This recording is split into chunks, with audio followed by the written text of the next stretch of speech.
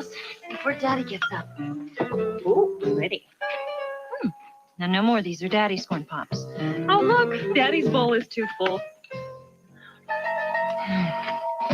The problem with a cereal that tastes like popcorn, only sweeter, is that it disappears like popcorn, only faster. Mommy, that's Daddy.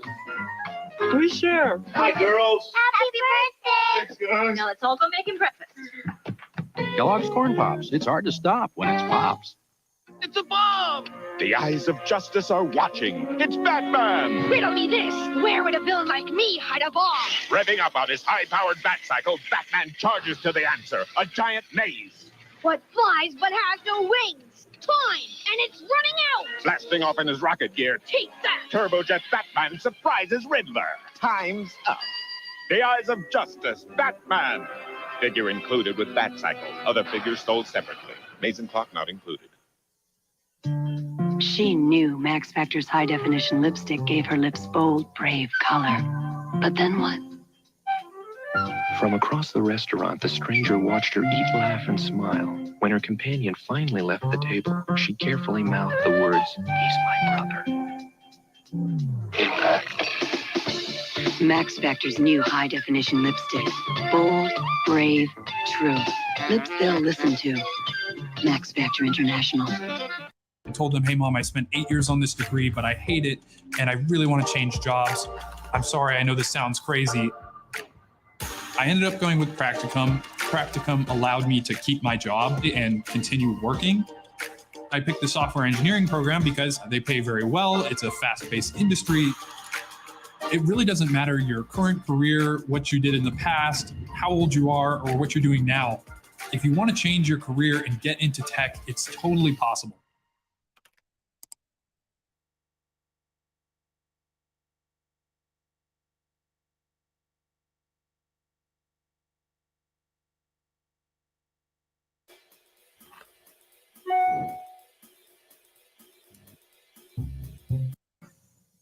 And now for some thin, different. New Domino's Thin Crust Pizza. It's really something. We're talking thin crust pizza, a crispy, crunchy crust pizza. And with all your favorite toppings, it's a whole nother taste in a whole nother way. In other words, all right, put that snap back in your life. Now, with any thin crust pizza, you'll get an order of Domino's Twisty Bread free. New Thin Crust Pizza with a twist. Something for nothing when you call Domino's. It's thin, happening. When two city kids rescue a wild horse, they become the most heroic outlaws ever to ride into the West. We're real cowboys! The critics are calling it one of the best family films of the year. Into the West, rated PG. Now playing at a theater near you. Making dinner? Yep. Tough slaving over a cold salad bar, isn't it? Yeah. Mystery dressing. Glad I've got my ranch. You should try this Kraft ranch. It tastes great. Really? Yeah. Here, try a little. Cool, creamy Kraft Ranch. You're right. It's the great taste that makes it Kraft, America's house dressing. So, you're gonna need all this dressing for yourself? Oh, there is enough for two.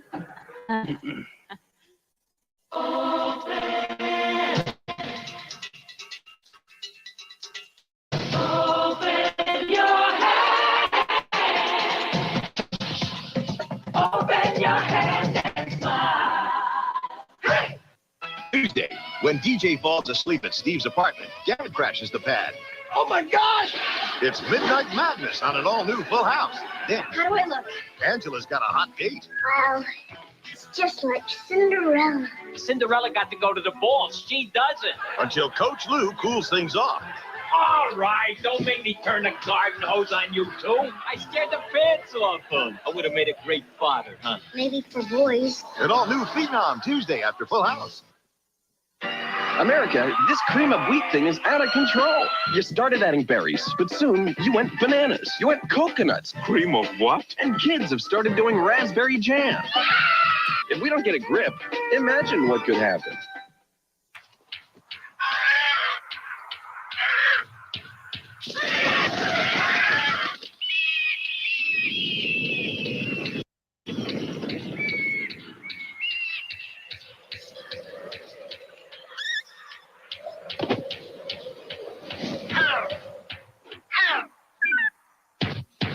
Still going. Nothing outlasts the Energizer battery. It keeps going and going and going.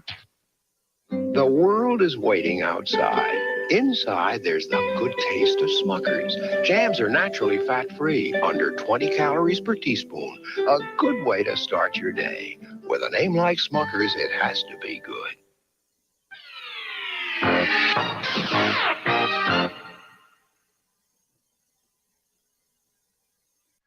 Captain Planet will be right back.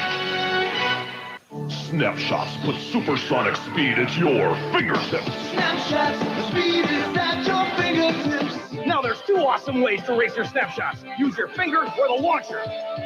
Race them, crash them. Launch your snapshots through the death-defying blockbuster stunt set. Yeah! Snapshots, the speed is at your fingertips. The speed is at your fingertips. Snapshots comes with one launcher and two vehicles. Blockbuster stunt sets sold separately. Your parents put it together. In Jurassic Park, it's survival of the quickest, and that's doubly true in Tiger's new Jurassic Park handheld game. But that shouldn't worry you. I mean, what's a few globs of the spitter's poison venom going to do? And if a pack of ravenous, gut-ripping raptors close in, you can always get up in a tree. Anyway, it's just a game. There's nothing to be afraid of. It's not as if the razor-toothed T-Rex is really going to jump out of the bushes in your own backyard. Jurassic Park, the handheld game. New from Tiger. Batteries not included.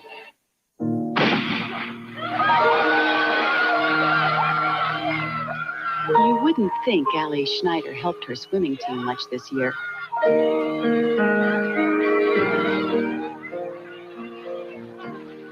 After all, she didn't win a single race.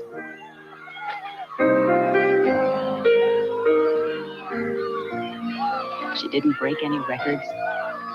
And her relay team finished dead last in every meet.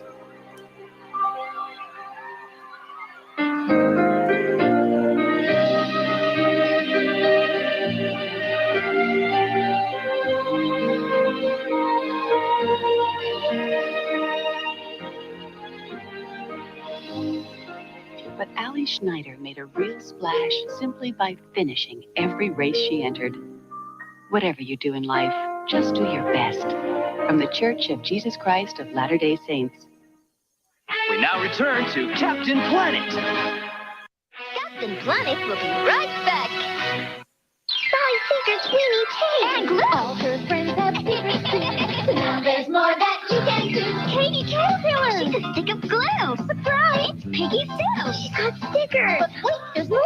Sneaky Snail Cake, Dr. Laura, Becky Beaver. Sharpens pencils too. Sally Seeker cleans fun for you. Amy Alligator clips paper too. So much fun and loves to do. Sally Seeker. Sally Seeker's stalling all her friends. They all have stickers and other secrets and surprises, each sold separately. Yo! Are you hip to these? Are you in the know? Cause here's where Ego Minis were made to go.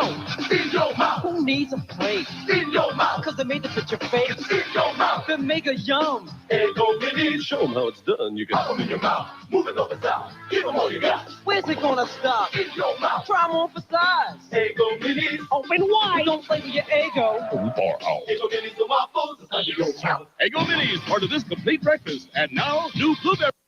So just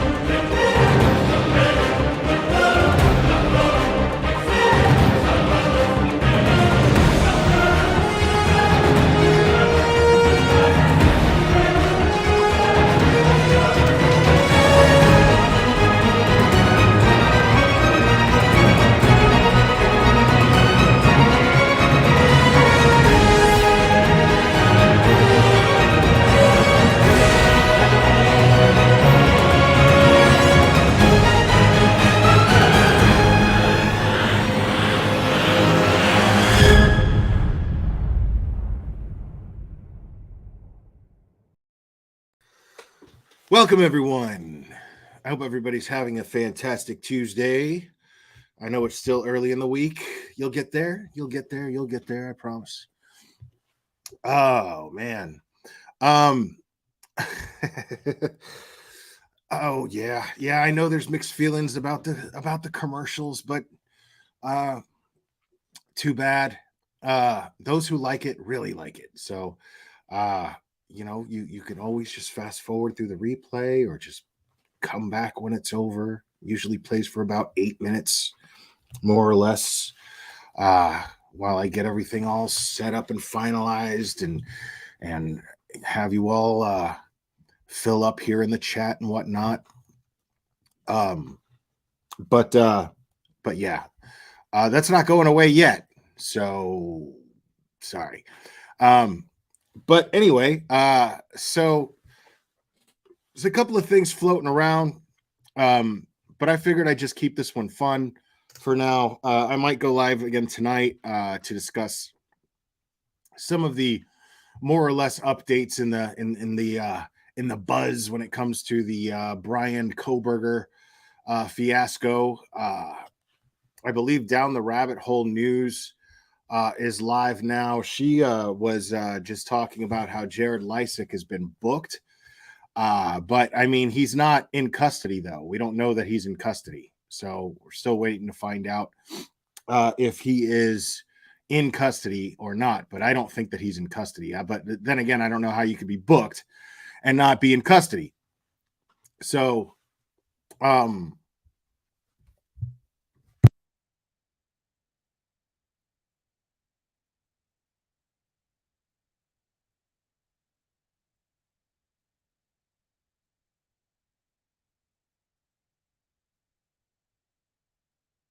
sorry, I was having a bit of a coughing fit there. Anyway, booked and released. Okay, so he's booked and released. Jet Harper, thank you so much. Let's see what we got here. As a late Gen X com best, countdowns are boring. Thank you so much. SF Investigates. I trust that what he says is true. SF Investigates is confirming that he was released. Okay. So he was booked though. Anyway. Yeah, I don't even want to get started on that. But so Bullhorn Strangler, aka Bullshit Betty, aka Boobs on the Ground. Yeah, she is she's I guess she was feeling some type of way and feeling kind of like she wasn't doing enough, people getting to her and saying, "Hey, get a job." Do something productive with your time. Well, she figures that the productive thing to do was to go down to the county commissioners meeting or whatever the fuck you call that, and and raise hell about a statue that was taken down. Okay, now first, what I'm going to do, because I watched it live, okay, and it was live from their channel, from the commission, from the county's channel, from Manatee County's channel, and then the live is no longer there. But then they put something else up that was from today. So I guess she went up there and spoke twice. But first, thank goodness, because blessed are the clip channels, people. Deets on the Streets hooked us up, y'all. And she got the best part, or at least to my knowledge, because I haven't watched the other one. I have not watched the one that I'm going to queue up. Yeah. Deets on the Streets, y'all. So this is just so fun.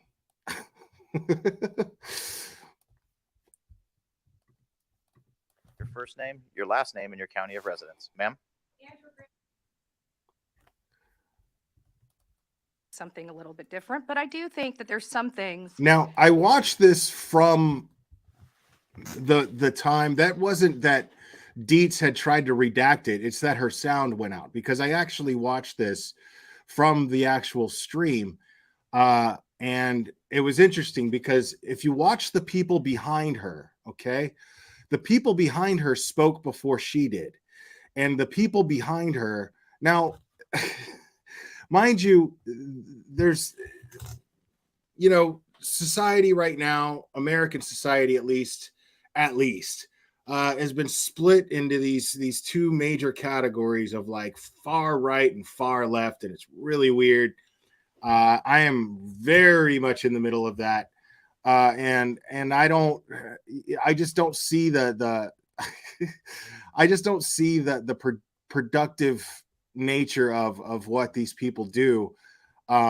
Now they are doing their civic duties. Okay, now as citizens, this is how you get shit done. All right. In all fairness, this is how you get shit done where you live.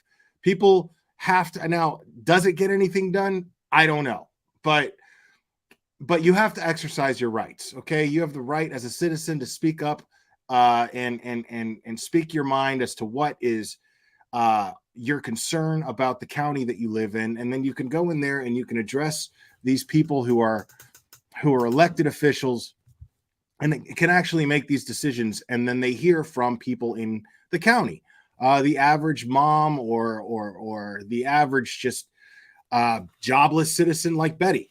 They'll listen to you. They'll hear you out. They'll give you a certain amount of time, and this is what Betty presented to the floor.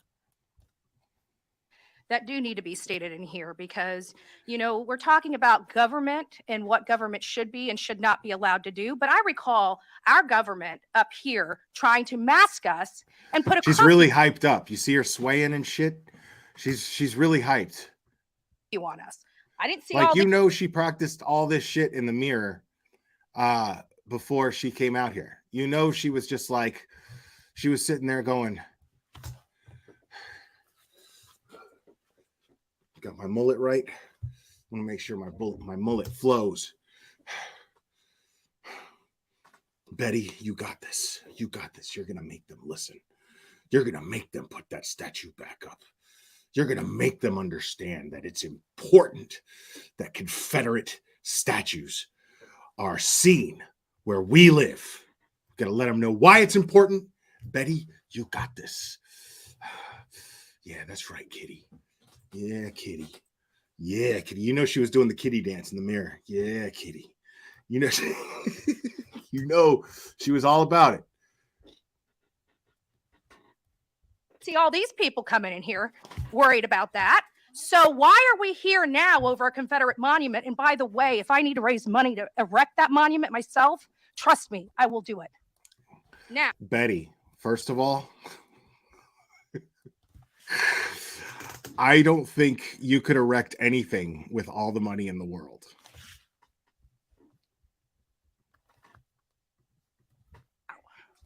with that being said, I would like to take a moment, and it's kind of funny because this was part of the thing. I was going to keep to part of the thing, y'all. Keep it all nice and worked. But I'd like to take a moment to speak, and it kind of goes in with this about what we went through. It kind of COVID lockdowns. Yeah, it kind of goes into what the fuck we're talking about in the first place. It's not really going to talk about what the fuck we came here to talk about, but I'm going to use this and manipulate this time to be able to say whatever the fuck I want, no matter how irrelevant. We, Manatee County, came out in force and denounced what we were seeing taking place here in Manatee County.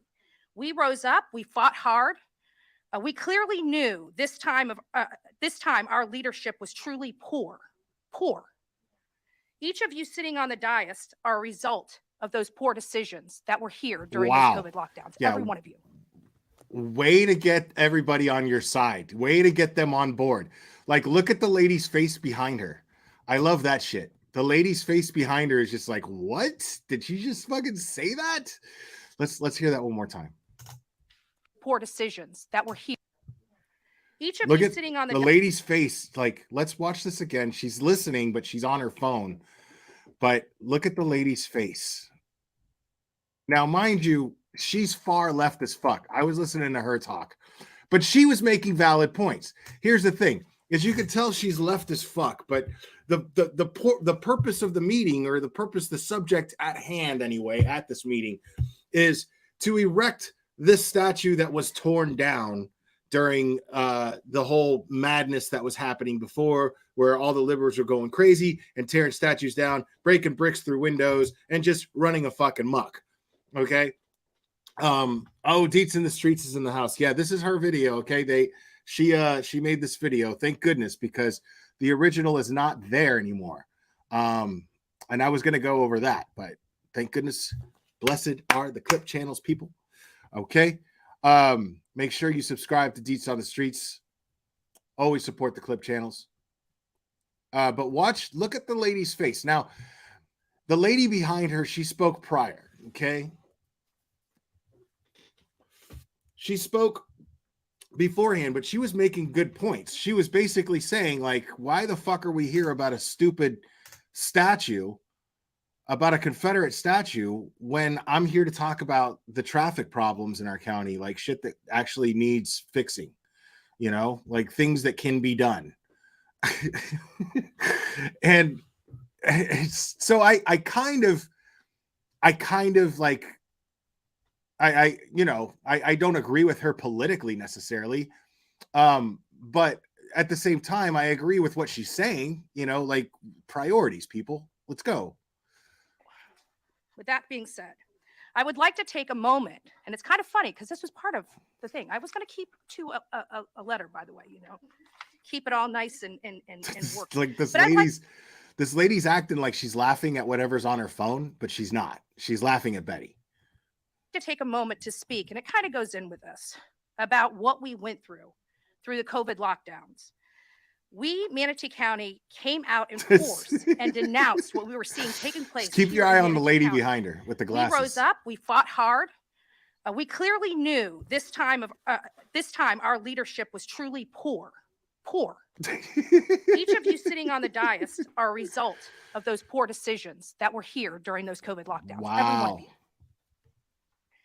Manatee County had enough of the tyranny. That's a great way to get their attention. You want these people to decide in your favor, right? You want them all to vote in your favor, and you only speak positively of one of them. You actually go out of your way to insult all of them but one. Okay? All of them but one. And I promise you that the one is like, fuck, I don't want this lady speaking up for me, man.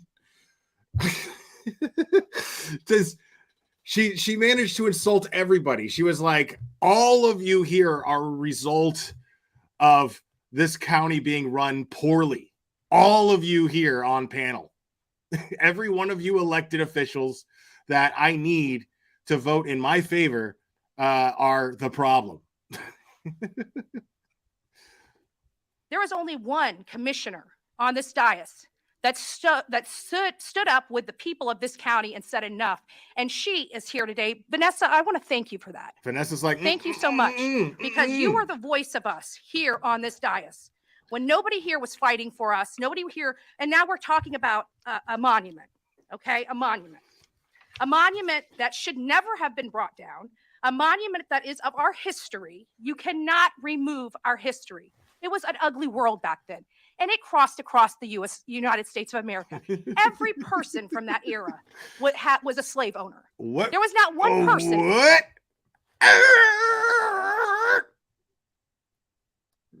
Back that up there, Professor. Every person in America back then was a slave owner. No, that's not true. That's not true at all, as a matter of fact. Or else there wouldn't have been a war, because the country was split between people who didn't want to pay labor costs and people who were willing to pay labor costs, okay? Industrialists that were not willing to pay labor costs versus industrialists that were willing to pay labor costs, because slavery is inhumane and it's horrible and it's fucked up, because all men are created equal according to the U.S. Constitution. There were a whole bunch of people back then who didn't think, including the president, Abraham Lincoln, who didn't think that slavery should be a thing. They didn't think that slavery was fair. They didn't think that the Constitution of the United States should be violated. even though it was via slavery. Person in our history during that era that did not own slaves. Every person from that era was a slave owner. There was not one person in our history. Okay, Dietz put up some stats.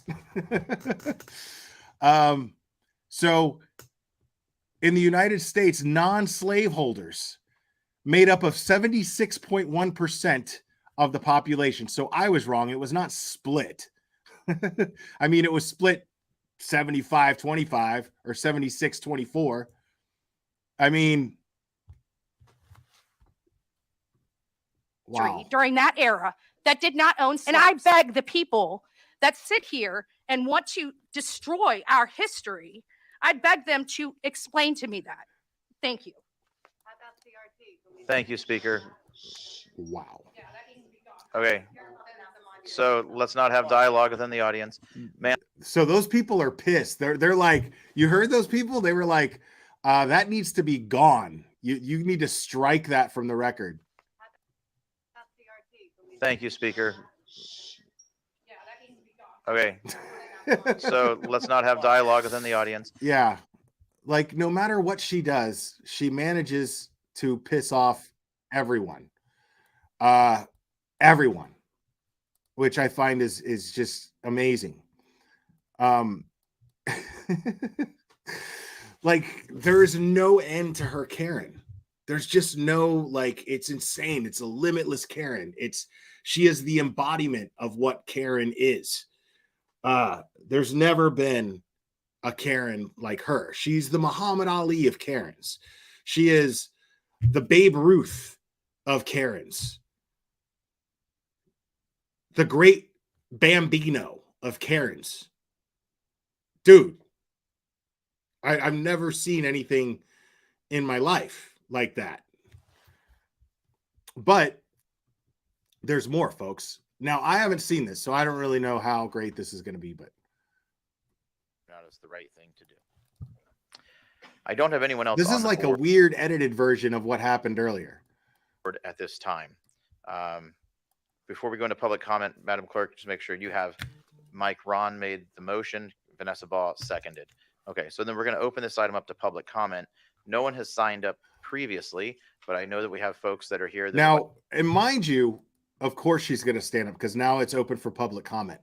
So mind you, what I found really, really funny was prior to that, like the other two women that were sitting behind her, their names were called out. She just went up there. Like, I wish I had it, but okay. Their names were called out. They were actually like scheduled to be there and speak. One lady mentioned that she took the day off of work so she could be there and discuss real issues. She brought her kid with her. The other lady was homeschooling her kid, and she was just like, this is like a great lesson for civics, for my kid. And to understand how government works and blah, blah, blah. And she was trying to be nice, but she was pissed off at everybody because of what they were even doing there. Because I could see being somebody who, this is the thing, liberal or not, okay? Here's my thing on the statue situation, right? Now, when it was going on, and I stand by my opinion on this, I know a lot of people are going to disagree with me, but when it was going on, I was against it. I was like, why are you tearing down statues? Like, it's the craziest thing in the world. Like, this is the irony of it is my argument was you need to go to one of these meetings right here that we're looking at if you have a problem with a statue being up, and then you go through due process. Okay, because I am a patriot. I do believe in due process. I believe in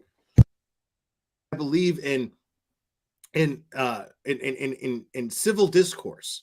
Okay, this is how we get things done. We have people that we vote for to represent us as a people, and then we try to get those people to hear us as people, as citizens, and then we make decisions as a people to decide whether or not we want a Confederate statue up or not. That's what should have happened. The reason why I was against people just taking it upon themselves and tearing down statues is because where does it end? I don't want that kind of society to live in. I like the civil society that I live in, where we go through the process to get things done in a very civilized manner. I like that. I like living in a place like that. Where, I mean, because the bottom line is that's not your property. You don't get to just, where do you draw the line? All of a sudden it's okay just because you don't agree with something or you don't like something, you get to vandalize it. No, that's not how things work. That's not how a civil society works. Okay. So I'm not saying that I'm for the statue. What I'm saying is this is how it should have been gone about right here. The way that these people are going about getting it erected back up. I get that. But that's how it should have been done in the first place. That's all I'm saying. Now, here's the thing. Now that it's down, and now that it's been, well over 100 years since slavery was abolished, do I think we should be fighting to put the shit back up? Hell no. Hell no. I mean, it's down, it's down. You know what I mean? Like, no use crying over spilled statues. You know what I mean? I don't give a shit that the statue is no longer there. I just wish they would have gone about it in a more civilized manner, in the manner that's being conducted here. That's what I wish. But I think it's ridiculous now that it's taken down, that now you want to fight for it to go back up, a Confederate statue. Yeah, technically it's part of the history, but it is what it is. You know what I mean? Like you don't. Hold on. Was that justice? Will, it was voted to be removed back in 2017. There is an article about it. Oh, so it was actually removed. So this is just ridiculous. I mean, this is just a bunch of fucking rednecks trying to get their way. And trying to say, oh, well, the liberals fucking whined and bitched. Now it's our turn. Like, it's ridiculous. Like, why not set the example? Because it's really stupid. It's really stupid. If somebody, I mean, if a part of history gets washed away by a flood, okay, so what? I mean, it sucks, but you can't rebuild that history. You know what I mean? It's not authentic anymore. What are you gonna, like, if I don't know, a Picasso or a Michelangelo sculpture or something was damaged, I could see maybe restoring it more or less, but to spend taxpayer dollars on it, especially if those people represented something as horrible as slavery, and that's exactly what they're held in history for fighting for. That's their big recognition, is that they fought in favor of slavery. Yeah, I say fuck them. Like, we've progressed from that. It's symbolic to not erect that again, because we've progressed from that point. Like, why do we need that reminder? Now, I'm not saying to take it down. I'm not saying to burn books. That's not what I'm saying. But I'm saying if it's down, it's down. If they took it down, they took it down. So what? It's done. I may not have agreed with it being taken down, but once it was taken down, I would have lived with the loss. I would have taken the L. I would have been like, hey, whatever. Okay, you can't win them all. Part of history's gone. It is what it is. I'm not going to fight unless I'm a racist asshole. I'm not going to fight for having a statue of someone who fought in favor of slavery. I'm not going to fight for their memory, for them to be remembered in history. It's crazy to me. So I don't blame the liberal moms here, the homeschooling moms. I don't blame them for just being like, why are we wasting our time on this when there are serious issues in our county that need to be discussed so that they could be remedied? Like the traffic problem. Like, simple.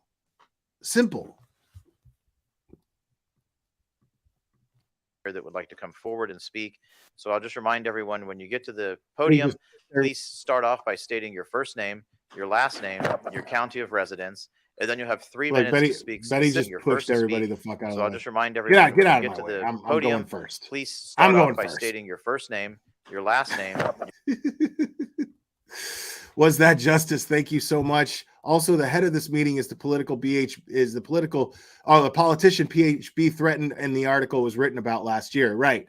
The speaker, yeah, she's the one who said she was going to burn his house down. Now, I was one of the few people that did not take that literally. I knew what she meant, but I think she's stupid for using that choice of words.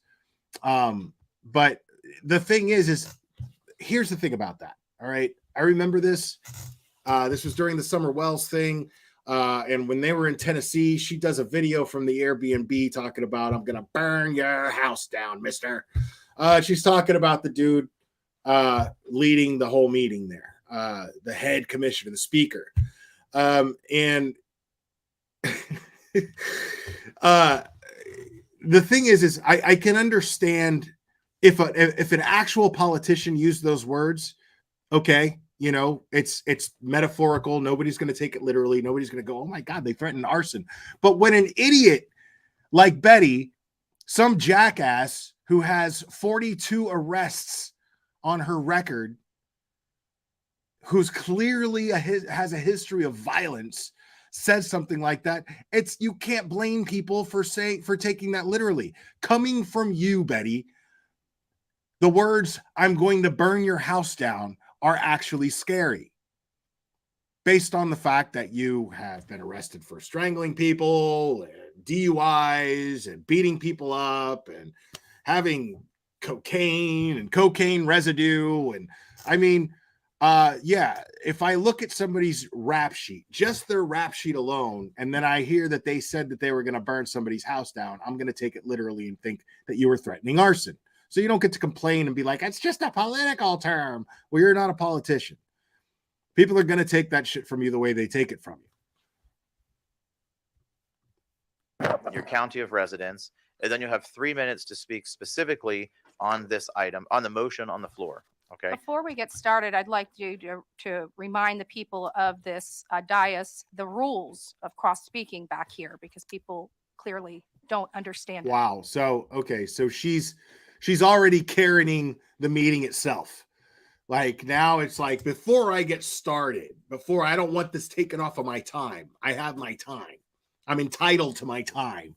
But I also want to set the ground rules for how this is going to go. Even though you're the speaker, doesn't matter. I'm taking control because I'm behind the mic right now and I'm at the podium. So I'm going to set the rules on how this is going to go. We'll take care of that. You focus on the motion on the floor. All right. Andrew Griffin, Manatee County. I got to hear that one more time. We'll take care of that. Cross speaking back here, because people clearly don't understand it. We'll take care of that. You focus on the motion on the floor. All right. Andrew Griffin, Manatee. That dude was like, yeah, I'm not having that, bro. Listen, you're not going to tell me how to do my fucking job. Just get on with whatever the fuck you came here to do. Waste our time and go. County. George, I love you. I think you're a great county commissioner. No, you don't. You threatened to burn his house down. This was really a horrible, horrible ordinance. I didn't support it then. I'm not going to support it now. Here's why. I am on the same mindset as many of the people on this board.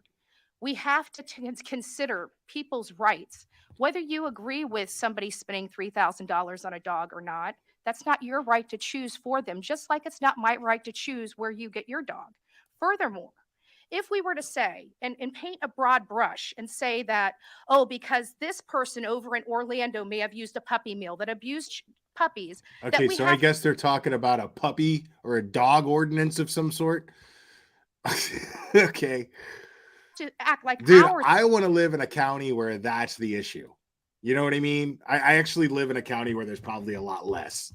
But I mean, if that's the biggest problem. is doing the same is unfair because we had Bernie Madoff. He was in the financial sector. You're in the financial sector. If that same thing would have been applied to, Did she say Bernie Madoff? and they would remove your license because people can rob people, people can take their whole life savings, then we would stop the financial sector. Real estate, because people have conned people, stole deeds, sold properties they don't own. We should stop real estate. What? Or like somebody like Vanessa that deals with jewelry. Yeah, that's a great idea. That's a great idea. Let's stop the biggest economy generator that there is. Let's stop real estate. That's a great idea. Betty's onto it. What the dude? I'm voting for Betty. Betty, I hope you run.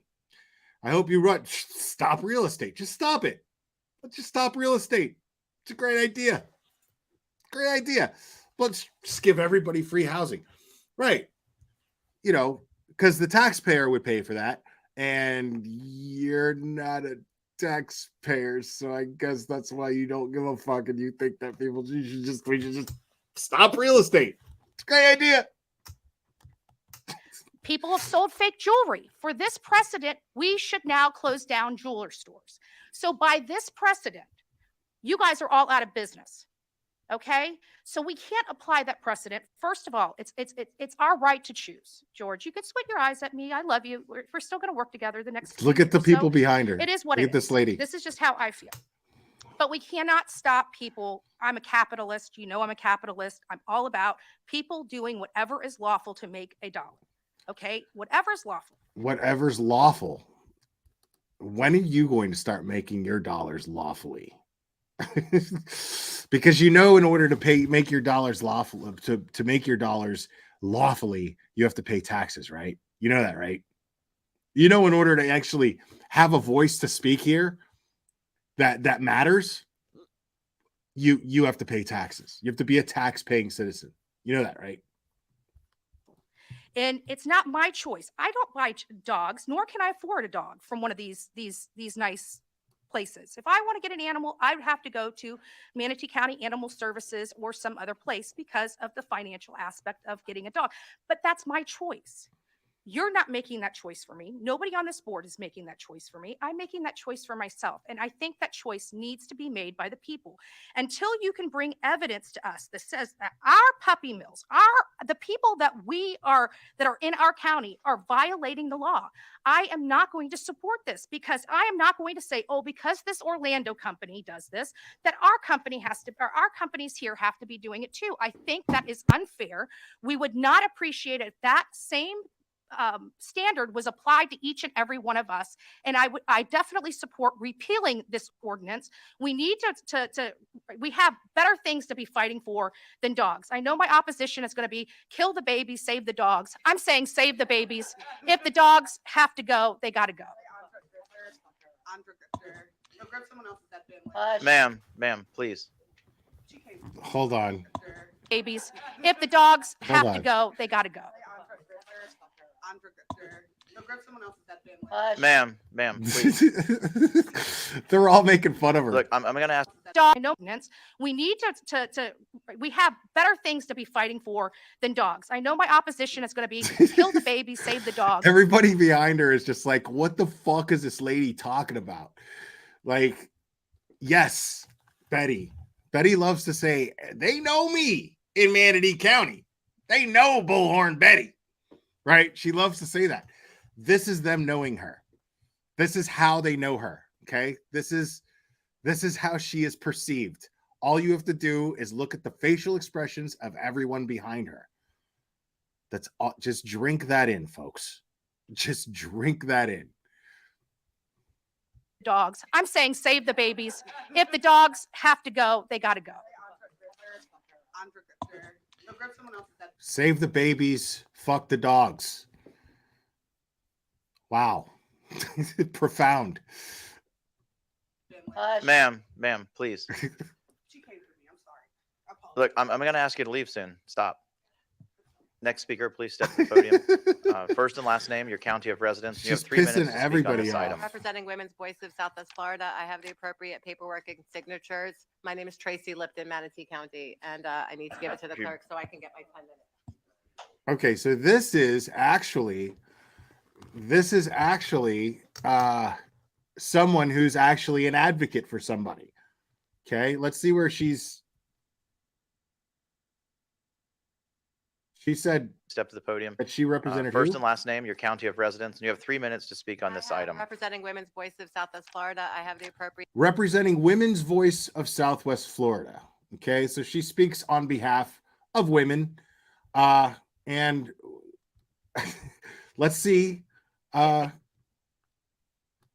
her take on this dog situation My name is is. Tracy Lipton, Manatee County, and I need to give it to the clerk so I can get my 10 minutes. Okay, she wants 10 minutes. Yeah, that does not apply in this context. That I was applies told by one of your administrators. Okay. public Okay. If hearing. it's all right, I'll run the meeting for a second. So that is only in land use matters, quasi-judicial matters. This is not a quasi-judicial land use matter. This is a legislative item. And so you only have 3 minutes, ma'am. Well, you should educate your people then. First and last name, you have 3 minutes. Everybody here's a fucking Karen, bro. Like, what is this?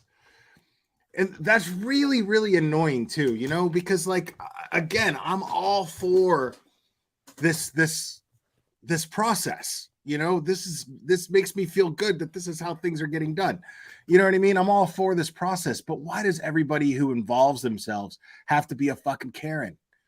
Like, can you imagine having everybody shits on these politicians, dude? I mean, you can almost not blame them for just tuning everything out and just being completely dismissive of their constituents. Because, I mean, this is the shit they got to put up with. Like, you don't know the law. Stop talking like you know the law. I know the law. I had to go to law school. I had to do all this shit in order to sit up here and basically run a circus. I've got to be the ringmaster of a circus. Manatee County. I had a whole speech plan, but clearly that's really going to go out the door. That's 10 because seconds right there, your lady. intentions are super clear. 15. Mr. Bearden, I'm not one who said you took money. It was Mike Ron that took money. The maximum donation of $1,000. I'm not sure if you did. I've seen paperwork, but I'm not quite sure. Do you want evidence about Petland Bradenton and Petland Sarasota? Mr. Hopes has it. This documentation is literally receipts and evidence brought from the Humane Society. Receipts, pictures, and evidence. This entire thing by Petland Bradenton and Petland Sarasota. And this is strictly those two Petlands. The Humane Society, Mr. John Goodwin, sent it to Hopes, but he sat on it instead of giving it to the lawyers. How come? How come y'all did not get this evidence until recently? A lady that's an office administrator named Patricia Nolan received this because I asked John Goodwin to FedEx it to her. I don't know about y'all, but I'm into this. Like, I'm into this because there's obviously some shit here. And obviously, whatever's going on in Manatee County, Betty knows just as little about that shit that's going on in her own back fucking yard, right? She knows that little. And she's like, save the babies, kill the dogs, right? Where this lady is just like, she actually cares about what she's talking about. She's actually prepared. She got something wrong where she thought she would have 10 minutes, but she only has 3. But she clearly has what she considers to be evidence of her argument that could prove to get things rolling the way that she wants them done.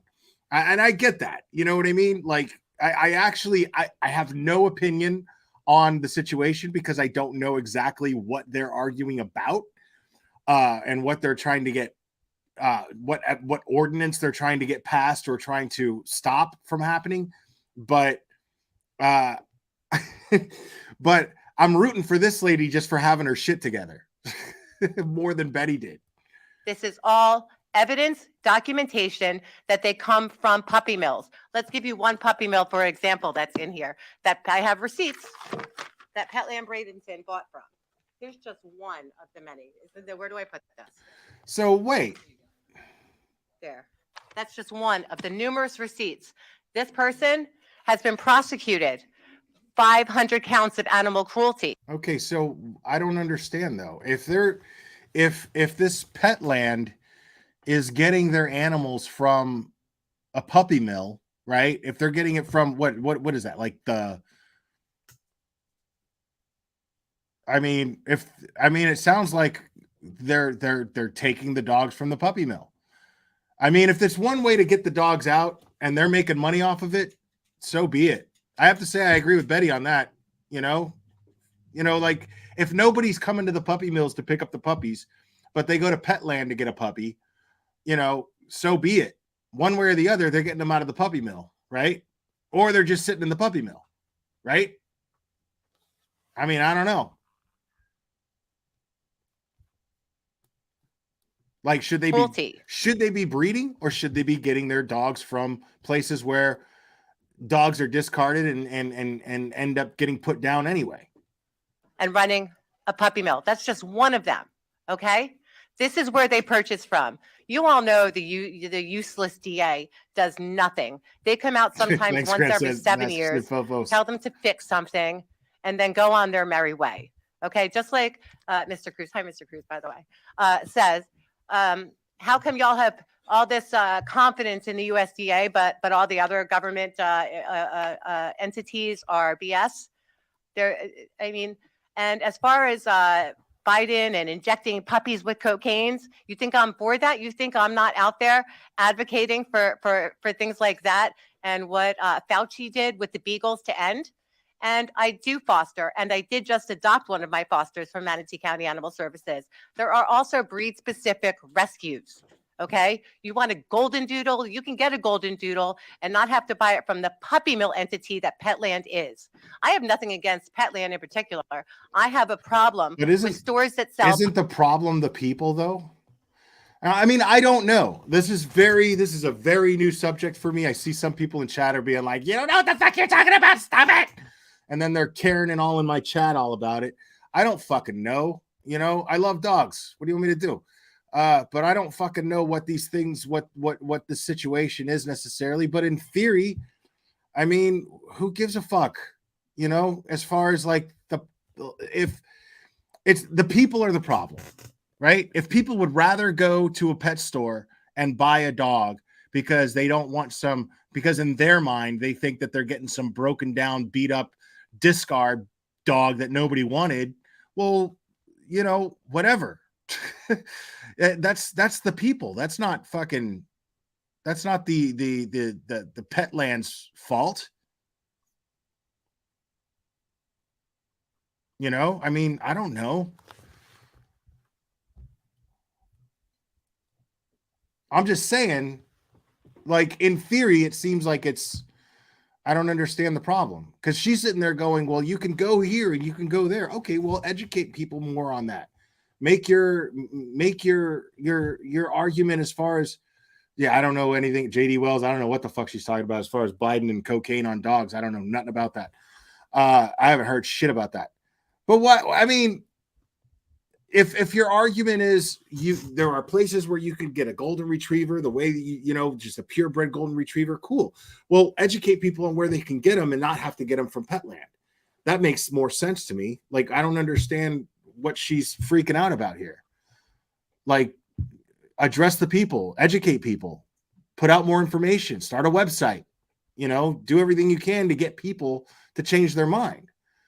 That's like me if I'm just trying to shut down Betty and I'm trying to get her channel taken down, or I just simply educate people on what a Karen she is and I entertain people in the process. To me, it's the same difference. Like, what's more effective? I mean, where's the problem actually lie? Does the problem actually lie with Betty, or the problem, or would Betty be even a problem if so many people didn't support her and give her money and fund her fucking trips where she interferes and involves herself in open investigations that could actually hinder the investigations, right? So where's the problem? You know what I mean? The people who fund it, or her just out there begging for it. There's a lot of people out there that sit there and beg for money and nobody gives it to them. You know what I mean?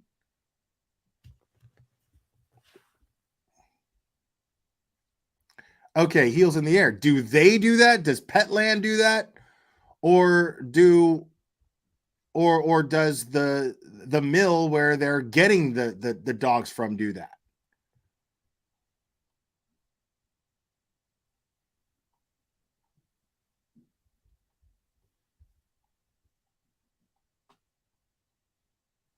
Well, of course, rescued pups. Well, I mean, what's the point of rescuing them if they're not going to be cared for?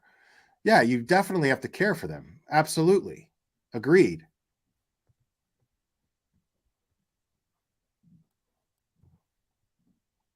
I'm not defending puppy mills. Y'all are like acting like I'm defending puppy mills. I'm not defending anything. I'm just exploring what these people are talking about. I'm trying to understand it better, simply, but I'm not going to take everybody's like opinion in chat as gospel because I could see that people feel strongly about it. All I'm saying is I don't really know. And I'm looking at the people speaking up on it and who seems to be making the better points. I'm just observing the meeting out loud. That's all I'm doing. I don't have an opinion on the situation. I need to know more about it. I agree with you in the sense that I need to know more about it before I express an opinion on it, but I don't have an opinion on it. That's my point. I don't know.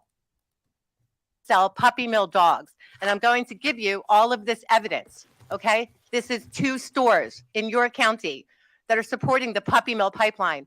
70 places in Florida have this ordinance in your home state, and none of them have lost a lawsuit that Petland has brought. Not one. Okay. So that answers all your questions. Now, you want to spend taxpayers' money on bringing up a statue that the Daughters of the Confederacy want gone? Vanessa Bell, how much did the taxpayers pay for your defense? Thank you, ma'am. Huh? You didn't pay for your own lawyer. How much? Now she's making an excellent point right there. Do I think that whatever issue is going on as far as live animals go, is that more important? Does that need to be addressed over a fucking Confederate statue being brought back up? Absolutely, 150%. I absolutely agree with her on that. You want to spend taxpayers' dollars on erecting a Confederate statue that makes absolutely no sense. I mean, it was the United States versus the Confederacy. This is the interesting thing. Okay. Now, do they have the freedom? Does somebody have the freedom to erect a Confederate statue in front of their house? Does anybody have the freedom to even wave a Nazi flag in front of their house? Yes, they have the right to do that. I don't agree with it in the sense that, do I agree that they should have the right? Yes, I do. But do I agree with them doing it? No. It's going to be something that's going to make me mad. But the fact is they have the right to do it. This is America. Freedom of speech means freedom of speech, period. Now, what I find to be interesting is that could be construed as treason because this was an enemy that America fought and defeated. It was the United States versus the Confederacy. Not just the North versus the South. It was the United States government, the United States Army versus the Confederacy. Okay? So that means that the Confederacy were enemies of the United States, and that enemy was defeated. So do we want to praise our enemy as Americans? Do we want the enemy praised and given tribute to? Do we want to spend American tax dollars on praising the enemy that we had during the Civil War, where many, many, many people died? Many young men died. So that makes no sense to me. It makes no sense to erect a tribute to our enemy, to spend tax dollars. Now, a private institution, such as a home or a private business, if they want to erect a statue and pay for it out of their own pocket, cool, knock yourself out. And I'll even fight for your right to be able to do that. But no, I do not support my tax dollars going towards paying tribute to a warrior that fought in favor of slavery. I just won't do that. And I won't back that up. There's no way I'll ever back that up. Or how much Thank did you, we ma'am. pay for that, Vanessa? Thank you. Have a great day. Appreciate your comments. I actually did pay for it. Thank you very much. Okay. Bye-bye. Next speaker. Next speaker, ma'am, please state your first and your last name, your county of residence, and you'll have 3 minutes to address the board on this issue. Actually, I'm going to have you hold on just a moment. I don't want to start your time just yet. Okay, go ahead, ma'am. Shannon Spring, Manatee County. Commissioner Cruz, thank you for being an honorable man. You are the only person who is making eye contact consistently throughout the meeting, and I take that as a sign because you are proud of your character as well. You should. And Matthew, I want you to have that Slayer statue. Now, I wouldn't want my tax dollars to go to it, even though I love Slayer. But, you know, I could think of more important things. The whole point of this is that I can think of better things to spend tax dollar money on. And we got to keep in mind here, folks, the most important point of all of this, okay, is Betty doesn't pay taxes. Betty does not pay taxes. She doesn't get to say what we spend our tax dollars on. She's up here carrying a meeting that decides what we spend our tax dollars on, and she doesn't get to say because she's not a taxpayer. Yet she feels the need to show up to these places and express her opinions, which I find really, really funny. She goes to school meetings, dude. She goes to school board meetings. She doesn't have any kids. She goes and she Karen's school board meetings, people. She doesn't have kids. I mean, it makes no sense. You should be.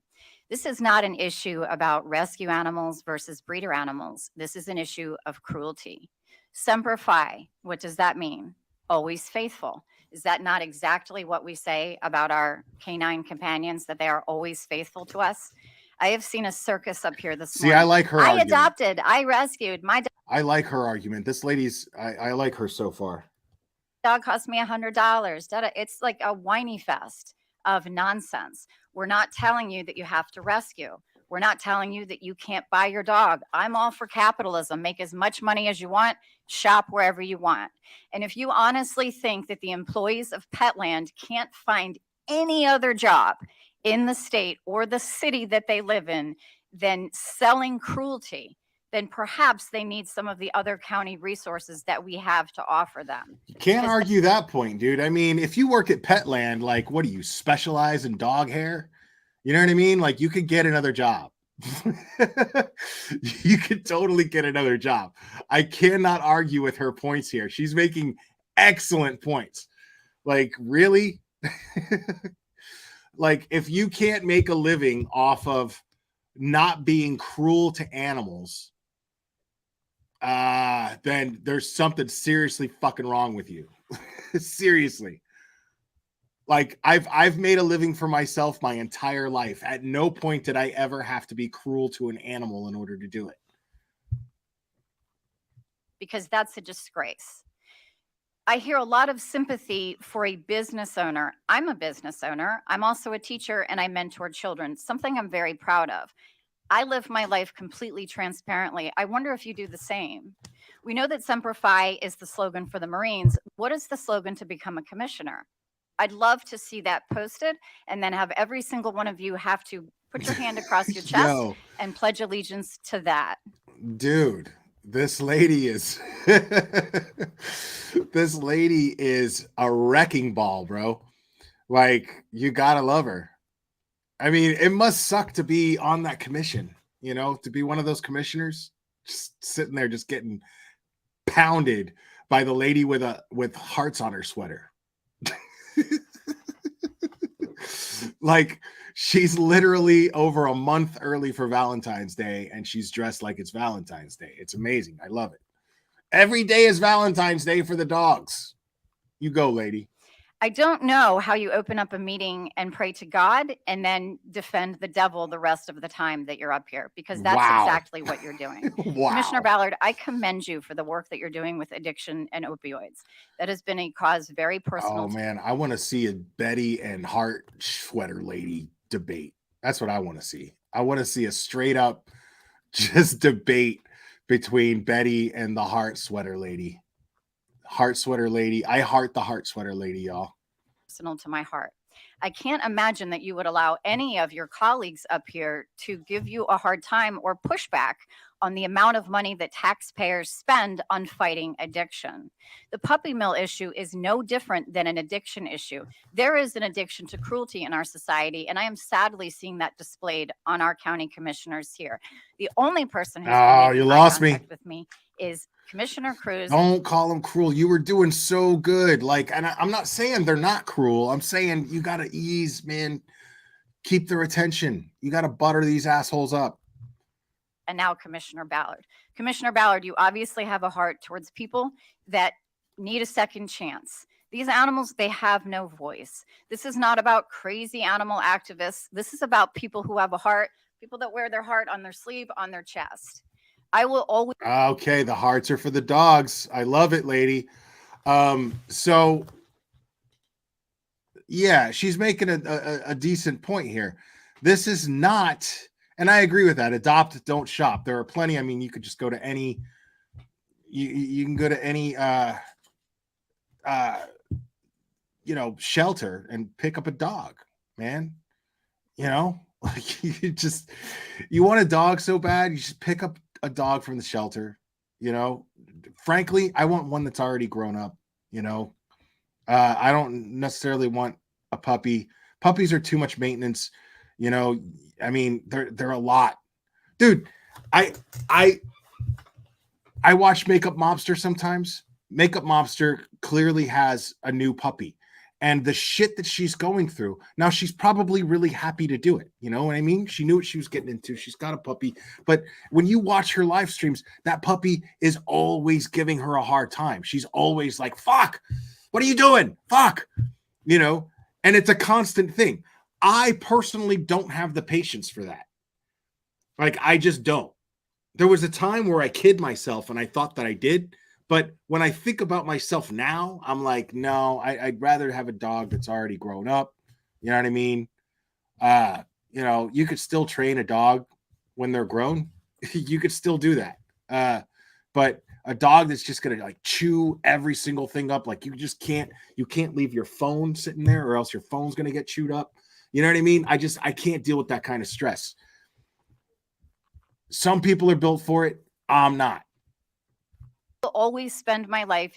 I advocate for all types of animal welfare, by the way, Mike. I'm not for dogs being drugged. I'm not for them being tested on medically. Quite honestly, I would rather have gotten COVID than have had animals tested to protect my body.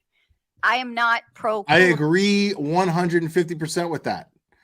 I absolutely agree with that statement. I would rather have gotten COVID than have animals tested for COVID to get a vaccine or to get some sort of treatment for it. I mean, and on top of that, it's like a 99%, mortality rate. You know what I mean? Like it's like you're going to survive it. Chances are. I've lost people to COVID, but I'm saying like for the risk, that's a no-brainer for me. Like, don't test that shit on animals. I'd rather just deal with it. I'd rather develop an immunity or at least take the chance that I'll develop an immunity over you like testing that shit on animals. Like, that's fucked up. Cruelty is my message. I wonder what it is, though, that you stand for. And you're all talking about the animals that you have. So you'll protect your own animal, but everybody else's animal that doesn't have a mom or a dad is fair game. That's another thing. Why don't we test on people on death row? Everybody's all about, being humane. We got to kill. If we're going to kill people, we got to do it in a humane manner. Well, I mean, who better to test on?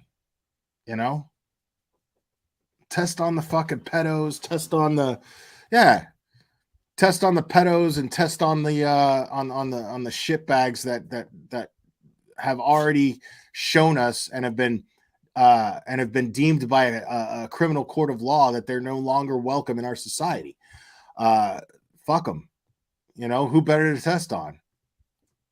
And saying you'll protect your own children, but screw the kids in foster care. Do better, because Thank we you, are ma'am. watching you, and I am embarrassed at what I Thank see, you, ma'am. other than for you and the work that you're doing. Thank you, ma'am. We appreciate your comments. These guys just got to sit Okay, there. next speaker, please state your first and last name. Get roasted for 3 minutes. County of residence, and you have for 3 3 minutes apiece. I'm a resident and business owner, Manatee County. I guess I'm just really confused about why we think it's why this is unconstitutional. What right are we taking away from them? We're not trying to close Petland. We're not trying to close them. We're trying to ask them to change their business plan. There are numerous businesses around with that business plan that sells puppy products, not puppies. And they're thriving. We have so many people. She's in making this a good county point. to support all of them. None of them are going anywhere. All we're asking them to do is change their business plan. No one would be out of a job. We're just asking them to stop selling puppies and stop supporting the animal abuse, which is proven. It's proven. So please do not rescind this ordinance. It's the right thing to do to keep this ban. See, I can't sit here and say, you know, that you got to stop people from selling puppies. You know what I mean? Sometimes people want a puppy, man. You know, like it is what it is. You know, should there be regulations as far as ethics go, as far as not mistreating animals and ensuring that that takes place? Sure, absolutely. I'm all for that. But I mean, you know, stop selling puppies. I don't know about that. You know what I mean? Sometimes kids want puppies, you know? Sometimes you want to raise a dog from being a little baby, you know? Like, and why should people, you know, again, why should you not have the right to be able to sell a puppy? You know, it's I'd hate to use the term product, but it is a product that is in demand. You know, it sells. This is America. You know, if you want to sell puppies, sell puppies. Just do it in a humane manner. And should there be regulations for that? Sure. Don't disagree with that at all. And in regards to the litigation, I don't know what the solution is. Does the community need to come together and have a big fundraiser to help pay for this? Because we'd get a shit ton. That's it. Yeah, I'd love to see that.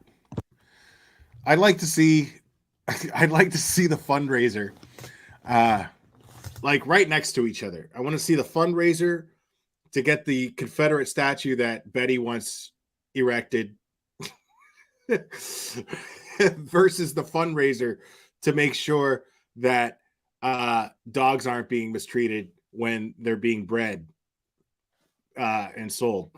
Like I would love to see I'd love to see which one raises more money. I'm just very, very interested in that. Ma'am, please state your first and last name, your county of residence, and you have 3 minutes. Hi, I'm Carmela Del Vecchio, and I'm in Manatee County. Please don't rescind this ordinance. The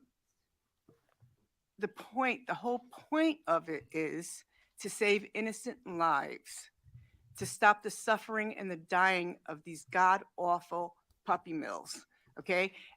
I've been a taxpayer almost all my life, and this is one tax that I would not mind paying. That's all I have to say. Thank you for your time. Thank you, ma'am. Short and sweet. I think you probably know the routine by now, right? Yeah. Hi, Christina Arriaga, Manatee County. Thank you, Mr. Cruz. I appreciate you standing up when everybody on your board seems to be of the opposite mind. I was here in August when the ordinance was passed, and I can't tell you how happy I was. As a member of animal welfare organizations for the past 10 years, I'm very familiar with organizations such as Best Friends, Bailing Out Benji, who are nationwide organizations. And I brought these, and I hope that you all will look at them. They do give a lot of information on what See, puppy this- mills are and why they are in existence. And also, it mentions See, this is hilarious to me because, like, there's just everyone here has a legit agenda except Betty. Now, I wanted to do this on purpose, okay?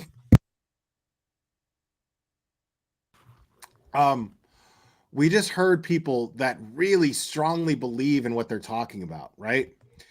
They're just so interested. Let's watch what led up to Betty here real quick. Let's see what the commission had to say about it, and then let's watch Betty's comments one more time. We'll watch this guy real quick. Because they were just coming out of this litigation or this lawsuit. And ours was patterned, our ordinance was patterned to a great degree from theirs. But I know not all the commissioners were on the board when this took place. So if I could just run through sort of the timelines so that it's clear, the understanding is clear.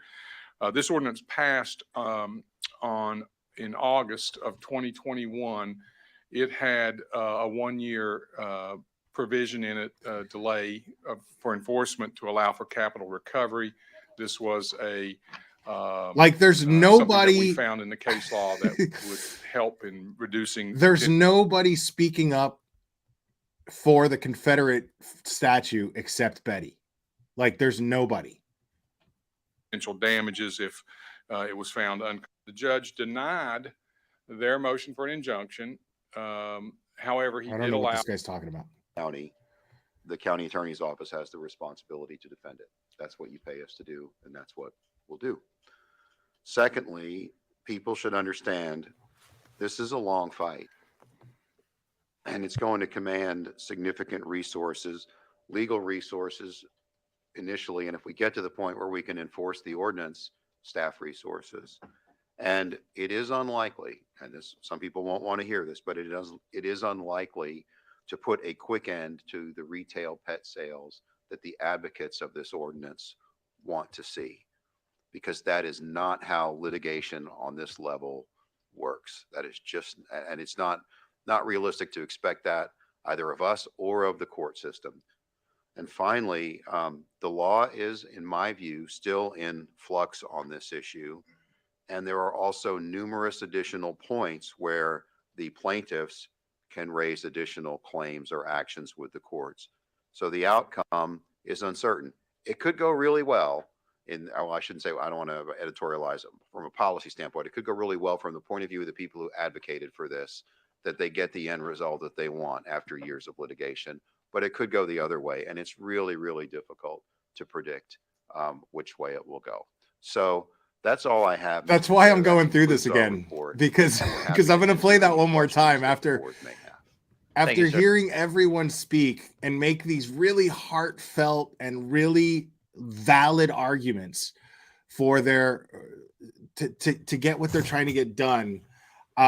Betty's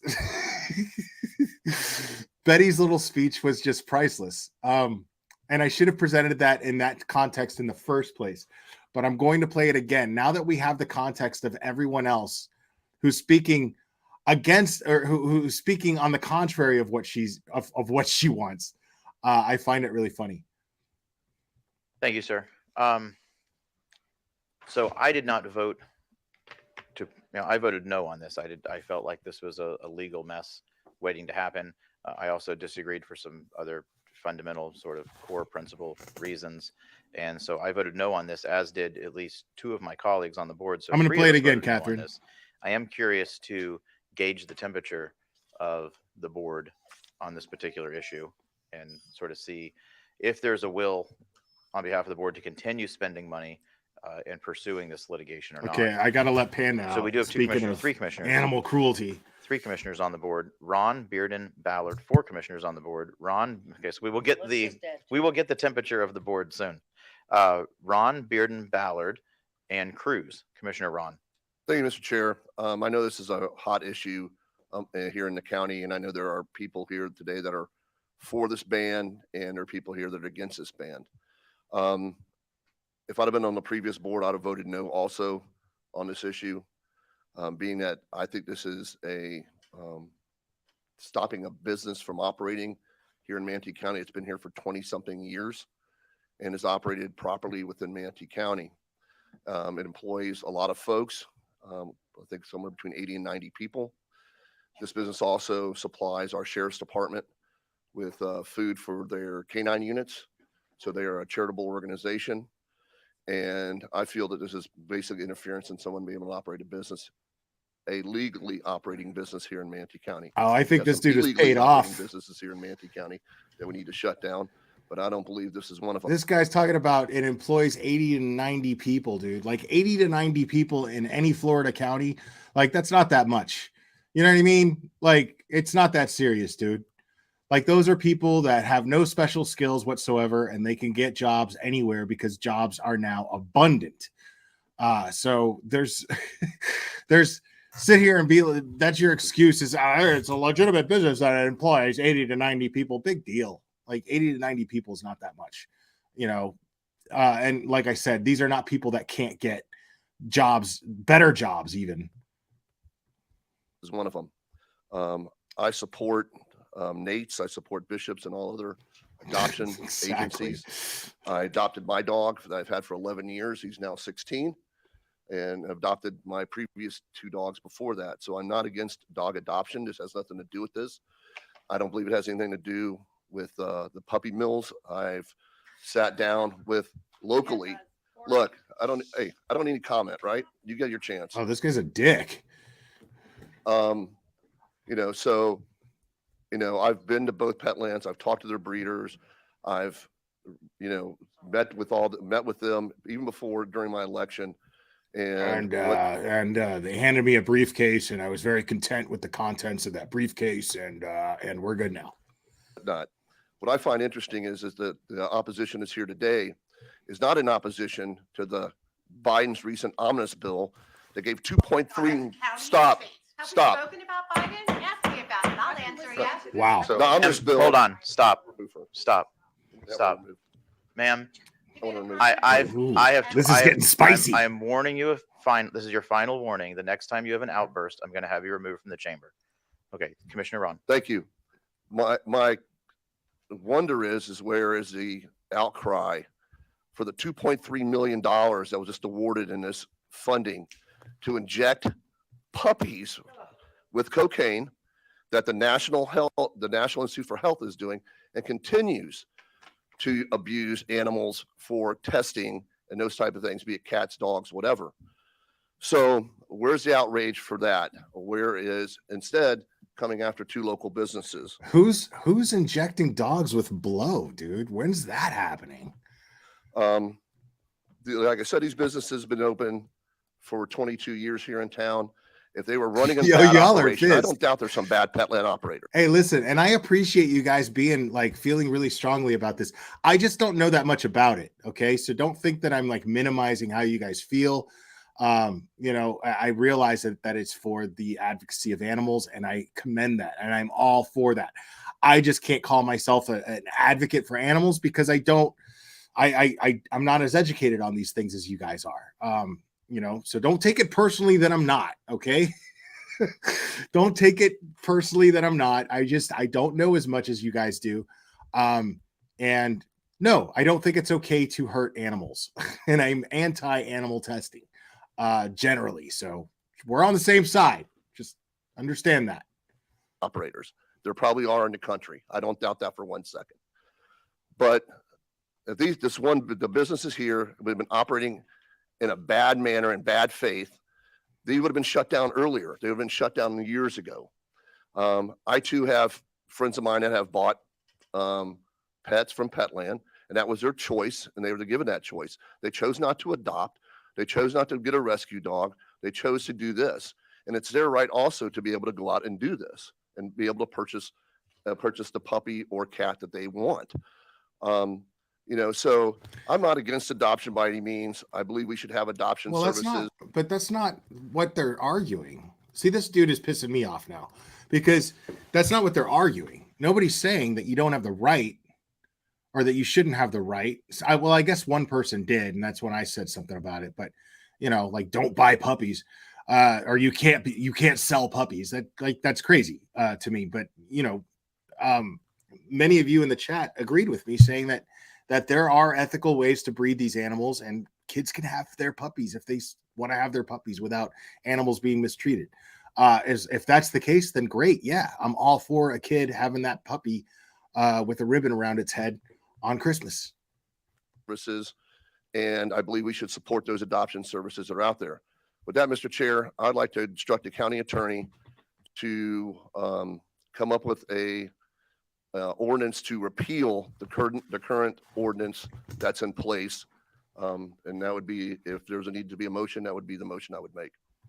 So we have Bearden, Ballard, Cruz, and Ball on the board, but is essentially asking to make a motion. So I'm going to go to the county attorney first, because I think the board probably has a couple of questions about that. One, the repealing of the ban, but two, we are also engaged in litigation, and what would the essentially exit strategy be for that? Mr. County Attorney? Well, Mr. Chairman, Commissioners, I don't see the litigation ending unless the ordinance is repealed or amended significantly to grandfather those businesses. As long as it is on the books as the law of the county, I think we will have to continue to litigate to defend that ordinance. If the board wants to change, then yes, the appropriate way to do that is to direct us to bring you another ordinance to repeal that ordinance, because it works like when the legislature adopts. See, they need to go above their heads, man. It's the only way to take it out of Florida statutes is to adopt another bill and remove it. And the same thing is true for our ordinances. Because it sounds to me, judging by past, it sounds to me what they're trying to do is they're trying to get an ordinance passed that they can't mistreat these animals in some way. That Petland or whatever can't get their puppies the way that they've been getting their puppies, or can't get their dogs the way that they've been getting their dogs and selling them. So apparently, everybody seems to have a problem with this, which is kind of weird. Which I think what it boils down to is they see a very expensive litigation, because Petland is probably a very large corporation. I've never heard of it myself, but I'm getting the impression that they are afraid of the litigation from that very large corporation and how expensive it's going to be, and they could see tax dollars going towards more important things. Now, I hope that they don't decide that the more important thing is erecting a Confederate statue. That would be fucked up. But I can kind of understand, because I'm not seeing the P&Ls in front of me of the county. You know what I'm saying? I don't know where they're losing money and where money needs to go and where it doesn't need to go, blah, blah, blah. I don't think anybody can really make a fair argument unless you can actually see what the budget is and what the problems are in that county. Now, the statue, yeah, that shouldn't even be on the table. The fact that it's even on the table is mind-blowing to me. past experience, it's likely to be a big hearing. But that's the process that we have to go through to legislate as a county. Does that answer your question, Mr. Chairman? I think so, yes. Leslie, so I need on the board a motion to repeal the retail sale, the ban of cats and dogs is what I need on the board. Could I rephrase that? Or perhaps we'll use the attorney's Yeah, phrasing I of think because we're pretty idea. careful about this, and we are in litigation. I mean, this is mainly for Well, our reference. What's I on the board. And I get that. I would- That's a beautiful thought. It's a very loving and touching thought. And in theory, I do agree with it, because it's nice, sure. But the fact of the matter is, it costs money. Money is the blood that pumps through our society. It just is. There's no way around that. When you saw what things did to our economy, you see how expensive a dozen eggs is right now. Like, it's ridiculous. A dozen eggs right now is asinine how much it costs. And that inflation is now due to the fact that all of these businesses shut down over COVID. Now, I'm not saying one way or the other. I'm just saying that is what it is. now that all of these businesses had shut down all this time, we weren't having any money circulating in our economy. And therefore, it caused inflation. And that inflation, you don't, I mean, you got to pick, people. You got to pick. You can't sit here and complain about how much things cost and then say, hey, fuck the money. You know, the money still has to be managed. If in order for you to run your household and keep a roof over your head, you have to balance your checkbook. You have to circulate your ins and your outs. You have to make sure that you have income to be able to cover your bills, and you need to make sure that you're not spending too much so that your bills can be covered. It's that simple. A county, a business, they work the same exact way. That's just how that is. There's no denying that fact. So it's a nice sentiment. Hey, fuck the money. Morals are what matter. Sure, but that's not reality. It's just not reality, because in order to make these moral decisions in a functional society, it costs money, because you might get sued. And then all the money that goes towards all of these other things in your county is going to get spent and sucked up by a lawsuit from Petland. And then once all that money's gone, well, then guess what? Your tax dollars are going to go up. And everything that you buy in that county, the money that it costs is going to go up. And therefore, you're not going to have enough money to live and to put a roof over your head, because you're spending ridiculous amounts of money on things that you need for your house, that you need to live. You see what I'm saying? I would suggest, if this is the way the board wants to go, is to direct the county attorney's office to schedule and advertise an ordinance to repeal ordinance 21-28. So moved. Second. Okay, so we have a motion then by Commissioner Ron, and it is seconded by Commissioner Baugh.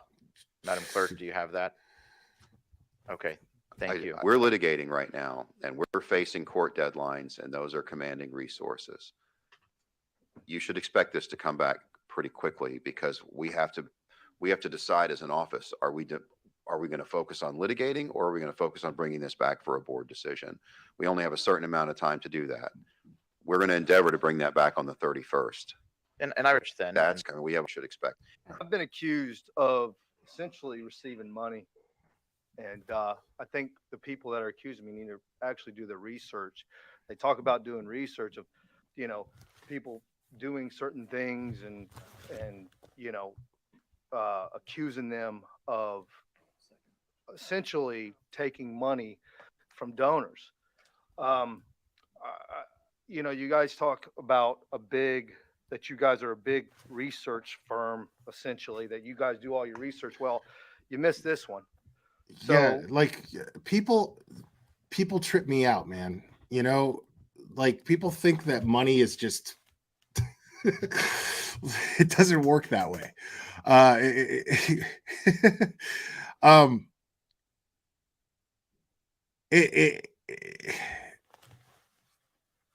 There's only so much of it.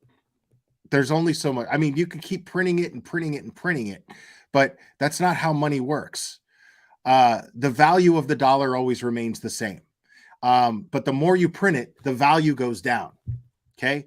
And right now our country's in a place where we are printing money irresponsibly. That's happening. And therefore this is going to cause inflation, and all of the things that you spend your money on are going to cost more and more money. So you don't get to complain about, well, this is too expensive and blah, blah, blah, but we should be spending our money on saving this and saving that. Well, I mean, okay, I'm all for that, but as long as it doesn't put us in worse of a debt than we're already in, because this country, whether you like it or not, is in debt right now. And yes, it's been going on forever. And this is a very, very, this brings me to my main point here. You could fight rich people all you want. This is what always gets me is oh, well, we'll make the rich pay for it all. Dude, that's not how it works. The thing about rich people is rich people are rich for two reasons. One, they know how to get rich. You don't. If you're not rich, you don't. Okay? They know how to get rich. B, more importantly, they know how to stay rich. Staying rich is the key. How do they stay rich? They make sure that no matter what happens, they're always going to see that profit. And that profit is always going to come by raising prices on things. That's where inflation comes in too. So these corporations, they're going to save on labor costs. They're going to save on they're going to say, you think it's an accident that you can't get anybody to work at fucking McDonald's right now? Like, these companies, they're going to make their profit one way or the other.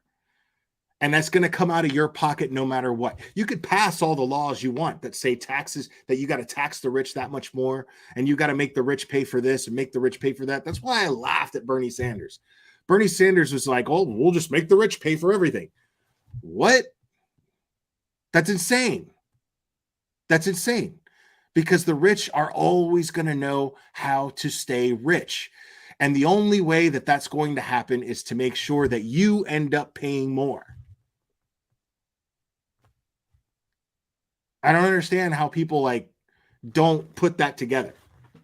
Because it's very simple. It's very simple. I don't even know what the fuck I'm talking about. And I know this. Because I'm somebody who has always had my own income, and I've always put my own roof over my head. Like, anybody who's had to do this should understand this is just the way it goes. Like, it doesn't matter who becomes president. Like, my life has literally never been any different, has never been significantly affected by whoever's president of the United States. That's why I laugh when people are like, oh my God, and they freak out if one person won the election over the other. Like, I was shocked when Trump got elected, because I was like, never in a million years are they going to fucking elect a reality TV star as president of the United States. I just didn't see that coming. You know? But is my life any different now? Significantly? Is my life any different now that Biden's president versus when Trump was president? Not at all. Not at all. I think you should look back into that to ensure that, you know, the people that did receive money received it. You're a dirty motherfucker. We all know it. Shut up. I just to regulate now where they get their puppies from. That is the job of the federal government. Okay. Not the Andrew Griffin. So now we've seen Don't understand it. where everybody stands on this whole puppy thing. Okay. This is Betty's 2 cents. This is Betty's 2 cents. I played this before, but now that we watched everybody else's take on this, how passionate everybody is about it, how seriously everyone's taking it, this is Betty's take. We'll take care of that. You focus on the motion on the floor. All right. Andrew Griffin, Manatee County. George, I love you. I think you're a great county commissioner, but this was let me play that one more the time. rule before we get 3 minutes to speak specifically on this item, on the motion on the floor. Okay. before we get started, I'd like you to remind the people of this dais the rules of cross speaking back here, because people clearly don't understand it. Right off the bat, Karening the dais, okay? Like Karening everybody that's up there on that panel that actually vote to make the decisions that she wants made in her favor. So immediately she tells them how to do their job. Like, which I understand to a certain degree, you know, like they are civil servants, you know, but that's not, you can't expect anything to go your way. Like if I'm, if I'm talking to a cop and I just start yelling at a cop, you know, like, and I start telling a cop to start doing his job. Hey, you stand over there, and you should be posted over there, and blah, blah, blah, blah, blah. That cop's going to just out of sheer like out of sheer just being combative, out of sheer just resistance, principle, to not be told what to do by somebody who's not in a position of authority, they're going to be like, fuck this guy. They might tell me to go fuck off, or they'll just passive aggressively do the opposite of what I'm asking them to do. Or they'll do what this guy does right here. We'll take care of that. You focus on the motion on the floor. All right. Andrew Griffin, Yeah, we'll take care of that. You just focus on your shit and we'll deal with ours. Manatee County. George, I love you. I think you're a great county commissioner, but this was really a horrible, horrible ordinance. I didn't support it then. I'm not going to support it now. Here's why. I am on the same mindset as many of the people on this board. We have to consider people's rights. Whether you agree with somebody spending $3,000 on a dog or not, that's not your right to choose for them, just like it's not my right to choose where you get your dog. Furthermore, if we were to say and paint a broad brush and say that, oh, because this person over in Orlando may have used a puppy mill that abused puppies, that we have to act like ours is doing the same, is unfair, because we had Bernie Madoff. He was in the financial sector. You're in the financial sector. If that same thing would have been applied and they would remove your license because people can rob people, people can take their whole life savings, then we would stop financial. Why is she talking about Bernie Madoff? Okay, Bernie Madoff ended up going to prison because he he set up a very illegal Ponzi scheme and ripped. I don't even remember how many it was, but it was a lot of people off. He ripped off a lot of people of their life savings. He ruined lives on a mass level. Told everybody that their investment was sound, okay? and it wasn't. And people lost millions. I mean, why is she? I don't understand why she's making this comparison. It makes no sense. The financial sector, real estate, because people have conned people, stole. Like, the reason why he was brought to justice was because there were laws that were set that dictated that he couldn't do what he was doing. He violated laws, and that's why he ended up paying the price. Stole deeds, sold properties they don't own. We should stop real estate for like somebody like Vanessa that deals with jewelry. What? People have sold fake jewelry. For this precedent, we should now close down jeweler stores. So by this precedent, you guys are all out of business. Okay? So we can't apply that precedent. First of all, it's those our are right public to servants. choose. What are you George, talking you can about? squint your eyes at me. I love you. We're still going to work together the next few years. So it is what it is. They This squinted. is just how I feel. Somebody on the panel squinted their eyes at her. She's like, you can squint your eyes at me all you want. They basically gave her this look, like,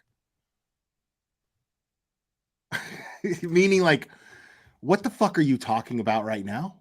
What are you saying? Are you saying anything worthwhile at all? You just took up 3 minutes that somebody who had something to say that meant something could have said. You just took up their 3 minutes. But we cannot stop people. I'm a capitalist. You know, I'm a capitalist. I'm all about people doing whatever is lawful to make a dollar. Okay? Whatever is lawful. And it's not my choice. I don't buy dogs, nor can I afford a dog from one of these nice.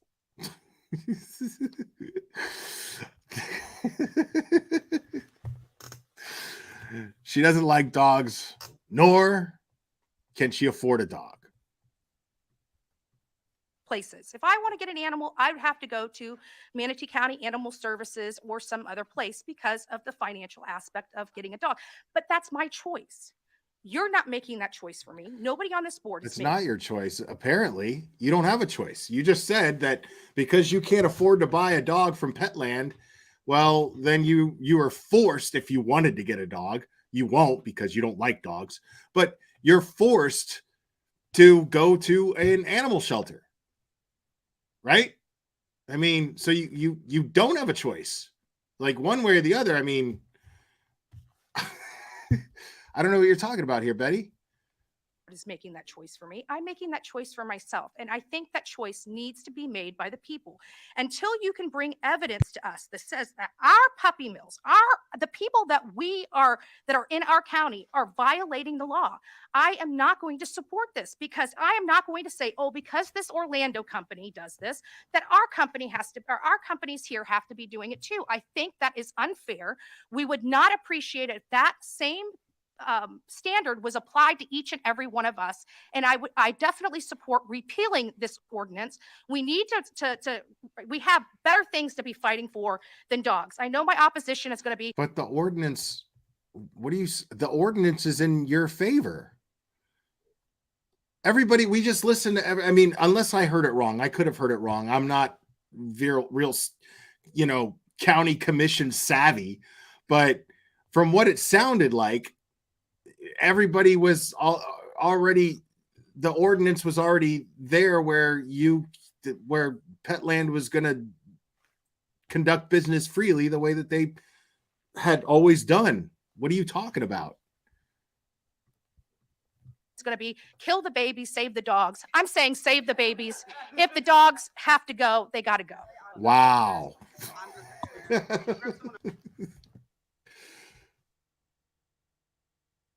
This ordinance, we need we have better things to be fighting for than dogs. I know my opposition is going to be kill the babies, save the dogs. I'm saying save the babies.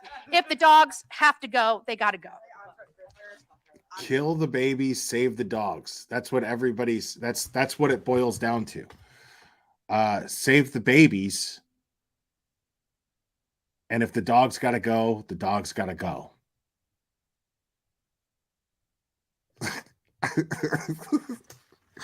let you guys drink that in for a second. So she's saying that the opposition, the people behind her, are saying kill the babies, save the dogs. She just totally tried to turn that into an abortion issue. She just totally tried to make that well, technically, I guess, I mean, they're in the place for it to be a political issue, more or less. But the political issue that she tried to bring up was not at hand. Why are you talking about killing babies or saving babies, and save the babies and kill the dogs? Where did that choice come in? At what point, like, is there money going towards abortion clinics that you're opposing at this meeting? Because I don't think that anybody mentioned anything about abortion clinics at that meeting. I don't think that happened. I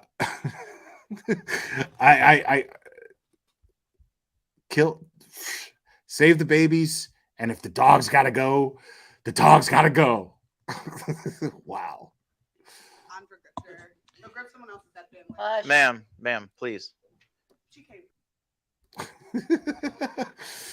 I found that really funny too. That lady was like fired up. Like, Betty's stupidity makes people mad, which I find really funny.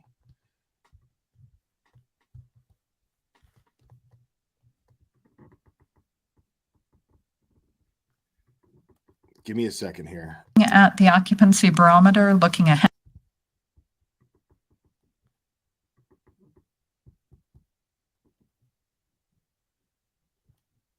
Trying to see if there's. Yep, there we go. Okay, now we have seen this before, but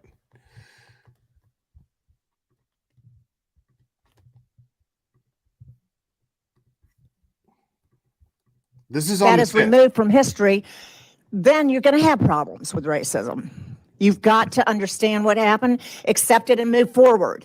And so this is about the statue, okay? The racist statue. Let's hear what this lady has to say about it before we let Betty talk. This is the lady that speaks before Betty. You'll have up to 3 minutes to speak on a 2023 strategy item. This is Deborah Clark and the County of Manatee over on northwest side. Not too far. It's raining outside. Anyway, I wrote this back on, I want 2 points to be made. I wrote this back on August 24th of 2017. We all know what happened, those of us that were there. Our Confederate monument, which had stood in Manatee County since 1924, was spirited away under the cover of night, okay, at 3:30 a.m. A Black Lives Matter group that had been bussed in from out of town the day before, protesting against our citizens downtown. Okay, so she said that Confederate statue was erected back in 1924, which I find really interesting because the Civil War was long over with by then. I can't think of any reason other than just a straight up racist cracker ass fucking county that wanted to pay tribute to some racist pro-slavery asshole and back in the 20s. Like that's all I can think of. Demanding that the monument be removed. Folding from their pressure, the following county commissioners voted to have it removed. May I state their names? That would be Charles Smith, Betsy Benak, Carol Whitmore, and Priscilla Trace. As you can see, and I have pictures here, I'm happy to share them if you want to see them. It broke into 3 large pieces, okay? Back off the fucking 99 years ago. 99 years ago. Back off the mic. That monument was erected right across the street. And I said before, and I'm going to say it again. If we take history out of our country, it is doomed to be repeated again and again and again. Wait, I don't know what the motivation was for these commissioners, okay, to not only side with a very, very liberal, progressive Black Lives Matter, and there's others like that, but they were very violent. I was there at the protest. Our citizens were very peaceful. They were not, okay? I don't know how many of you were there. It was not a pretty sight. Okay, but you cannot remove a county's history or a state or a country's history by removing this and that and the other. It's just, they were just causing trouble. That's all they were doing. And they were one by one by one by one with all these statues and monuments. Why should anybody see, here's the thing, and I'm not pro BLM, anti BLM. This isn't about that. But why should any culture, right? Why should any culture or any demographic or any any race have to look at a monument? Because they have every right. If they pay taxes there, if they work and they pay taxes, why should they have to look at a reminder of their history being robbed from them? Why should they have to look at a constant reminder of someone being celebrated for having taken part in their entire history being robbed from them? Now, if they tore the shit down, I agree saying, like I said earlier in the stream, this is the way to get it taken down. You vote on it. You go to the county commission and you vote on it. You present it to the floor and you have the county commission vote on it.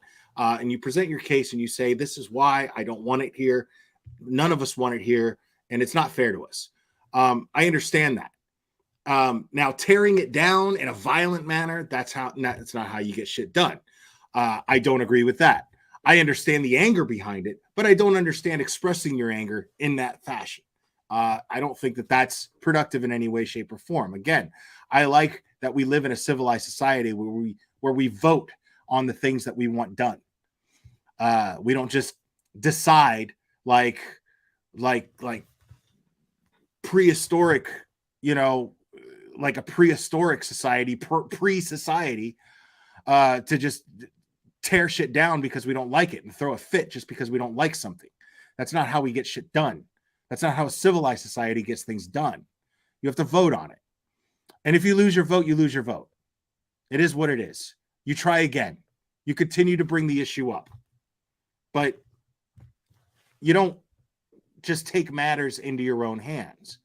You know, if somebody is found not guilty of a murder and it's a capital punishment state, but they're found not guilty, even though you believe with all your heart that they are guilty, but a court of law had acquitted them, well, then you don't get to take it into your own hands and just kill that person just because you don't like the decision. That's not how it works. We have a justice system for a reason. Now, I don't know. People are saying that this was voted to be taken down. I think back in 2017. I don't know for a fact. Trying to say if they tore it down, I'm against that, but I'm also not for them rebuilding it, spending tax dollars on rebuilding it and putting it back up. I think that's ridiculous. say it's racism. I'm not a racist, never have been. It's happened. And if that is removed from history, then you're going to have problems with racism. You've got to understand what happened, accept it, and move forward. And so having said that, I just give my time to whoever else. And I thank you for listening. Bullhorn boobs. Thank you, ma'am. Is there anyone else from the audience who would like to come forward? So to be clear, we cannot There's pass like 3 time people onward. there. So you'll just have 3 minutes, ma'am. But please state your first name, your I last can name, talk. your county of residence, and you have 3 minutes. Andrew Griffin, Manatee County resident. So now that I know that this monument is coming up, I got a lot to say about it. Like, it should never have been removed to begin with. And, you know, of all. Wait, so in her mind, they've already gotten what they wanted. So, I mean, I don't know if that's the case. I don't know if they decided to re-erect this statue, but in her mind, they already got it. She's over here saying, you know, well, now that we've decided to erect this thing, well, I still have some things to say about it. Like, no, why? You got what you wanted. You won, Karen. What is your problem? Of all people, Black Lives Matter. I mean, they've been a very violent organization that we've seen for quite some time. To bow down to them, I think it was more for power, just to see how far they could push, what they could make county, you know, because this was happening all over the country, not just here. But it needs to be put back in its rightful spot. I am a generational here. This is a town. Wait, what's the rightful spot? What? Hold on, I got to hear that one more time. I mean, they've been a very violent organization that we've seen for quite some time. To bow down to them, I think it was more for power, just to see how far they could push, what they could make county, you know, because this was happening all over the country, not just here. But it needs to be put back in its rightful spot. I am a generation. Wow. Wow.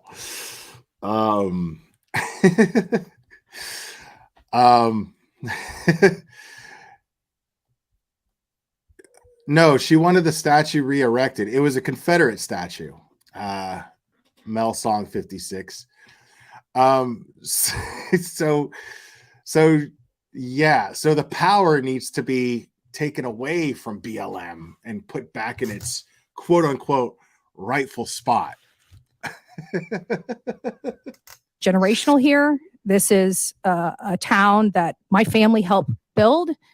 And whatever comes of our history is what it is. And it doesn't mean that we need to be disrespecting our heritage and our history to the likes of BLM. So I hope that is, you know, you guys move forward with putting it back where it belongs, where it should have been, where it should never have been removed from. And we touched a little bit in the earlier part of this meeting about the rogue board we had and why each and every one of you guys are here today.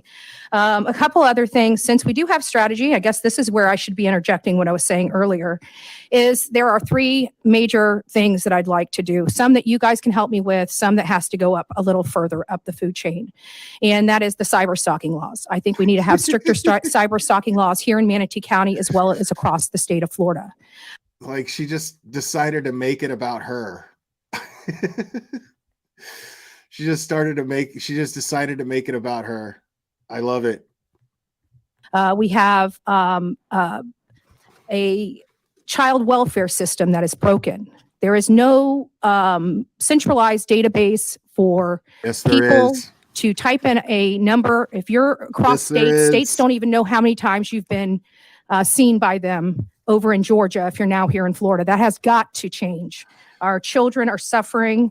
And the last thing is sex trafficking. Sex trafficking, I know James Satcher is really in on his family, and it is a big problem here. And it's not here, it's across the world. We just had the FBI. She just wanted a fucking soapbox to stand on, because if you remember, she like decided to show this to her chat. She was so proud of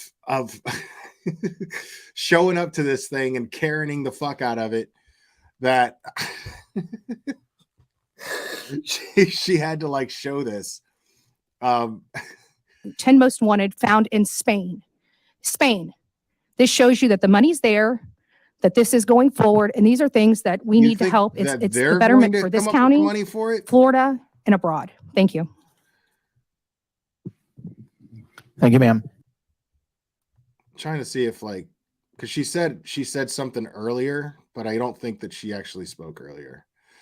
I think she like spoke at the one before this. Like, in these things, I would assume that these things happen like all the time, you know, like these meetings. And then now all of a sudden she's decided to start showing up to them. And like, she loves to talk about her political advocacy, you know, like, you know, I do all my political work. I do political work. But we just saw firsthand what her political work actually is. That and showing up to Trump rallies and throwing up white power symbols with her fingers. She spoke twice. I looked for it, Heels. I didn't see it. Let me see if I could find the other one.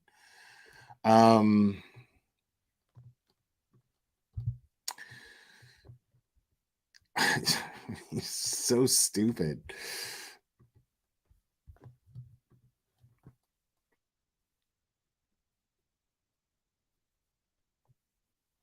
Does she speak a second time after that, or am I looking in the wrong spot?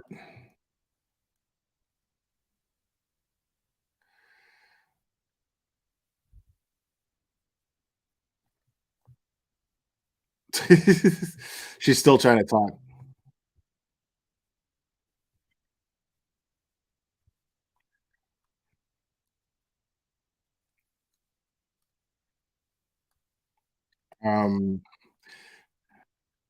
Oh, yep, you're right.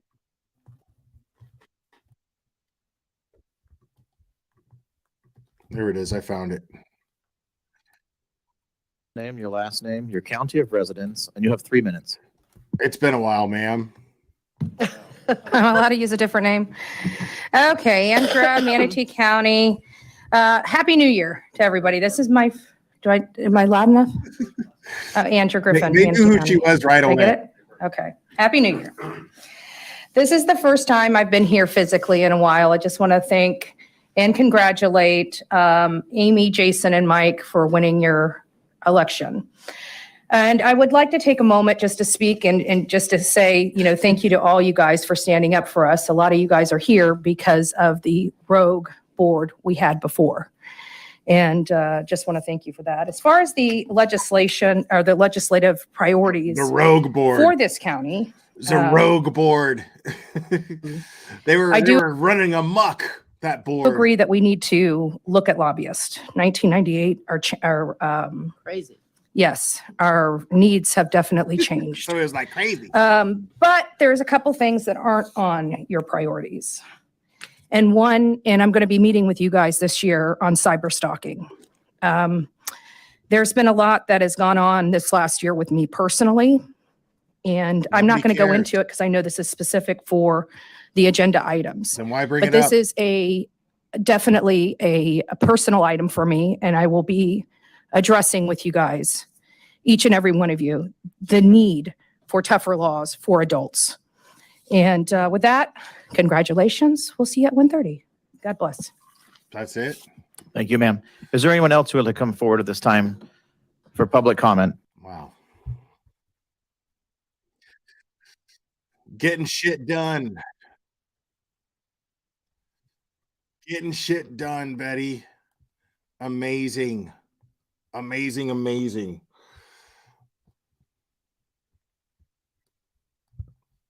All right. So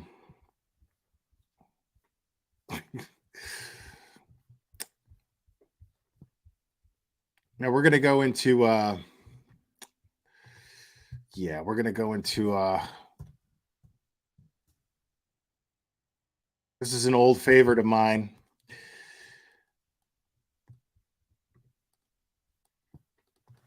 This is an old favorite.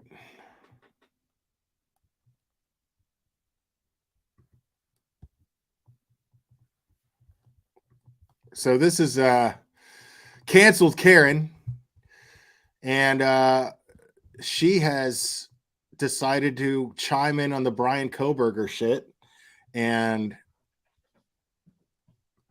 recently known to be associated with psychiatric conditions, including anxiety, depression, depersonalization, fatigue, poor sleep, poor rest, among others. Alternate names for visual snow are sotopic sensitivity syndrome, Mears-Ireland syndrome, persistent visual phenomena, visual stress, visual static, and asphydia.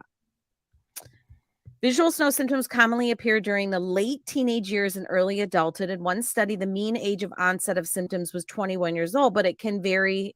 It can occur at any age, in either gender, and in any race. Another study in the UK found a prevalence of 2.2% any race of individuals in the study meeting criteria for visual snow with a mean age of 50.6 years, which is considerably higher than previously thought. yeah, this is another like straight up racist right here. No, Patty Barnett, you're not hidden. Why would you be hidden? This is another straight up racist right here. This lady just has made some of the most fucked up racist comments I've ever heard. She's even done like written these monologues on like Hitler, like almost sympathizing with him, if not directly sympathizing with him. She was debating somebody on her panel one time about Michael Long and how Michael Long didn't have a job. But he still provided sufficiently for his children. And I'm quoting her.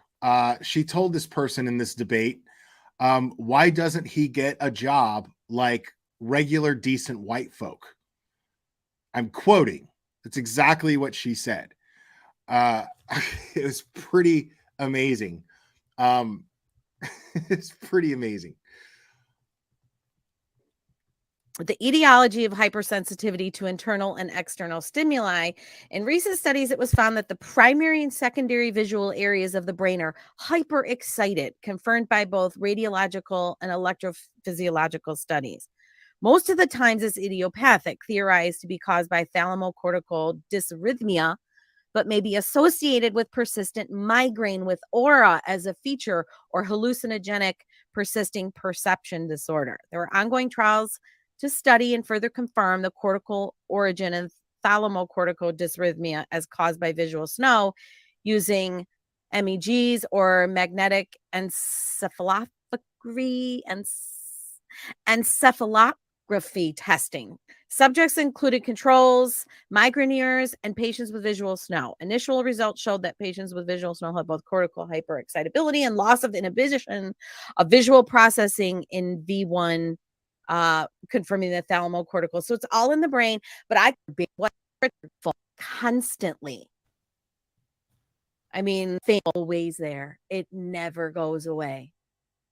But with these people, how awful. It's a visual thing that they see constantly.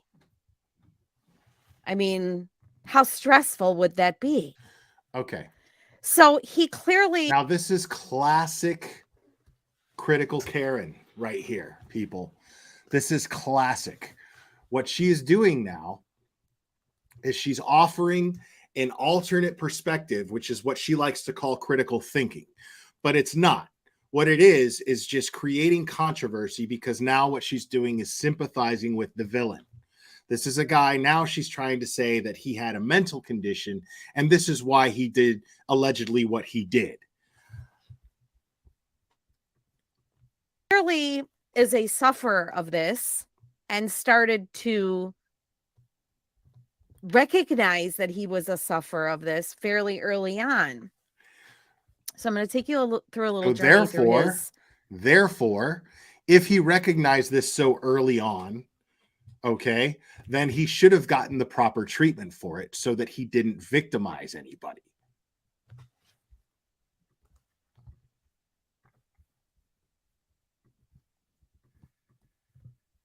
Comments in this group.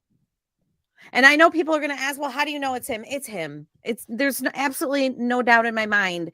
This profile connects to an email that he used to have a decade ago, a Yahoo email. On Spokio, this profile is connected to that email. And when you look at the profile picture of him, it's him, hands down, when he was a teenager, without a doubt in my mind. So let's go through a little journey through his posts and comments in this. Once again, it's kind of, as a support community, it seems to be a relatively high amount of people. They all have managed to find each other. And again, this was 10 or 11 years ago. Yeah, let's all feel sorry for Brian now. And so they've all kind of managed to find each other, and they all sort of commiserate about this. Mind you, this is the exact kind of thing that she would be doing. She would be pointing this out as some sort of flaw or reason to judge someone if she was trying to discredit them and she was trying to turn people against them. All of a sudden now this guy's a victim of poor mental health, right? He's a victim of poor mental health because the world is ready to condemn this guy. But if everybody was praising this person, she would be saying, well, this is why he's discredited, because he has this history of mental health problems and that makes him a crazy. This is what she does. Visual phenomenon they all suffer from, that it's hard to say, because I've read through the forum till my eyes are bleeding, I'm so tired from reading through the forum, but the overall sense that I get is that it's unclear whether the anxiety causes the visual snow, or the visual snow causes the anxiety, because it's such a random select group of people. I don't know if that's true. True Crime Dime says, Glare, why is no one talking about this psycho BK self-diagnosed himself with visual snow? He could be lying and has no qualifications to say that's even accurate. No, I agree. If he's self-diagnosed, then yeah, he doesn't fucking know what the fuck he's talking about. And he's just making excuses for his behavior, which this is what it sounds like to me. See, there's two ways to look at this. You could sit here and feel sorry for this guy and be like, oh my God, there's this network of people. There's these people that all support each other in this forum. And I was reading this forum until my eyes got tired. And all of these people were so supportive of each other. But how many of them are self-diagnosed? And was he self-diagnosed? And is this not just some fucking ploy to make excuses for the thoughts that he was having, where he was planning on hurting someone in the future? I mean, why isn't anybody looking at it that way? Do they all just have anxiety? I mean, can you narrow it down to that? Well, they have anxiety. Well, I mean, most of them have anxiety because of it. Is the anxiety the cause of it? What? I'm more likely to believe that it's causing these people great anxiety. Could there be, because now she's a mental health professional, they speculate, a migraine component? Possibly. I get olfactory and auditory sounds and stuff when I'm about to have a migraine attack. So I suppose it's possible, but nobody really knows the cause. So a lot of what they do in Okay, I have a cure for your migraines. Okay, we got a cure. Become a mute. Once you become a mute, you don't have to hear yourself anymore. No more migraines. I promise. the group is, well, why me? Like, what am I doing? Is it something I could be doing to prevent it? Like, that's the main theme. Yeah. Don't of have the those group. I thoughts out don't loud. understand why I'm having this issue. Is it something in my diet? Is it something that happened to me as a child? Is it got to do with pressure in the arterial walls? Is it something with our eyes when we were born? Is it something as we're getting older? Is it, they have all these different theories because nobody really knows. And you they do. all sort of commiserate about how it's affected their life, which is pretty understandable.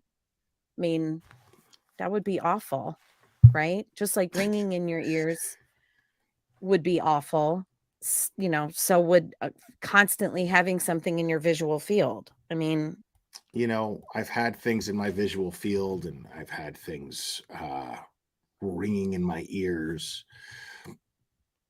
Never once did they make me feel like I was going to go out and kill somebody over it. Just, much less 4 innocent people, random people. How terrible. So he joined the group when he was fairly young. Okay. So 14, 15, maybe. I mean, he was born in November 94. And this is just before his birthday, 09. So he's pretty young when this started for him. So he joined initially because this was something that was, and before you ask, yes, he does. I didn't screenshot every single comment. I mean, he made over 100, I think close to 120 during his time in the group. So I didn't screenshot every one, but he did explain in one comment that he did get an MRI done. He did go for a psych eval. His parents did take him to doctors trying to determine what the cause of it was. At least that's what he says in the group. Other people's personhood and existence. Everything especially when they get to reach a certain age, you don't have the right, unless you suspect your teenager is, spiraling, unless you suspect there's really something wrong going on, just let them be kids. Let them Wait, do what? their thing. And, kids, that boys and girls, Yeah, I always love to hear her parenting.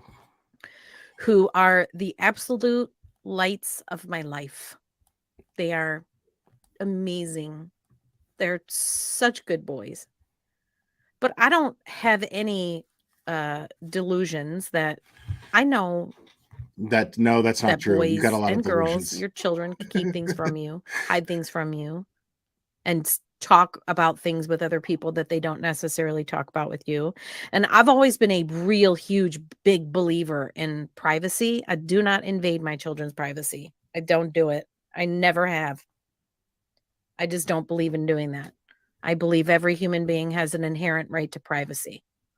You don't have the right to stick your snout in everything especially when they get to reach a certain age. You don't have the right, unless you suspect your teenager is, I love how so- she's such an advocate for privacy, but she's one of the worst doxers I've ever seen in my life. Like, out of all my time on YouTube, I've never seen anybody who is the worst of the doxers, like the kind that doxes for just sheer petty purposes.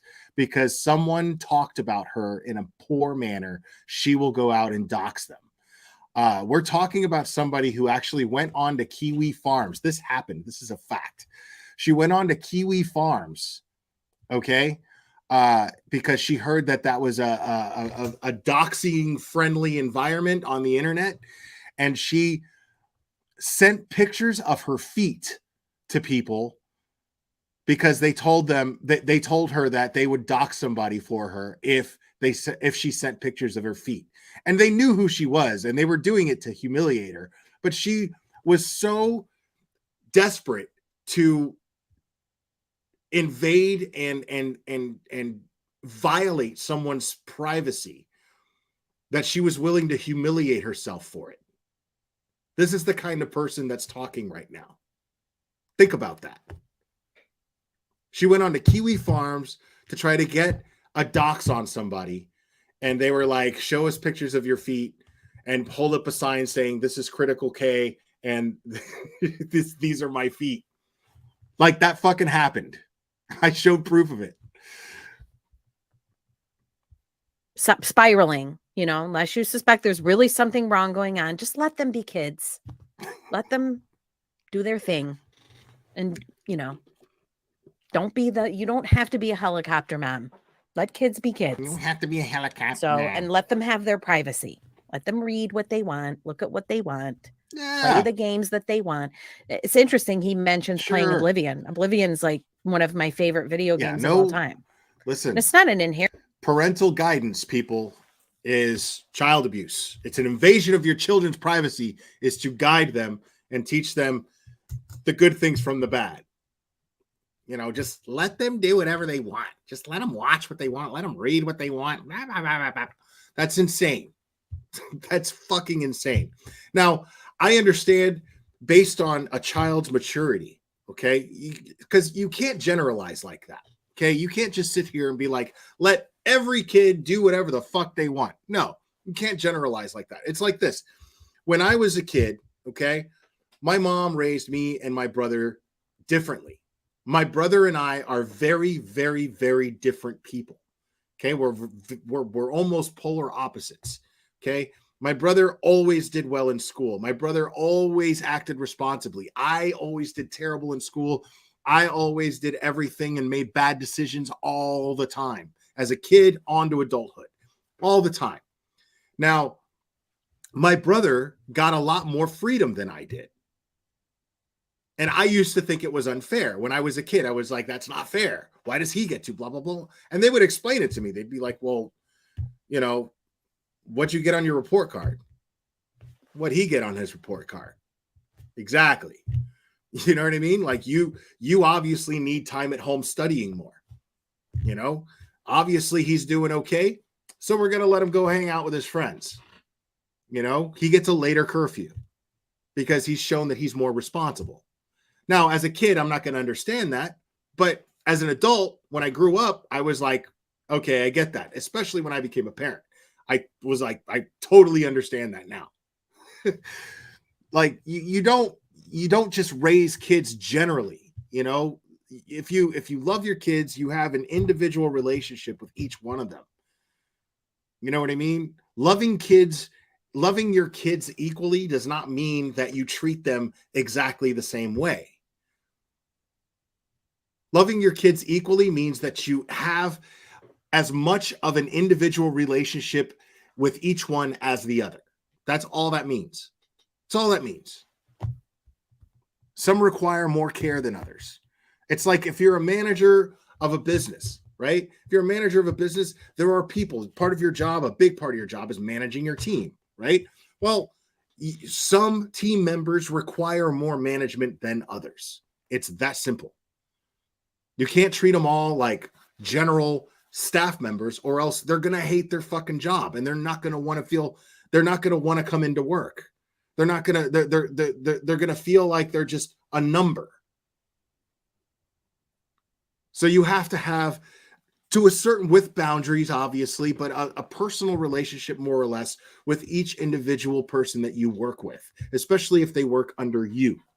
If they work under you, then you have to, like I said, one might require more attention than another. Another might just be the type, comes into work, puts on their headphones, does their job, and even though the policy might be no headphones, but if they leave you no excuse for that rule to even be valid, and they still get their job and they get their job done better than everyone else, guess what? I'm letting that dude wear earbuds. Plain and simple. I am. Now, I'll probably catch shit from my supervisor, but an inherently violent video game. It's a medieval puzzle. It's more puzzles than it's not certainly not like Grand Theft Auto. You know, it's more of a solving quests and helping people and being a hero, killing monsters, solving puzzles, finding lost treasure. Okay, stuff so let your kids play whatever games they want, but don't let them play Grand Theft Auto. Let them play the one that has the puzzles. like that. So you can be a sorcerer. I played it for years. Love it. Love it. The game I play now is just an extension of that. From the video game company Bethesda, which in my opinion is like the best. Nobody fucking cares. One of the best video game companies. Super fun. I love role-playing games. Like, why does that have to But anything to do with what he you're mentions talking about? playing Oblivion, and so I know people are gonna be like, "Oh, he was one of those video gaming." Again, what was going on with him causing anxiety or causing him to play video games or causing him to do, or is it the other way around? It's hard to say unless you're there in real time. Yeah, see, but I found this to be so fascinating. That's a great example right there, Jen. You're saying my sons played whatever. The video game didn't raise them. Agreed. Now, but that's also very general. See, you probably had kids that did not need to be parented so much. Obviously every kid needs to be parented. But what I'm saying is you saw them and you made decisions based on their personality, because obviously if you had a kid who was walking around and drawing pictures and keeping to themselves and saying, well, I'm going to kill everything and I'm going to murder everyone when I get a chance, blah, blah, blah. Well, you're probably not going to let them play a game like Grand Theft Auto. You know what I mean? If they're sitting there going, well, why the fuck can't I steal a car, Mom? What's the problem if I steal a car? If I take it, it's mine, right? No. Wow. No. So no, you're not going to let your kid play Grand Theft Auto. But if they seem like sensible kids, they understand the difference between a game and reality, and they're just having fun with a game, and they're still getting all their schoolwork done, and they're doing everything that they're supposed to do, and they are being molded into functional members of society, then yeah, why not give them the freedom and let them play their game? Sure. I'm just saying, the statement that you're making here, saying the video game didn't raise them, implies that yes, they were being parented. You didn't just stick them in front of video games and let the video games raise them. You actually parented your kids. And so since your method of parenting was as effective as it was perfectly safe and perfectly fine and healthy for them to be able to play video games and whatever video games they wanted. Fascinating, because it is this snapshot, and it is him. It's 100% him. And I don't talk it up. I look at it clinically. I don't talk about it because I want anybody to have any sort of compassion or understanding, or poor Brian, or don't come at me with that, please. Spare yourself the energy and save your breath, because that's not how I'm looking at it. I'm looking at it clinically, because of course I'm, as a parent. How are you looking at it clinically? As somebody who is, interested. How are you looking at it clinically when you're not qualified to look at anything clinically, because you're not a mental health professional? In mental health awareness and stuff like that. Of course, I'm looking at this going, well, what happened? Clearly something happened. I don't know what. I don't know. I guess I would have to go down this. I don't know who mentioned Skep, but Skep is the scientific skeptic. I like his channel a lot. He's a good dude. I've been on his panel a couple times. Really nice guy, really smart guy. I enjoy his channel, but I don't know who brought him up. I'm just answering the question.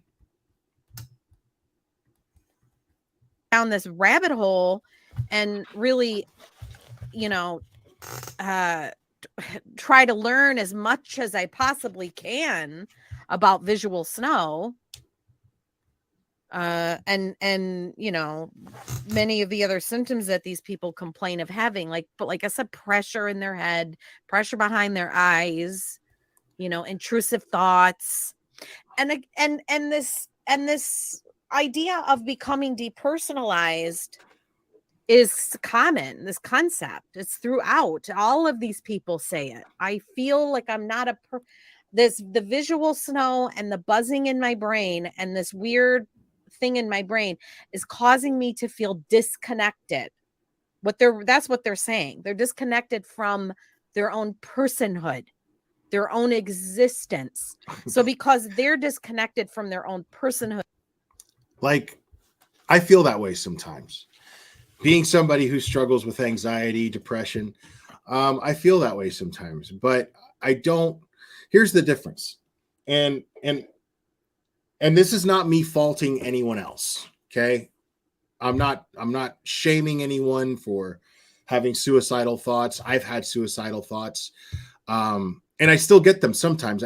But the difference is, and that's not to alarm anybody, I would just be a liar if I said that didn't happen. What I'm saying is, it's just a symptom of depression. It's just a question of, have I learned to manage that or not? You know what I mean? I'm never, ever going to, I've made that promise to myself. I've made that promise to my loved ones.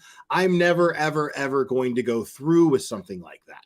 Never. Doesn't matter how drunk or depressed I get, because I've gotten to a point to where I can think rationally and I can go, okay, this is going to hurt people. This is going to hurt people that I love.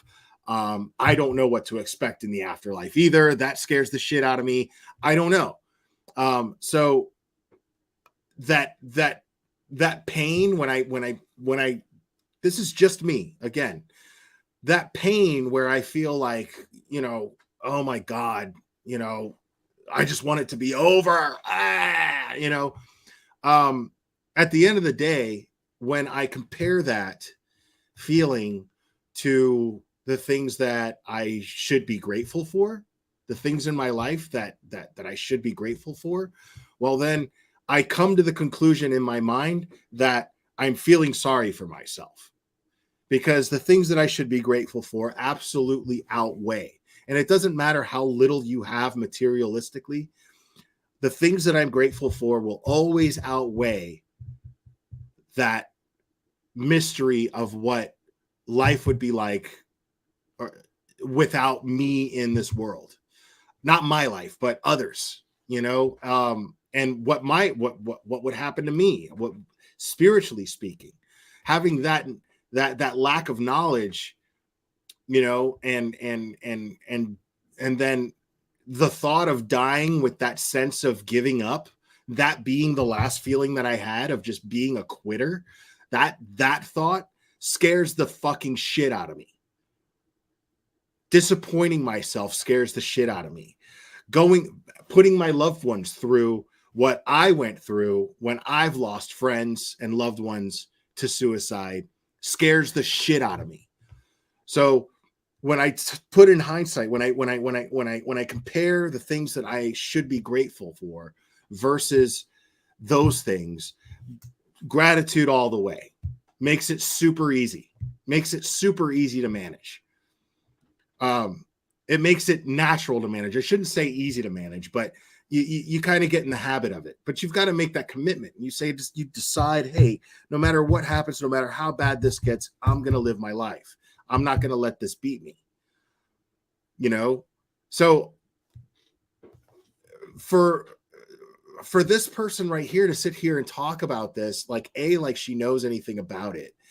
And B, you know, to defend this guy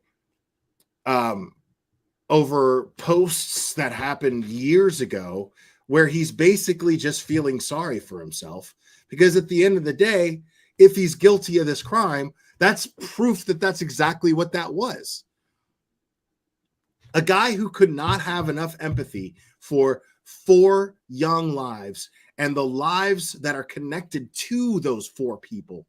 That person who lacked that much empathy, that is a person that when they are speaking of their ailments and posting it on public forums and in groups, that tells me that they lack empathy. That tells me that they're just simply feeling sorry for themselves. And I don't feel sorry for this guy. Fuck that guy. If this guy is guilty of that crime, that's even more of a fuck you on top of what he's done. It's to sit there and have the audacity to act like we should feel sorry for him in some way, shape, or form. No. Figure your shit out. Because if you're that young and you have all of these symptoms and you're realizing that there's an actual problem with your behavior and with the way that you see the world, you're realizing this and you're saying, hey, there's something wrong with me. Well, then it's your responsibility as an adult to get help. It's that simple. If you realize that young, you had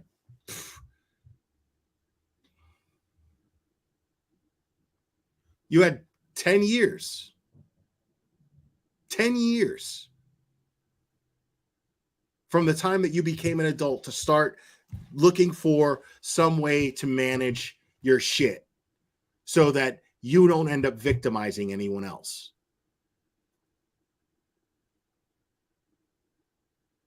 So, I mean, personhood in their own existence, they're disconnected from other people's personhood and existence. See, and so if he was you see feeling how that way, she's making an excuse for this guy right now? Like, it's so disgusting that she's doing that. And it's classic what she does. This is what she does. a decade ago, I don't think that's changed. And so I'm second guessing kind of everything. I'm kind of wondering, you know, what is there any actual truth to the heroin accusation by that girl? I mean, I don't know. People want to say, well, he was doing meth. I don't know. I mean, he's pretty back at this age, like 15, 16, 17, he was pretty consumed with getting healthy and keeping all toxins out of the body. I mean, he almost got to the point where he was OCD about it. And so now it kind of makes sense. You know, the vegan thing. What? And the please don't cook my food in your pots and pans. People can joke and make light about it all they want. It's fine, whatever, but it's a clue. So It's not a clue. It sounds to me like he First tried. of all vegans are like that. All vegans are like that. Now, that's only the Karen vegans that are like, don't ever use the same pot as I do. Like, to cook my food and your food. Like, because some people just, it's, dude, all you got to do, wash it with soap and hot water. If you're so fucking anal about it, boil water in that pot and leave it in boiling water. It will destroy any trace of any animal product that is in that pan. Okay? So I understand, okay, like if you're cooking vegan food and non-vegan food, you know, you got one vegan and you're willing to actually cook for that vegan separately, then yes, no, you can't use the same pot. Of course not. I would never do that. But because it was to properly sterilize it, it would take forever. But it's not an anally retentive thing or an OCD thing that's so uncommon that a vegan would ask that you cook their food in a different receptacle. It's so hard to manage this. He tried everything. He threw everything but the kitchen sink at it. And he really became very hyper. That's a great point right there, Pink Stripe. Every thoughtful vegan, every vegan or vegetarian that I knew that was thoughtful, that wasn't trying to push their way on anybody else and not trying to be annoying, and they weren't using it as a means to be a Karen, they would think ahead and they would bring their own. They would either bring their own food already. They'd be like, hey, I just brought this, you know, or, you know, I had a buddy, he was vegetarian and he would come to a barbecue and he would bring his veggie burgers and he'd be like, you mind throwing this on the grill for me? Thanks. You know, I mean, he wasn't vegan, so he didn't really care that it was cooked on the same grill, but I mean, there's fire going over it. It's killing everything. You know what I mean? Like, so that was good enough for him. I mean, would he get like some microscopic trace of animal shit on his fucking, on his veggie burger? Sure. You know, but he just wasn't that worried about it. But most of the time they'll bring their own food. And if somebody's cooking, they'll bring their own receptacle and just be like, listen, I'm just going to nuke this, you know, don't worry about it. Not going to get in your way or nothing, you know, and that's it. And then they eat their food and enjoy their food the same way that everybody else is enjoying their animal guts, you know. I mean, they just don't throw it at you. So yeah, it's being kind of a dick to just demand that people work around your being vegan. You know, like if you're vegan, nobody's telling you not to be vegan. But if you're showing up to somebody's invitation that they extended you, well, then, you know, be courteous and why do you need to turn their whole shit upside down? You know what I mean? There's no reason for that. Very hyper fixated and hyper controlling on what he allowed in his body, what he ate. He wasn't controlling. Completely explains the vegan thing. See, no, it doesn't completely explain the vegan thing. Because again, what I'm saying is, if you were trying to control what went into your body, then you would have that thought out before you showed up at somebody's house. That's why people were like,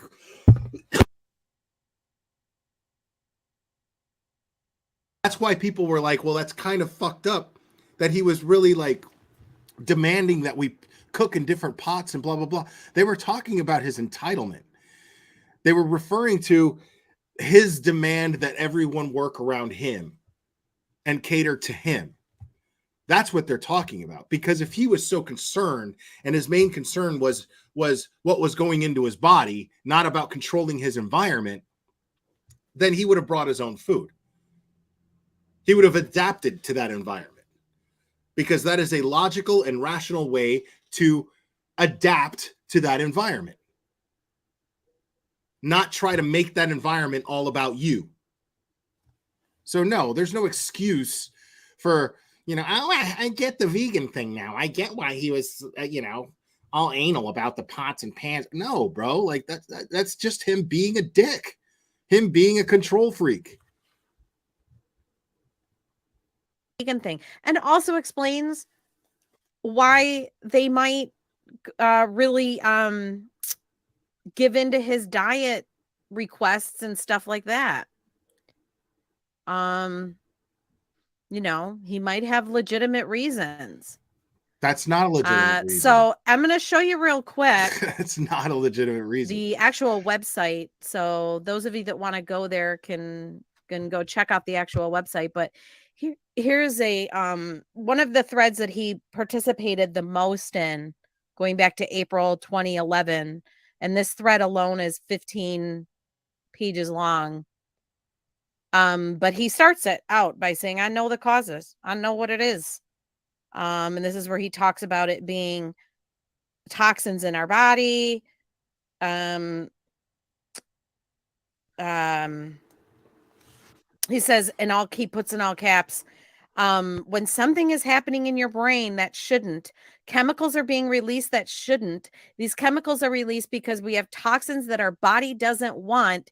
It is going haywire. If there's no cause of our body releasing chemicals, like a simple condition, then this is obviously the answer. The detox diet has been a cure to so many diseases and reduced the effects of cancer and diabetes greatly. My friend went from 8 shots to 1 shot of insulin. He stopped, but he could have continued it even more. How to do this? And then he links to a YouTube, and the person under responded and you put, see what she's trying to do? She's trying to make something out to be much different than what it actually is. Much more than what it really is. She's talking about this like it's a cry for help. Oh, he gave us the warning signs back in 2011 where he posted this and posted all these links. That shit right there is nothing but him pushing his vegan agenda on people. That's all that is. And I'm not saying nothing against vegans. I'm saying when we're talking about the issue with Brian Koberger, We're talking about the reasons behind what he does. And you're sitting here making excuses for him and you're saying, oh, well, this is a warning sign. You know, we should have watched the mental health issues and blah, blah, blah. No, this is a guy that's trying to use health as, and I've seen vegans do this a million times. They've given that same speech and posted that same stuff, and that's fine. You know, there are health benefits to being vegan. Absolutely. But that's all he's doing here. Make no mistake. That's all that is. Cut and dry. It's not that he's showing signs of mental health and he's crying for help. This is a guy just simply doing what young vegans tend to do, which is push their vegan agenda.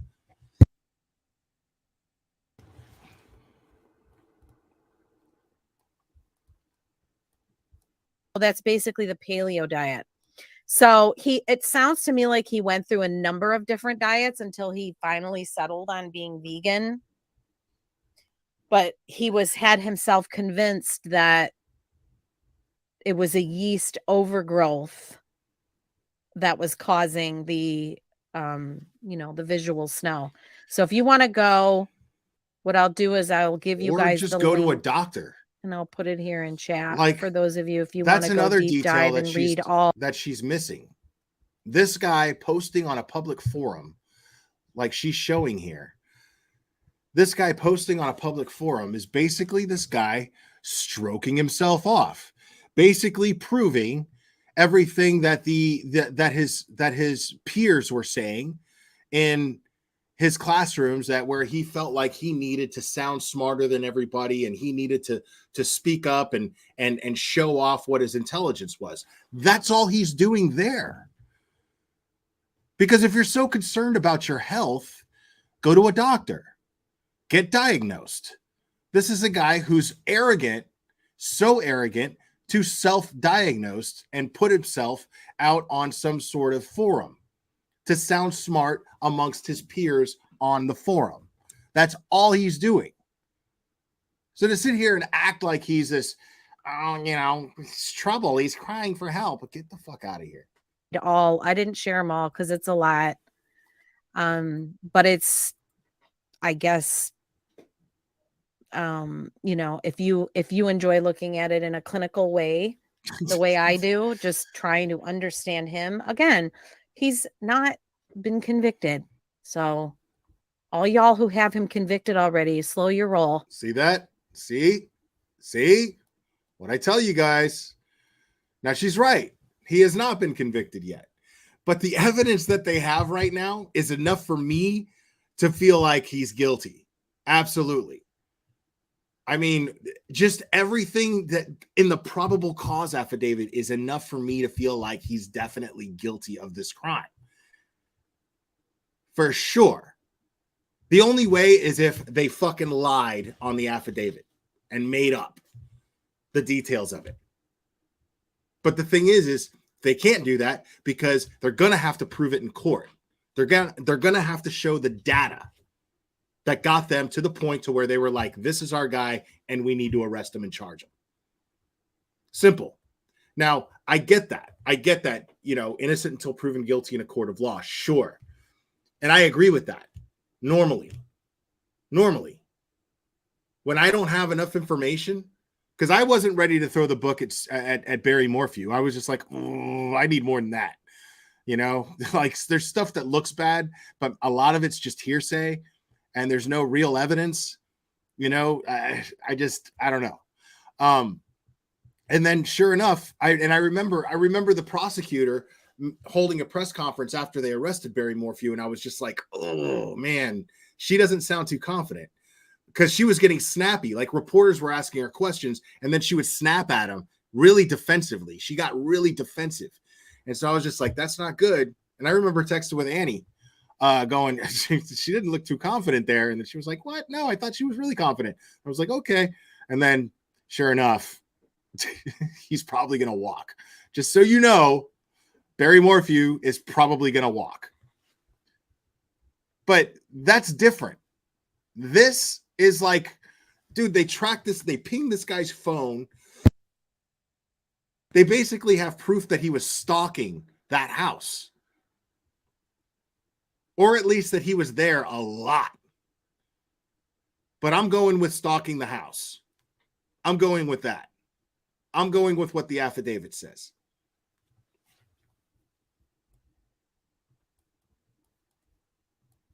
He's just accused. Well, we don't know, Shades. We don't know everything yet. Yeah, hot ham, it's a lot.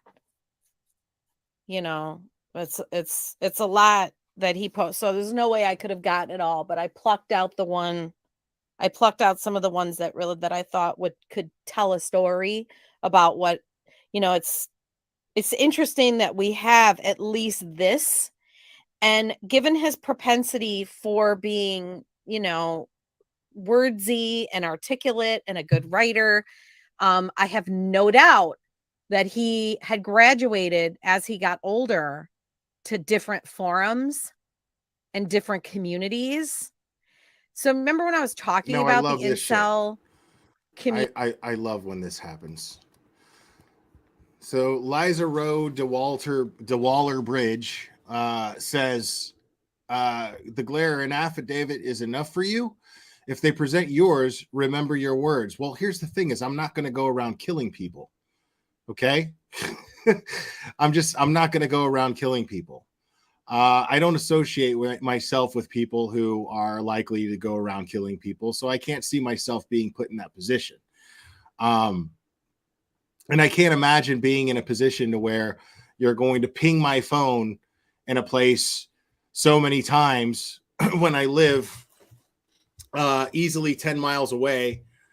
And I mean, he's caught on camera.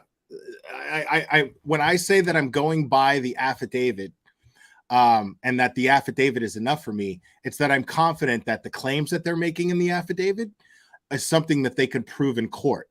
Otherwise, they wouldn't put it in the affidavit. So, yeah, the affidavit is definitely enough for me for now. Do I think that this guy is guilty? Yes, I believe he's absolutely guilty.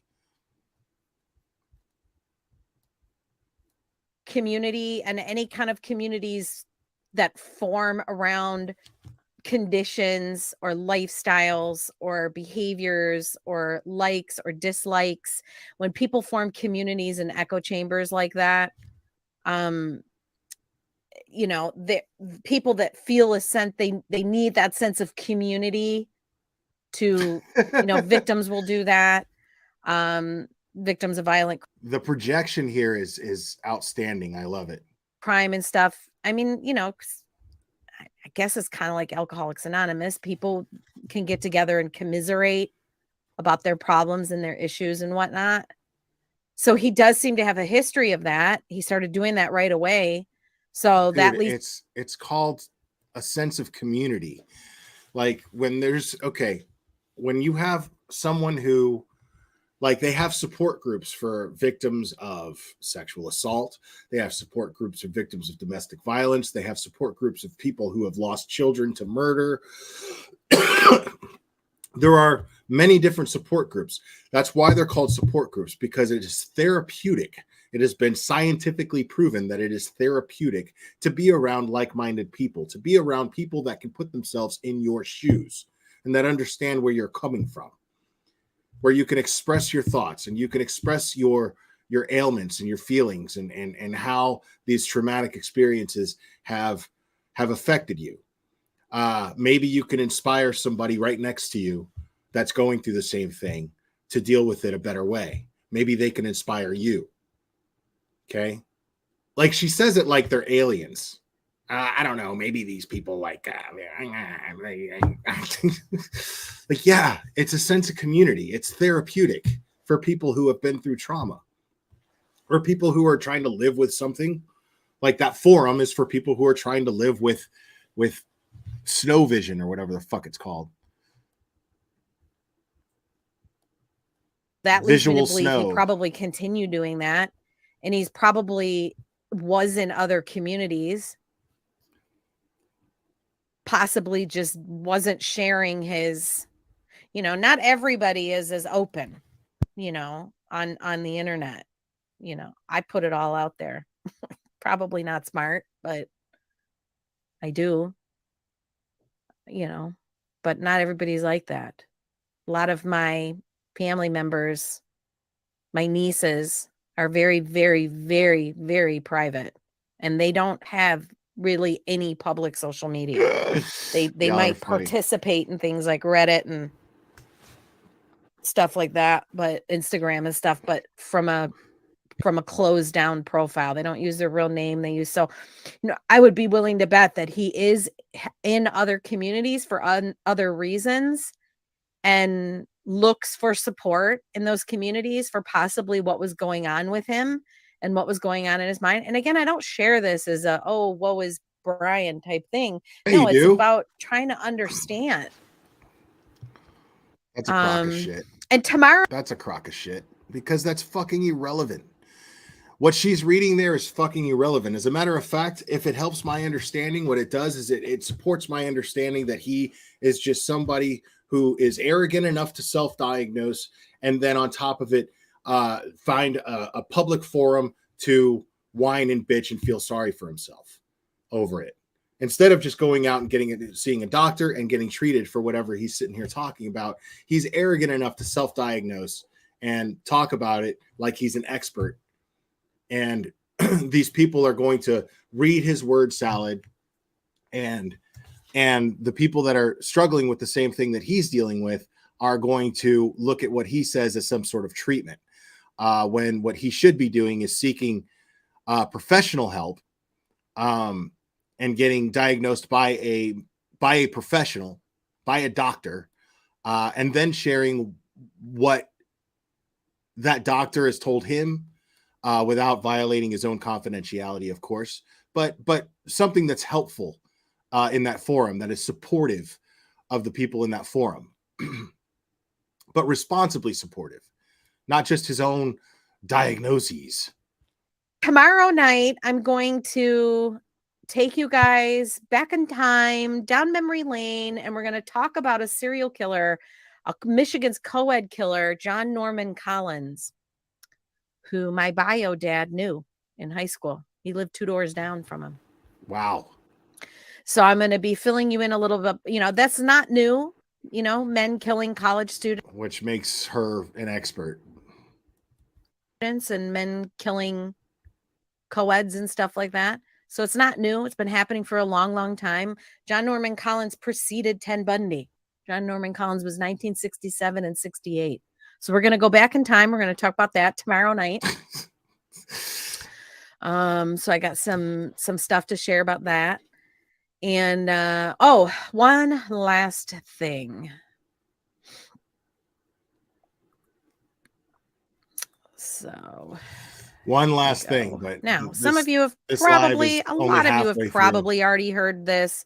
Some of you may have not heard it. Oh yeah. So for those of you that haven't heard it, when Brian, I heard this on Ikadmel's channel. 10 years ago, when Brian was in the Visual Snow group, he made a post in there about writing a rap song about having visual snow and how visual snow made him feel. So he wrote and created this song to express how visual snow, how it made him feel. He has this little, I guess, creative side to him, this little songwriting side to him. Oh, see, I love and this so shit. Of course, as you would, I love this shit. Lisa Rowe DeWallow Bridge again. A transfer DNA is not enough for DP. Read DNA and court sentences based on DNA, but if you don't read, you stay like this. 200 years ago, people with anxiety got locked in the idiot's hospital. Okay.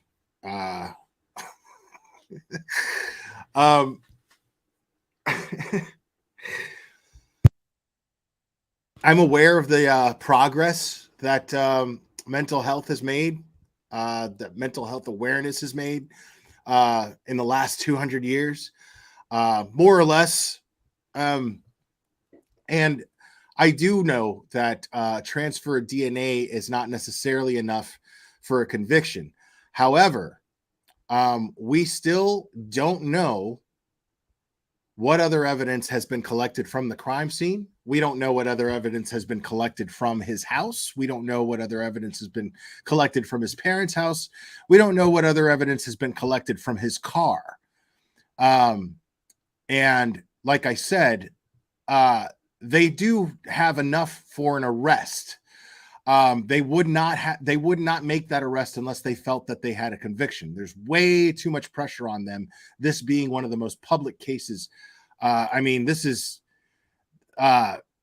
bigger than the Gabby Petito case as far as the public coverage that it's getting now. Everyone's talking about this. Johnny Depp's lawyer chimed in on this. So this is everyone's talking about this. Alpha David. I know, dude. Thank you. So yeah, I'm perfectly aware that the DNA transfer is not necessarily enough. And I realize that's what most people are talking about. But I mean, that as well as all the phone pings, the camera footage, the CCTV footage, I mean, all of that stuff. I mean, the probable cause that they had to arrest is probably enough for a conviction if they can prove it. Otherwise, they wouldn't have made the arrest. So you could sit there and you could daydream all you want about being the person who goes against everybody that's pretty much saying the same thing. And I get what you're saying, because a lot of people are saying that he's guilty based on just, oh my God, he looks creepy. Look at his eyes. Like, I get that, you know, and people like you with your facts. I'm grateful that there are people like you out there that will challenge that. But you're talking to me as if I think that the transfer of DNA is going to be enough to convict. I never said that. I don't think that it's enough, just enough to convict. I think that they have much more on top of that can convict him. Otherwise, they would not have arrested him. There's too many eyes on them. I don't think that they're going to chance fucking this up. You would expect, the true crime world and whatnot are going, bagging and bashing on him for this song, which again, it's just an interesting footnote in the whole story. So let's have a listen.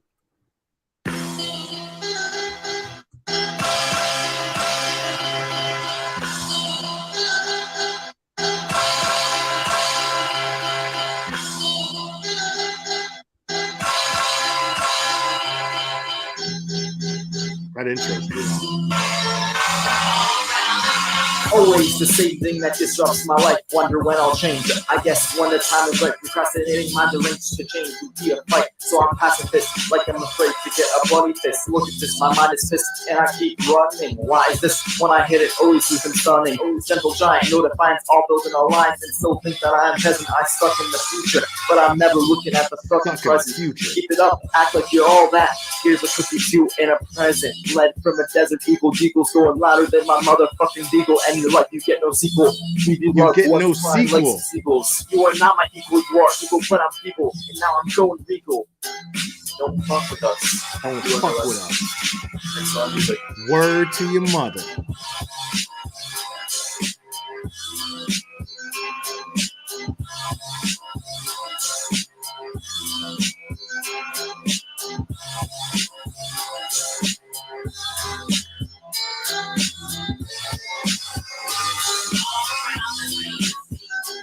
I mean, it's not bad. The sound quality shit, but it's not, you know what I mean? It's not good either. You know what I mean? But a bunch of y'all have never fucking created shit in your life, so you really don't get to shit on it. It shit takes a lot of effort. But I'm not gonna shit on the man for trying. You know what I mean? But it does kind of suck. I'm just saying, a lot of y'all don't get to say that it sucks because y'all have never created anything, and you probably listen to Smash Mouth or some shit, and so you don't get to say what anything sucks. Just saying.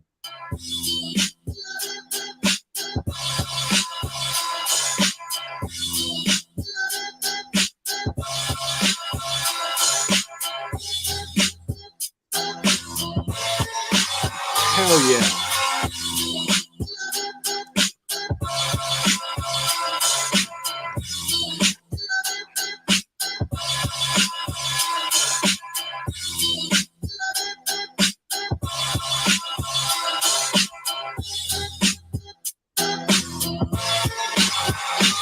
All right. Agree. Enough for an arrest, but not for throwing the book. I'm not saying he doesn't look guilty. I'm just saying read about SV. If SV is true, the defense will be strong.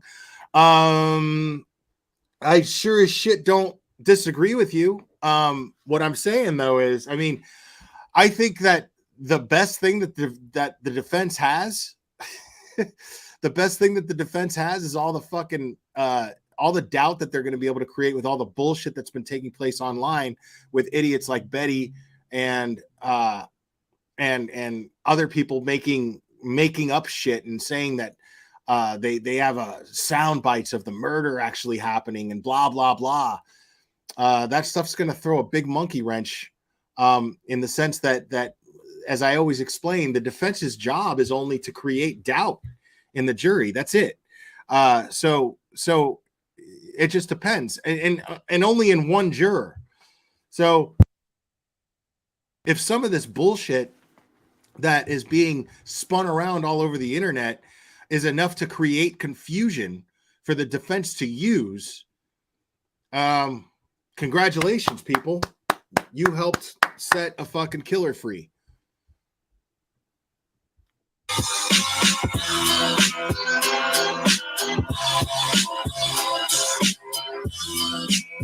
I mean, is that second verse? Dad for 16 or 17. Those of you all making fun of him. I mean, I couldn't have done better, and I'm musically inclined. No, it's not bad. I mean, Katie. I mean, it's not my thing, right? But he's a kid. He was a kid when he did it. He was a teenager, I mean, oh no. Thank you, Justice Alpha David. is here. Was that the new AWP theme song? Should be. Should be. Yeah. Oh, okay. Before I log, yeah, I wanted to. Thanks for reminding me. Like I said, I'm a little tired. I want to really kind of like dovetail on what I was saying the other night about Dylan not calling 911. Oh God. Here we go. I'm like everybody else. Okay. My initial reaction was why. Now it's damage control because she totally shit all over this girl. And she probably got more dislikes, like tons more dislikes than likes on her video. She did terrible in likes on that video. As a matter of fact, give me 1 second here.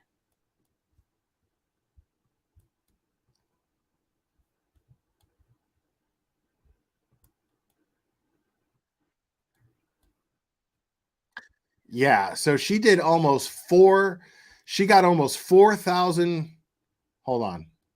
Yeah, almost 4,000 views and 142 likes on that last video where she was trashing Dylan. Or DM, excuse me.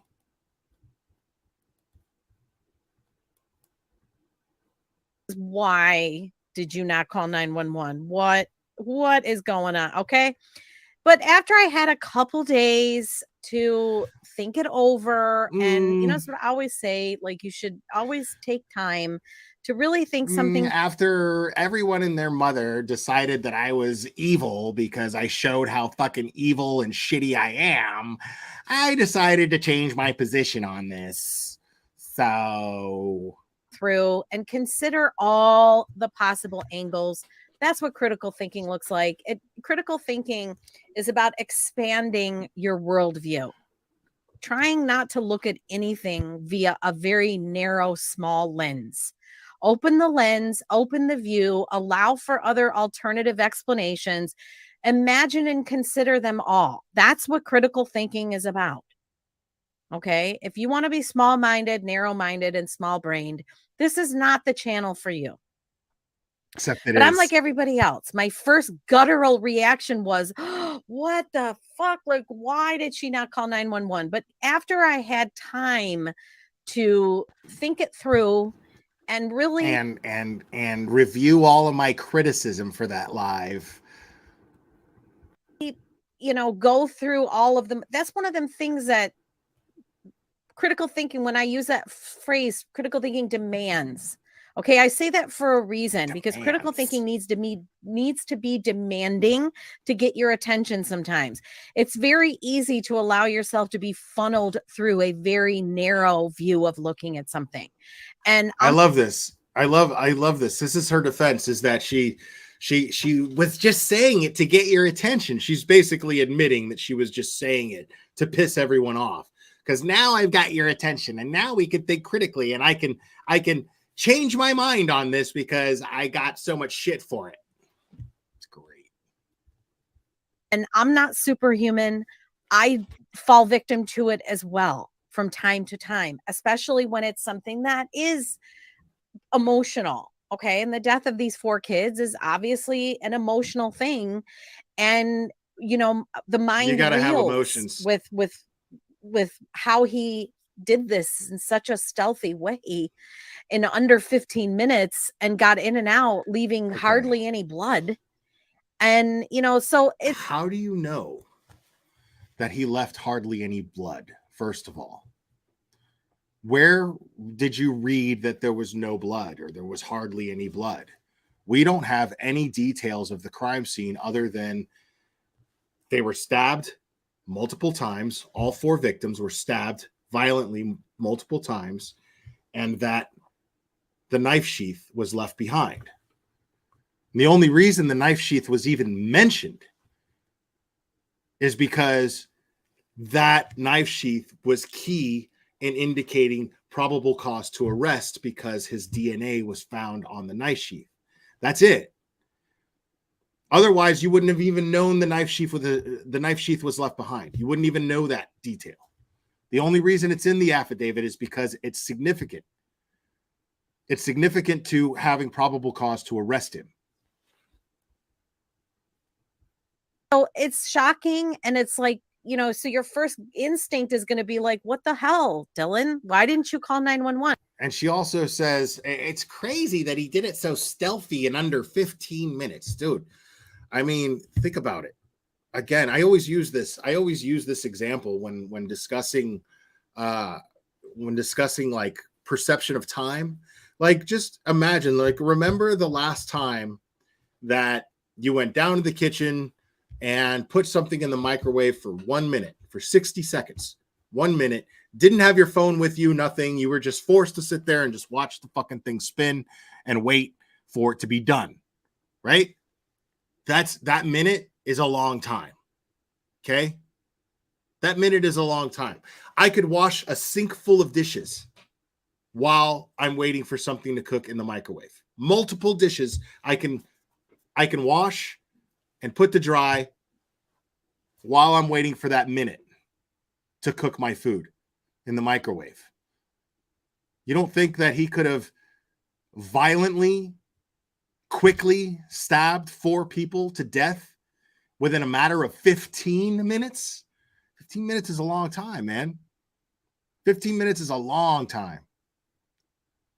Like, how many times have we covered a trial here and then they're like a 15-minute recess? Feels like forever. I got to sit here and go through Betty content to kill time. And I go through plenty of it when it happens. Girl of the Valley, thank you so much. Was she there to time him? What the fuck? This lady is nuts. Well, no, I mean, she's going based on the timeline that more or less and 15 minutes is inaccurate too. I think it was closer to 10. But based on the DoorDash delivery and the TikTok login and all of that sort of thing. There is a feasible timeline that you can make out during the by reading the affidavit for sure.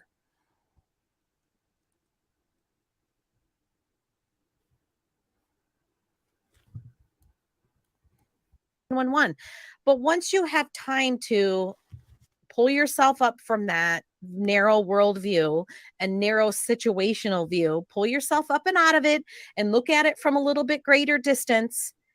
Get rid of, compartmentalize the emotion, compartmentalize the hell out of the emotion. Okay, no. What she's doing now is actually classic K. She's doubling down.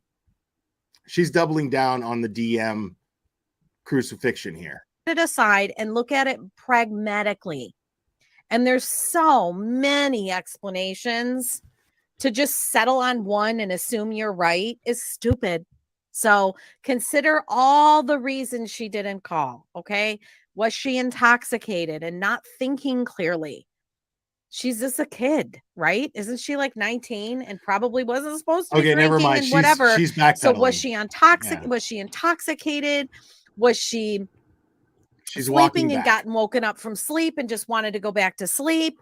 Was it not uncommon to see people there? Was she afraid to call 911? Was she the newer kid to the sorority and 911 had already been called and the kids didn't? So far, I haven't heard.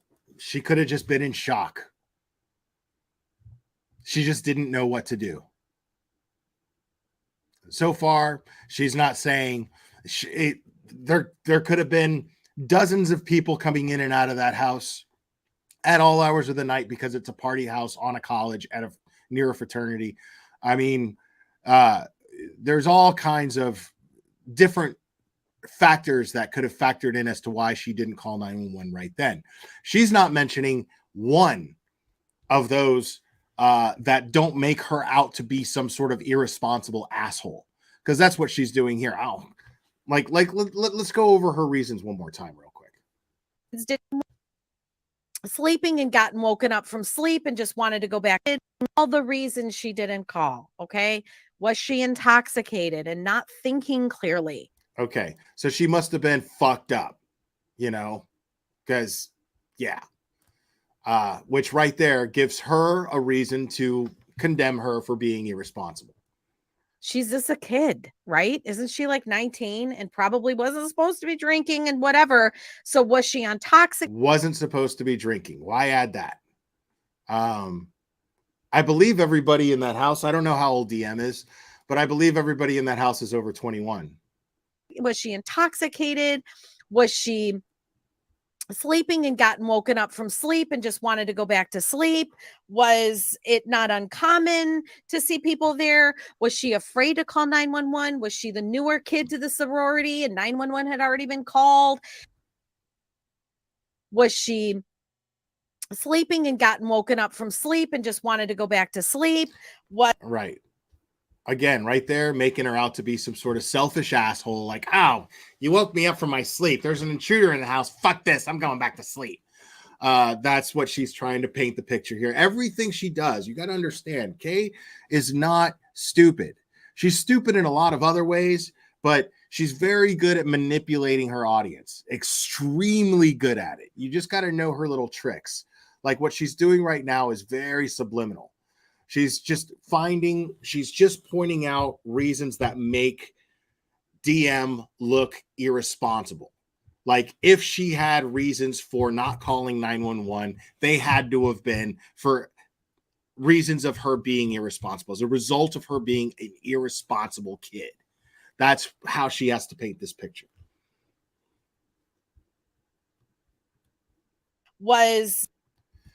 I've got words. Thank you so much. Anyone ever consider she went upstairs and saw the bodies and freaked the hell out? Maybe. I mean, we weren't there. That's the whole point, is we weren't there. So it's not fair to judge this girl for not calling 911. We weren't there. We don't know the circumstances. Is it not uncommon to see people there? Was she afraid to call 911? Was she the newer kid? Was she afraid to call 911? Now, I entertained that possibility. I entertain that possibility. What if she was threatened? You know, maybe that's why it wasn't even in the affidavit. Maybe she just kept that to herself, that she was threatened. Maybe her family was threatened. Who knows? Who knows? But that doesn't make her a villain. That still makes her a victim, and it makes her a survivor. Kid to the sorority, and 911 had already been called, and the kids didn't want. Now remember, the sorority was already in trouble. They were on the hook for drugs and alcohol and for bad behavior. They were on a disciplinary action. So calling the police could get everybody in trouble. So maybe in her mind, see, that's what the human mind will do. It'll try to normalize or make it homeostatic. Your human mind will convince itself, oh, there really isn't a problem. Yes, I just saw a guy cut through my kitchen in black clothing, coming in my direction, but going out the sliding door. But I'm not going to make a big deal about it at 4 a.m. by calling 911. So I'm 19 years old. I'm the new kid. Yeah, because maybe a lot of people come through there dressed however the fuck, but maybe they wear knit gaiters because it's cold out and because they're still doing COVID. Who knows? Who knows? All kinds of reasons why she could have been like, okay, maybe I don't want to overthink this.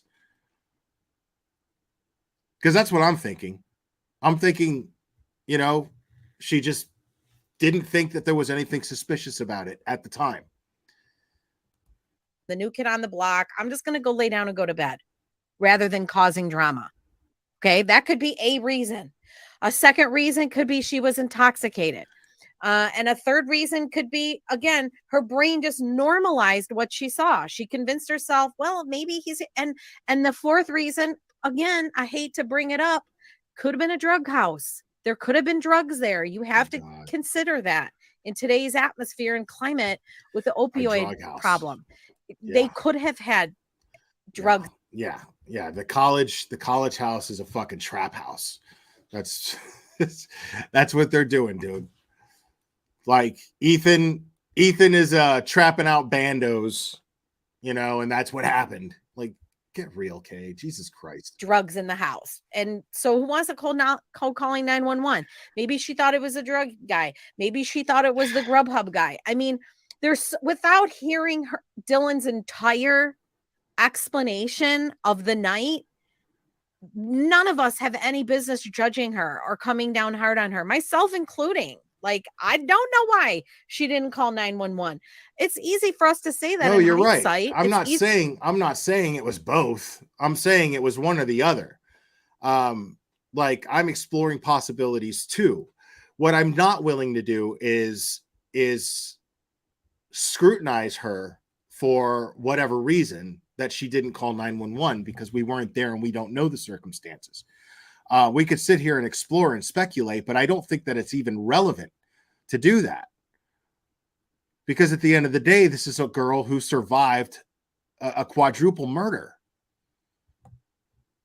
You know? I mean, it's easy for us to say that with the knowledge we have now. But is your brain going to really go to murder? No. She couldn't have known that. So don't allow your brain. I love how she's just repeating the shit that I say. Like, I love how she's just like regurgitating the same logic that I've already given on this channel, where I say that whose mind goes to murder right off the bat? Whose mind thinks, okay, well, there's a person that walked by in my house where there's traffic coming through here at all hours of the night, all the time, because it's a party house. I'm not going to sit here and think that my 4 roommates are stabbed to death. I didn't hear anything. I didn't, you know, nothing that sounded suspicious enough for my mind to go to murder. You know what I mean? But like, this is her basically just taking everything that I've already said and plagiarizing it. Your brain to go there. Listen to the knock on the door. And this is after, by the way, after she spent hours on her last live condemning this person for not calling 911. Demanding that you consider all the other angles, and you don't have to choose one. Just know that many exist, and you don't know which angle it is and which explanation it is. So Right? You know, there's many, and go with the one that gives her the benefit of the doubt until you have a Oh. reason to do otherwise, because she's just a kid. This is such a different tune than her last live. Now it's give her the benefit of the doubt. Be careful. And mind you, people, this is not a sudden attack of conscience, okay, that has come over Kay. This is not what this is. Kay doesn't have a conscience. Okay, what this is this is fear of consequences. Okay, this is she got tons of shit from her viewers for attacking this girl and criticizing her for not calling 911, for not practicing exactly what she's preaching here. Okay, she totally is in fear of losing the viewers that she already had. Okay, she probably saw a big drop in her numbers from it. But on top of that, she's also in fear of litigation, because this girl DM is eventually going to start handing out lawsuits. And Kay is already doomed with a $10 million lawsuit. And folks, Kay doesn't have $10 million.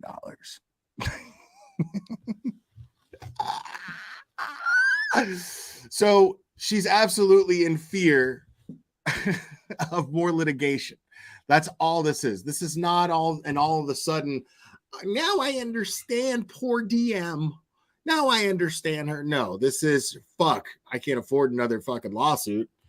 Shit, I better clean my shit up before I get booted off of YouTube again.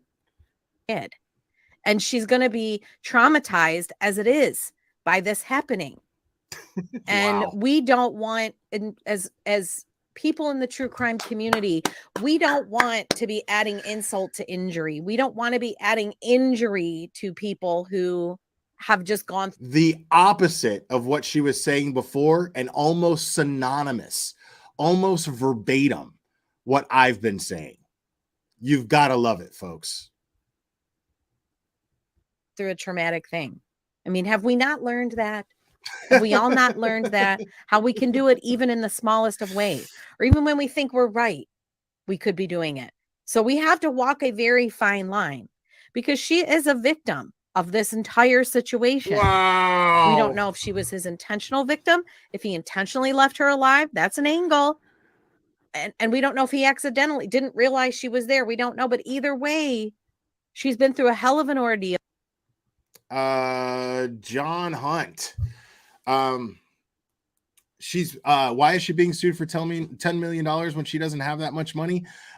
Because she needs to pay the piper for what she did. She did exactly what she did last week regarding DM here. Now she's cleaning it up. Now she's playing damage control, and now she's basically spewing out my content. But she's basically being sued for $10 million because she just trashed an alleged victim's mother, called her a liar, said that she got kids high, and promoted underage drinking and blah, blah, blah, just all kinds of crazy lies about this poor lady. And then that lady decided to fucking sue her, and Kay won't show up to court. She's not going to win. She's not going to win. Ordeal. And her calling 911 probably wouldn't have made any difference. I mean, wow. It sounds as though, although we don't yet have a full explanation of the Now calling 911 wouldn't have made a difference. I remember saying that exactly when I was all of these things that she's saying right now. You can go back to the last live that I did with her face on it. That her face is on the thumbnail. She's in front of all of the fucking tragedy pimps. Okay. You could see that she's just repeating everything that I said when I was criticizing her for saying the opposite. Fascinating. of the injuries. It sounds as though they were, and now we know. Well, I say now we know, but there's been this claim that he would put people in chokeholds when he was younger. And you know, I believe it. I believe it that he probably did. I mean, that's kind of a Well, a lot of people put people in chokeholds. I know a lot of people that put people in chokeholds when they were kids. Most of the people I grew up with put people in chokeholds when they were kids. I mean, it's something that you did. It was called horseplay. My brother put me in chokeholds when I was a kid. I put my brother in chokeholds when we were kids. Okay. Neither one of us have killed anybody. All right. I believe, like, if you sat there and said anybody who didn't kill 4 people put somebody in a chokehold when they were a kid, I'd be like, yeah, okay. Why that matters is beyond me. it's kind of a guy thing to do. You know, I've been pretty open and forthcoming about my childhood. I had a brother that was very abusive, but God. I've long since forgiven him because it was the 70s and things were different then. And, you know, my brother, although he never put me in a chokehold, he would do the knee on the neck and straddle me and sit on my chest, and I couldn't breathe. Dude, you know what that's called? And do the Chinese torture. You know what that's called? That's called being a sibling. Okay. I thank God that I grew up with a brother that would fucking put his fucking knee on my neck and straddle my chest and fucking sit there and fucking spit over my face, but suck it back up. Like, my brother would literally fucking take his fucking fingers and put it in between his toes after soccer practice and take his toe cheese and wipe it on my face. Like, that's the kind of shit that brothers do. That's what, I mean, that is the exact, like, dude, that is the fucking luxury of having a younger sibling. It's like, it's a rite of passage. It's what you get to do. Like, okay, the baby comes and now I'm no longer the baby. Well, guess what, baby? Time for you to grow up, catch up. That is exactly what happens. Like, it sucked at the time, but I'm not going to sit there and call myself a victim of abuse over it. That is, dude, like, if you, I feel sorry for you if you had older siblings and they didn't knock the shit out of you when you were annoying the fuck out of them. Like, I feel sorry for you. You're probably a Karen. You're probably a Karen if that didn't happen. If you didn't learn from it and go, fuck, you know? All right, well, you know, don't fucking put the guy who's bigger than me in a chokehold. I mean, I'm going to get the shit knocked out of me. You know, that's that's how you learn. Scarlet Summer, thank you so much. Thanks for all you do with honesty and integrity and an amazing sense of humor. Prayers to the 4 lost souls and the 2 survivors and families. Thank you so much for that. I absolutely agree. Appreciate that. Like, yeah, why aren't you, yeah, if you're an older sibling, why aren't you teaching your younger siblings social skills? And there's no better way to teach social skills. Maybe not today because everybody like is soft today, but when I was growing up, the most healthy and productive way to teach social skills was to get your ass whooping at home so you didn't get your ass whooped on the street or worse. Okay? Don't take my shit, because if it's not yours, don't take it. Because you take my shit and I'm your older sibling, well, then I'm going to fucking sit on your chest and I'm going to smack you around. I'm going to fucking thump your skull. You know, I'm going to do the things that older brothers do so that when you do it to the wrong guy out there, he doesn't fucking kill you. You know what I mean? Like, that's that's just called being a good sibling, preparing for the world. Torture. He would trip me. He would put laxative and wrap it up in Hershey bars. He would put salt in my drinks. Dude, her brother sounds like a blast, bro. Like, what?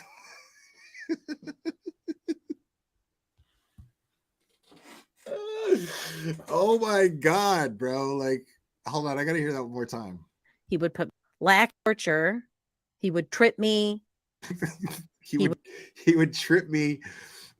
Would put laxative and wrap it up in Hershey bars. He would put salt in. Dude, my fucking grandfather did that to somebody, bro. It's not even a lie. My mom told me the story, dude. My grandfather fucking did that to some. My grandfather was a prominent man in Dominican Republic too. Like he was like the equivalent to like the governor of the area where they lived. Like, I mean, it's Dominican Republic. Like it's a poor, poor country. Like it's not to say that I come from money because I don't. But my politically speaking, my grandfather was a very prominent man, and he actually did that to somebody. So I so far she's just describing a blast of a childhood. You know, like it's not, it's something that it's traumatizing as a kid, but when you look back on it as an adult and you're like, fuck, I shit myself in front of the whole goddamn world because through no fault of my own, you know, because I fucking, you know, my brother put laxative in my fucking chocolate and said it was a chocolate bar. Because X-Lax used to come like that. I don't know if it still does, but X-Lax used to come like a chocolate bar. And all you had to do was take the X-Lax out of the fucking wrapper and put it in a Nestle's wrapper or in a, you know, yeah, fucking Nestle, you know, it's the chocolate wrapper. And then somebody would just eat it. You know, and if you ate half of one, like you're living on the toilet for the next few hours. You know what I mean? Like if you ate half of a square, bro, you know what I'm talking about? If you ate like half of a square, you were like done. You know what I mean? Like, so imagine replacing an entire bar of X-Lax in like a Nestle's wrapper. Salt in my drinks. He would put mashed potatoes in my drinks. He would slip X-Lax in my drinks. You know, he was awful. And growing up in the 60s, 70s, and 80s, it was just a different world. Growing up in the 60s, 70s, and 80s, that's how you fucking prank somebody, dude. That's just how that was. Like you had a dope brother. What are you talking about? What are you whining about? Seriously. She's sitting there talking about, oh my God, he was awful. He used to trip me. Dude, I couldn't fucking walk in front of my brother without him doing fucking like taking, you know, you walk behind somebody, it's the fucking universal trick. You just kind of snag their foot as you got to time it to where the one foot comes to the back. Like if their right foot is behind as they're walking, you time it and you just snag that foot so that they trip over their own foot. You just kind of maneuver that foot to go behind the left foot as they take a step. And then they're like, oh, and then, you know what I mean? Like you're supposed to do that. You're supposed to do that. My friends and I did it to each other. You know where we learned it? Our fucking older siblings. That's how we learned. That's what we did. We fucked with each other. We had fun. You know, But he and was my brother would get abusive. physical. So I've no doubt, Brian, you know, guys. We get physical. He would put mashed potatoes in my drinks. Like, it's fucked up. I could totally picture, hey, Karen, you want a root beer float? I'll make you a root beer float. But we don't have any ice cream. Mom just got some ice cream. Hold up. Fuck yeah. Fucking scoop the fucking mashed potatoes in there. There you go. Harmless prank. Worst thing that happens. Ew, gross.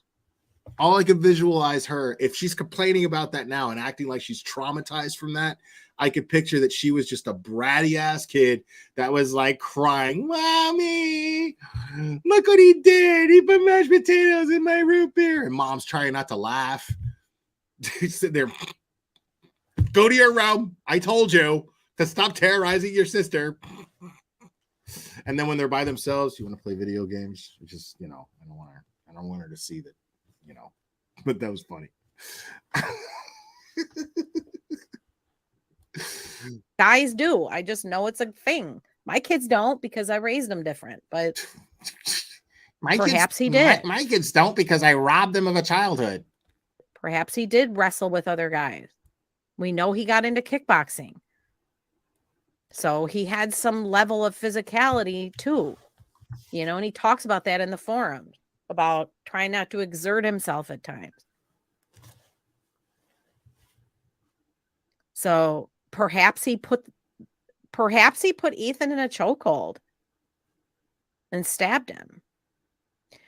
I What? think we're going to find out a lot of the things we were initially told weren't true, inaccurate. And I'm also beginning to wonder at this point if the Papa John or Papa Roger profile was not a cop. I can see it being a cop or an FBI agent deliberately putting out there onto social media some truths and some false facts to try to trigger or elicit a response from the killer, whom they assumed was also on social media watching it all go down. And I still think he was. I think he definitely has an online presence, but it's not one we know of right now, other than this when he was a teenager. Or, so, I guess take that for what it's. Or he deleted all his social media prior to committing the murders so that it would make it more difficult for him to get caught. See, this is the thing. And I saw this. I've been seeing this in different chats, and people are just discussing, and they're like, did he plant the knife sheath there? Did he want to get caught? No, dude. He just made a dumb mistake, because they're like, I can't believe that somebody who is studying criminology and almost about to get a PhD in criminology can make such a stupid mistake. You'd be surprised what kind of stupid mistakes they can make. I mean, what are you talking about? Like, you don't think a doctor loses his keys? You know what I mean? You don't think that that an MIT professor can't find the remote sometimes? Like, fuck, I know I had it last. I mean, it's just a stupid, silly mistake that he made at the wrong time. He slipped up, period. Mastermind ninja vegan, exactly. I mean, this is a guy who planned what he was going to do, and yet he still slipped up. I mean, because if all the DNA they got was from the fucking from the thumb, from the button on the sheath, from his thumb, then shit, that's a hell of a find for law enforcement right there. That's a hell of a find. That doesn't make it such a stupid mistake. I mean, it seems stupid because he's studying criminology. You'd think that he would have definitely, had planned ahead and avoided something like that.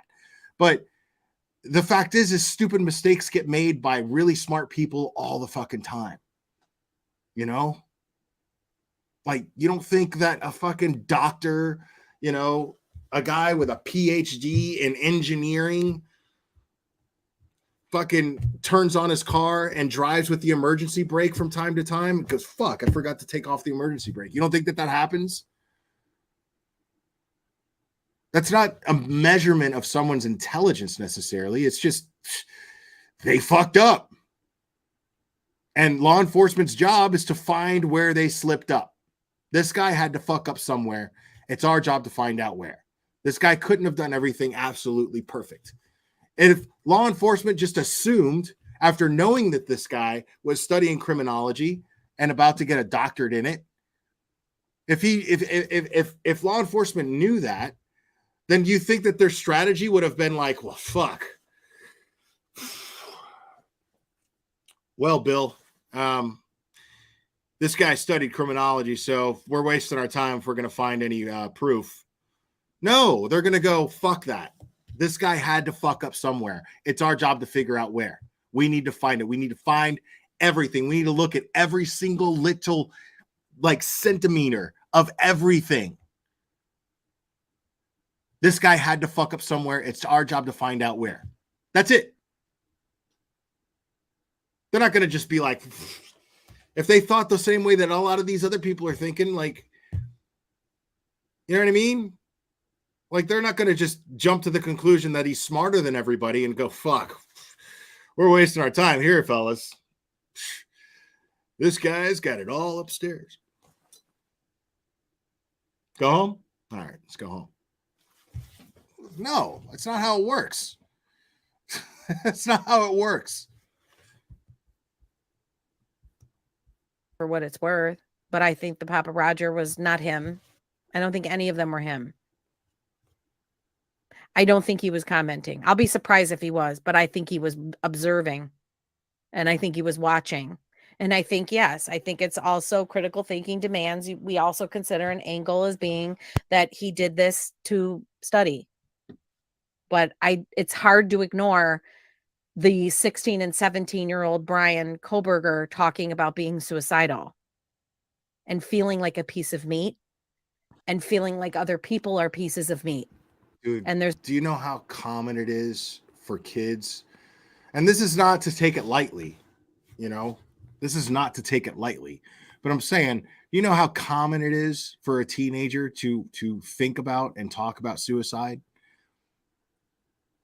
Like, that's the age where you feel like the world isn't fair, and why isn't the world fair? And then you have to just kind of like decide what kind of adult you're going to be.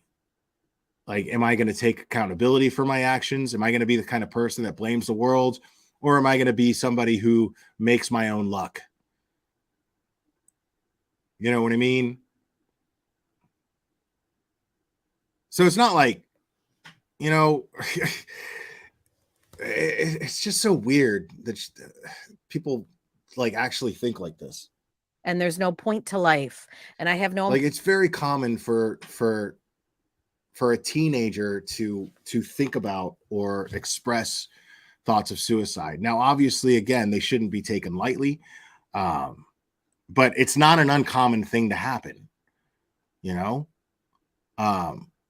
most kids, my point being that most kids who think about suicide when they're teenagers, they don't grow up to be quadruple murderers. You know? I have no emotion, and I'm not a person. I'm not a person that can connect. I have no, I can visualize my future self being full of remorse and being a. See, all that tells me when he's saying things like that, that I have no emotion and I can't feel anything and I can't relate to anybody. That tells me that this is somebody to watch out for. You know, and that's not to blame his parents. His parents probably did everything they could. It's like the way that I explain JLR, you know, the way that I explain JLR, because people are like, well, why don't his parents lock him up? Like, you look at a guy like JLR, and all he's doing is he's playing pretend. He's playing pretend, and he's sitting there going like this, going, Jonathan Lee Riches, JLR, aka JLR, Jonathan Lee Riches investigates. And then he's fucking in a Snuggie thinking out loud. And if I'm his parents, after all of that Sandy Hook bullshit that I saw him do, after serving 10 years in prison, after filing lawsuits against Mount Everest and Buddha and Nostradamus, you know what? My kid playing pretend, okay, I'll take it. It still sucks. He shouldn't be doing it. He should be held accountable because he's victimizing people in the process. Because he is. He's absolutely victimizing people in the process. But is it better than him doing what his parents probably feared he was capable of, which is opening fire in a public place? Absolutely. Fucking absolutely. It's better. So, I mean, I don't really blame his parents. You know what I mean? So I'm not going to blame, you know, Brian Koberger's parents for not seeing the signs. Maybe they saw the signs and maybe they did what they could, you know, but once somebody becomes an adult, you send them off to college. What are you going to do? I mean, especially if they're doing as well as they are in college. I mean, if this guy is getting he's working on a doctorate in criminology, well, guess what? He's doing pretty good. You're going to give some give on the leash. You know what I mean? You're going to let it go. You're going to let the man flourish. Your job was to prepare him for the real world. And he's kicking ass as far as his parents go in the real world.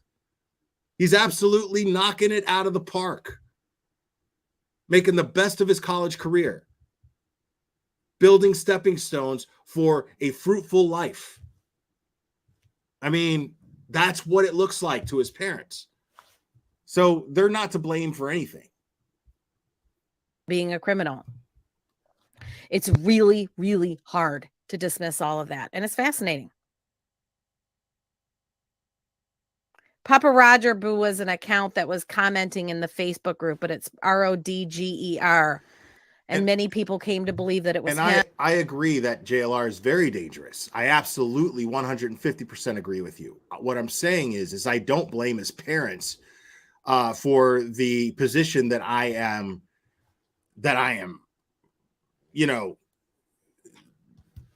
taking that they're in. You know, I don't know. I've never met his parents. I don't know them. But if I had to speculate as to what his parents' position is, I'd say that makes the most sense. And I can't blame them.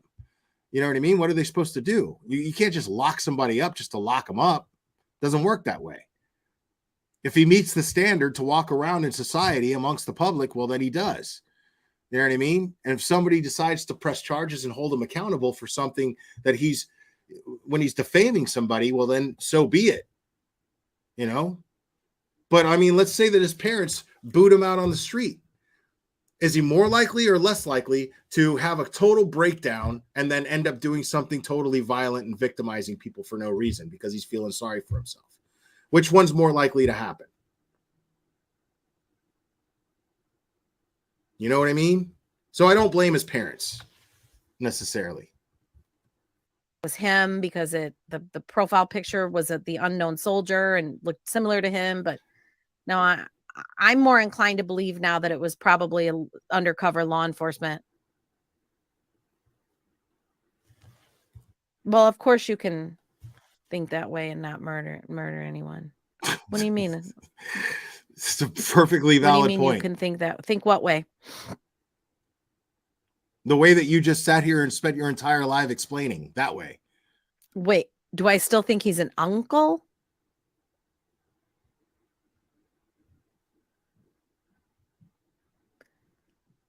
I mean, an incel. Yes. Yeah. Well, I think the longer this goes on and we don't learn about a girlfriend, sure. Yeah. Oh my God. Yes, I do. I still do kind of lean towards the Chad Stacy incel angle. Sure. Of course. But, you know, I can see how this visual snow / these dramatic changes that were occurring cognitively, I can see how that would hold him back from getting into a relationship or having any sense of intimacy. I mean, I don't know how much more clear you can get. Yeah, I heard about that. Let's go back to it. I heard that MGL was like really trashing Brian's parents. Yeah, as far as I'm concerned, they're victims too. You know, I don't think that they should be held responsible for. I still don't know. Is he 26 or 28? I keep seeing mixed information that he's 26 or he's 28. But either one, I mean, even if you're just 26 years old, you know what I mean? Like you're already 26 years old and you're in graduate school. You're doing really well. You know what I mean? I don't see the parents being responsible for any more responsible for an adult 28. So yeah, I don't see a 28-year-old being responsible. His parents being responsible for his actions, especially if he's about to get a PhD. You know, I think it's very easy for them to look at at what he was doing as an accomplishment as parents until this incident took place.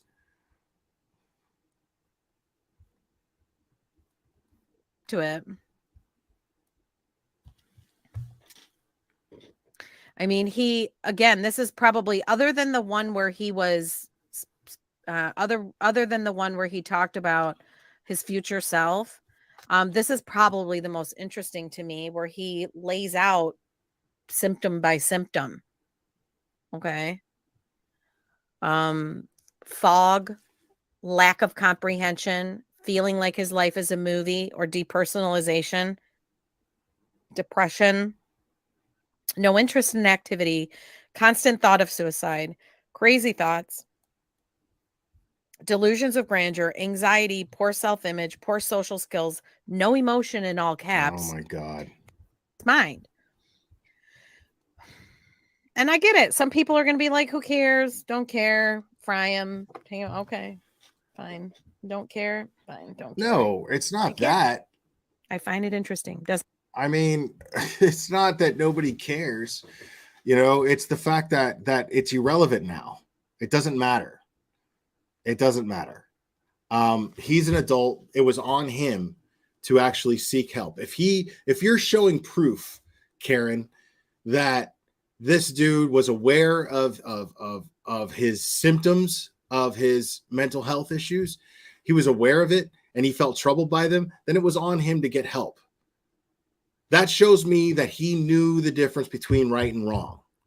If he sees, okay, well, I have these problems and I need help, but instead of actually seeking the help and then just looking on forums to get people to feel sorry for him, well, then he made a decision. He made a conscious decision to go and kill 4 people because he wanted to know what it felt like. All the evidence indicates so far that his motive was simply that he just wanted to know what it felt like. That's it. So I don't feel sorry for this guy at all. He has, I don't give a shit about the fact that he had these. None of this surprises me. You know what I mean? I would expect this.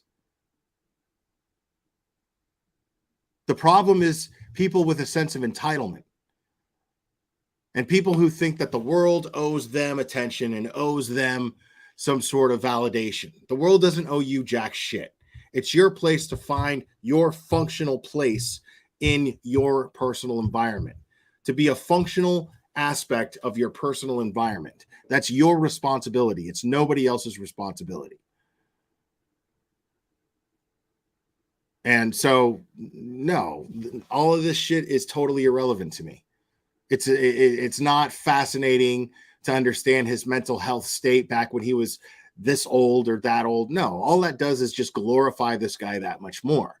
All this does is give him what he wants. All it does is praise him and martyr him in the way that he's looking for. We have to understand where he's coming from. No, he has to understand that you don't get to just do whatever the fuck you want to do in our society. You either toe the line or we boot you from our society. And by towing the line, it's not that much to ask. All we're asking is that you live and let live. Do better for yourself, as long as it's not at the expense of those in your immediate environment. Simple. That's towing the line. That's not a lot to ask of anyone, of any person that is independent, or is it or that is expected to be independent in our society. That's not, no. Doesn't mean I'm excusing. Doesn't mean I'm trying to make him a celebrity. It means I'm like Joyce Dahmer. I think it's funny. I want to understand. I think it's funny that you think that you have the power to make him a celebrity. You don't. Nobody but me and my chat gives a fuck about you. Because it's just fun to listen to you spew out bullshit. And it's a shame she didn't get her way. Yes, Mercedes blue. This is a philosophy that This is definitely a philosophy that I subscribe to. Make sure your children know you trust them. Make sure they know you're proud of them and that you love them. But you do have to start it at a very early age. Your children will Wow. be how you treat them to be. Now, that's not to say Wow. That's fucking deep. The fact that that has to even be said in that chat speaks volumes to me of that chat. You know, like nobody here even needs to say that. Like everybody here already gets that. We all know. Yeah, like don't be a dick to your kids. Be nice. Set the example for them. We all know that. We do have instances where the train goes off the tracks. And if it's extremely important, found out people. my son was feeling this way, extremely important that you actually, you know, love your kids. That Brian was feeling at the age of 14, 15, 16, 17, I would be scared. I would be really scared. You know, I would be horrified and looking for answers. And I wouldn't be assuming that it was something that my child could just fix. I would be obviously exploring everything. Is it chemical? You see the shade that she's throwing at Brian's parents right there? Like she's totally throwing shade at them, like implying that that's what they did, that they just let their kid raise himself. Like you don't fucking know what these parents have been through and what they've gone through to try to, like, you know, ease their kids' thoughts. You know, I mean, they're obviously, what do you think? That this guy just put himself through fucking college? Like, no, dude. Like, you think that this guy just decided to do well in school because he just decided to do well in school with no parental guidance whatsoever? Chemical. You know, is it mental illness? I would be looking for any way to help my child, and maybe his family has, and you know, maybe we'll learn that. Maybe as the story develops, I wish. Or maybe it's none of your fucking business whether they did or not. Maybe they're going through enough. Maybe you're not somebody that they fucking need to answer to. That his family, outside of, you know, I guess we have to respect what's going to happen with the legal end of things, but it would be nice to hear from his family someday anyway, if they had concerns and what they did to try to address them. Because of course I'm always looking at the future. Yeah, now it's too late, Lynette. Yeah, but it's not too late for the next. Right? It's not too late for the next. So what happens when we have a teenage boy then that says, like Brian did, that expresses these crazy things going on in their mind that they feel out of control? And I think what was really startling to me in reading the forum was how many of these visual snow sufferers identified with the concept of feeling depersonalized or having their personhood not being a person. Oh my God. Okay. Okay. That's enough fucking mass murder fluffing. And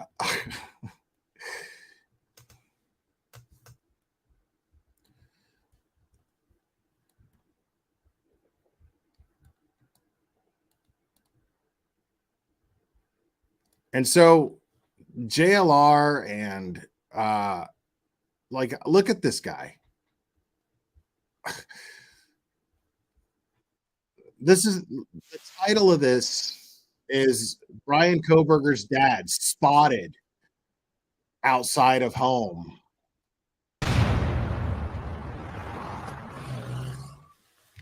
Jonathan Lee Riches investigates. The father of Brian Koberger has been spotted outside his home cleaning up. Michael Koberger. Oh my God, that's so suspicious. Oh my God, JLR cracked the case, bro. Welcome, Witchy Gemini, member for 2 months. I appreciate it. Yeah, he cracked the case, dude, because dad was seen cleaning up in front of his house. Interesting. The father of Brian Kohlberger was outside cleaning the mess up and vacuuming what the police, cleaning up the mess of the police who stormed into his house to arrest Brian. I'm going to show you a clip right now. This is from the Daily Mail, who is outside the home of the Kohlberger family in Albrightsville, Effort, Pennsylvania. Check this out and we will discuss.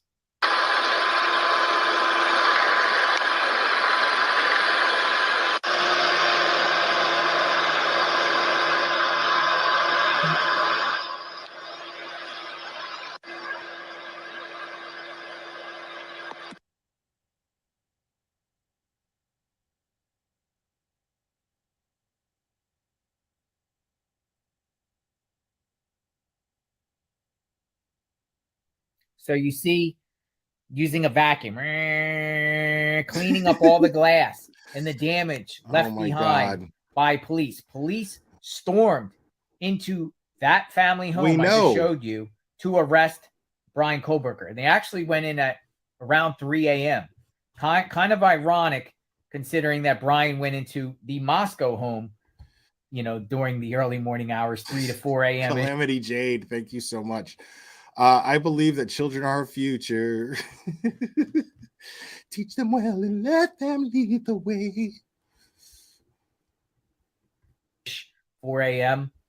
It's kind of like poetic justice. Michael Kohlberger, Willie supported Why is that poetic son justice? Brian. Michael Kohlberger was also with Brian driving home, as we seen the police body cam footage in Indiana driving home. How is that poetic justice that he had to clean up? I mean, that implies that his dad knew something or is somehow responsible. Like, that's really shitty. Like, this guy actually thinks that this is like good coverage. That, he's reporting from a very similar platform that Betty reports from, which is against her bedpost. He's sitting here talking about how it's poetic justice that dad had to clean up from the cops busting in and performing a search warrant and executing an arrest. Home for the holidays in the white Hyundai Elantra. Does Michael know more than we know? And does Michael know that Brian was possibly involved at all in any type of other nefarious acts besides the Moscow murders? Does he know that Michael know that Brian committed these Moscow murders? I've been searching all over around that area for unsolved crimes in Pennsylvania, and there is some in Monroe County, and I'm trying to see if there's any connection related to Brian. I want to see, you create the connections. There's never a connection. You just create them. You sit there and you go, oh my God. And then you stand there going, was this connected? Was this connected to the father in any way, shape, or form? This is JLR, Jonathan Lee Riches Investigates. I will be back with no answers on that. I'm just like to stir up shit. Think that Brian did other things before he did this grand, big 4 stabbing murder. I want to think he started out doing something else. Maybe the dog in Moscow. We spoke to. I spoke to a woman in the North dog Moscow is that had her dog skinned. I mean, where was Brian during that time? And is Brian involved with any other crimes? Okay. Who knows? Let me know. Law enforcement already investigated that, and they said that it was unrelated. What you think? Subscribe to my channel, hit the notification button. What's your thoughts on Michael? Should media be out there taking pictures of him and videos of him when he's just doing yard work? It kind of reminds me of Christopher Laundrie, the Laundrie parents, Brian Laundrie's dad. They were out there every day for over a few months. Just anything. I mean, you wouldn't know anything about this, genitalia, but they're at home. They're homeowners. What homeowners do is they maintain their home. like cleaning up leaves, things like that. That's what they do. They clean up. They like to have the front of their house look good. And the reason why they do is because they have neighbors, because it affects the property value of the surrounding homes if your house isn't in order. That's why they have associations. I mean, it's incredible. Anything and everything he did, Brian Laundrie's dad would mow the lawn, the media would be right there. So that the video that you just saw reminds me of that, media just watching his moves and what he's doing. Do you think that's gone a little bit too far, a little bit too extreme? Yeah. And you talking about it. I want to know your thoughts. So we'll talk. Justice for the victims. I'll be posting more Brian Koberger videos. Shut up.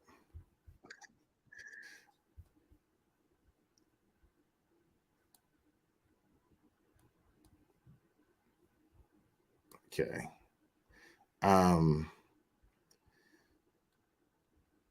Yeah.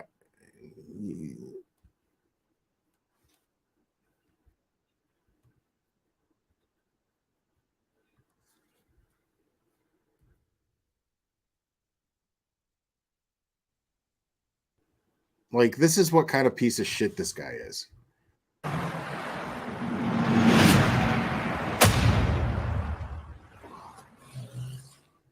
Jonathan Lee Riches investigates. Breaking. Dylan Mortensen seen outside her parents' home in Boise, Idaho. Why are you stalking her? Weirdo.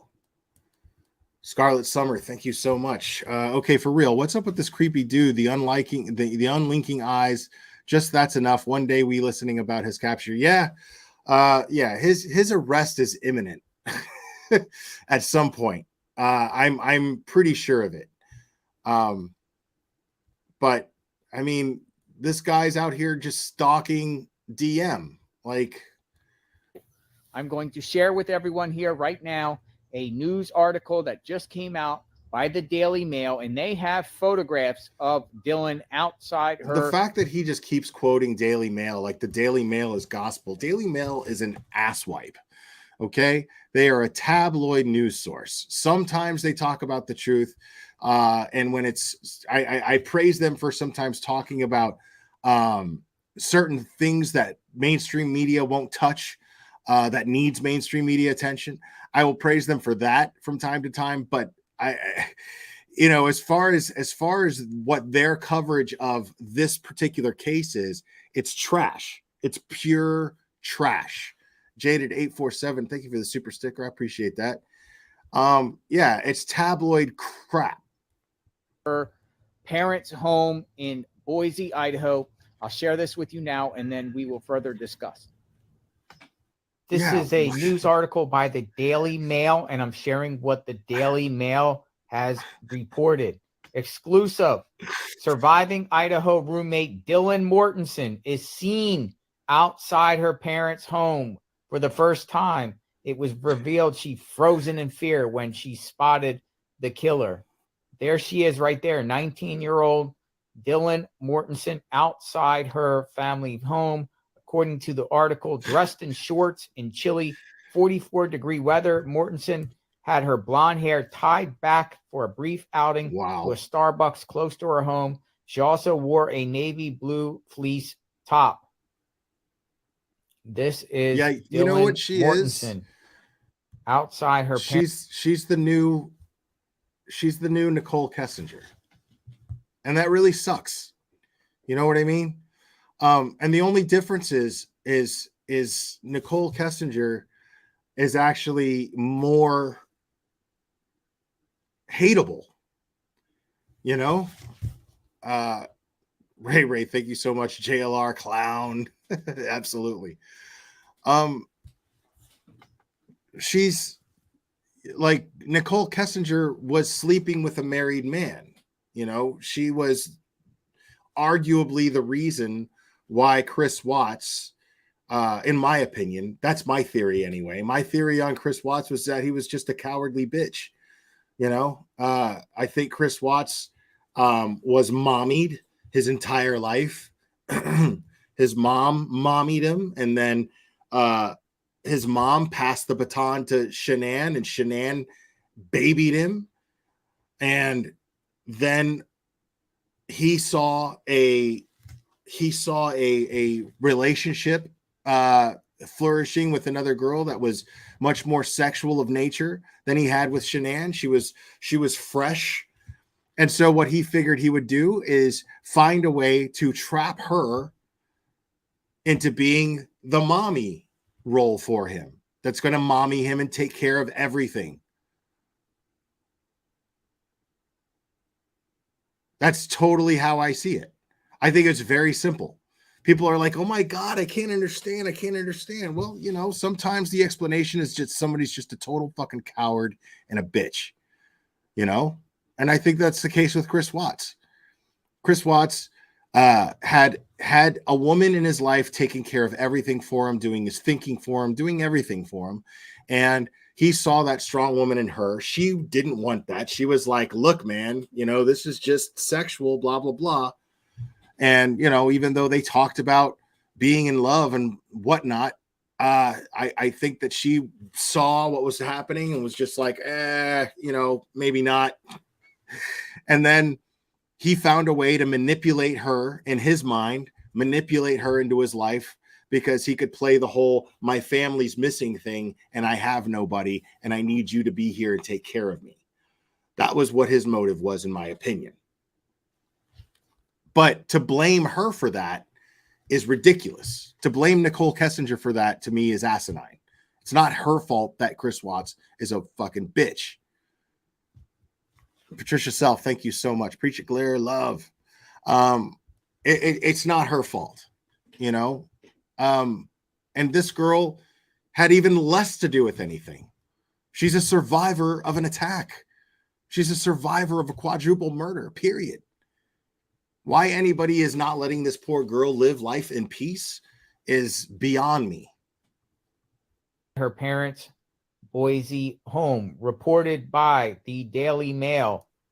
So the Daily Mail was out there by her house watching Dylan Mortensen. Yeah, that's his way of being Those like, are the photographs. It wasn't me. It was the Daily Mail.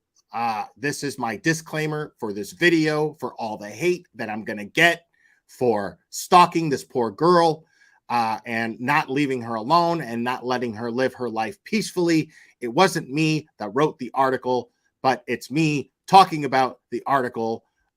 She was spotted, and this is an exclusive, except it's from Daily Mail.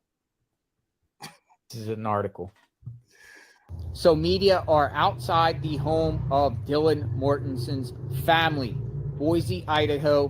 What's your thoughts on that? They are just taking pictures of her as she leaves and goes from her house. Another media outlet has shared a video, it looks like, of Dylan running and jogging. Of Dylan running and jogging. Like, who gives a fuck if that's her or not? So she's getting exercise. So what's the implication here, right? What's the implication? Is the implication that, first of all, it does not look like the same girl. But is the implication here, oh, well, her friends are murdered, so she thinks it's okay to just go out and run. That's how she's coping. Well, yeah, maybe that is how she's coping. Maybe that's exactly how she's coping. Because guess what? Exercise, #1 treatment for depression and anxiety. #1 recommended by doctors. Exercise. So, yeah, I could see her trying to run out the grief. So to sit there and be like, well, she doesn't care. That's why she's running, because she doesn't care. No, she's running to deal with the grief in a very healthy, productive manner, in the healthiest and most productive manner recommended by doctors. Just so you know.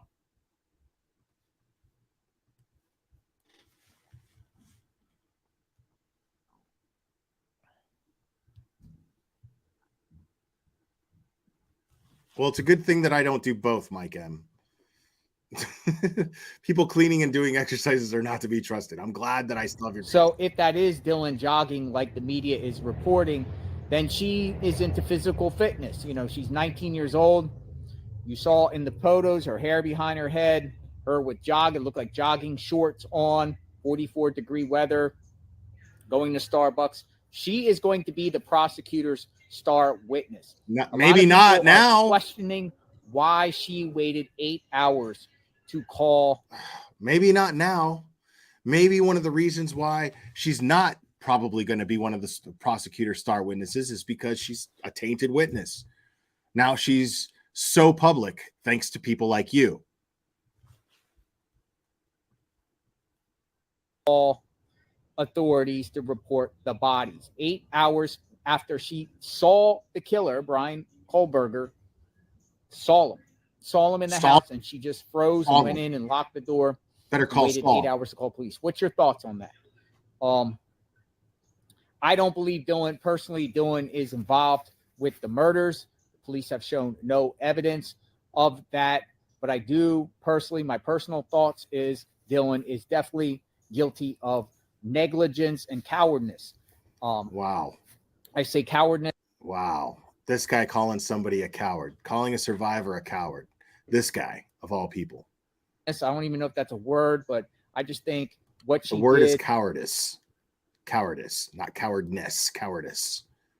was bad by not going to call right away, because if she would have called right away, I think a lot of things could have been prevented in this Like what? tragedy. Like what? Money wise, the governor of Idaho allocated $1 million to find Brian Kohlberger. I mean, you would think at the time, as she Dude, law enforcement knew who he was back in November.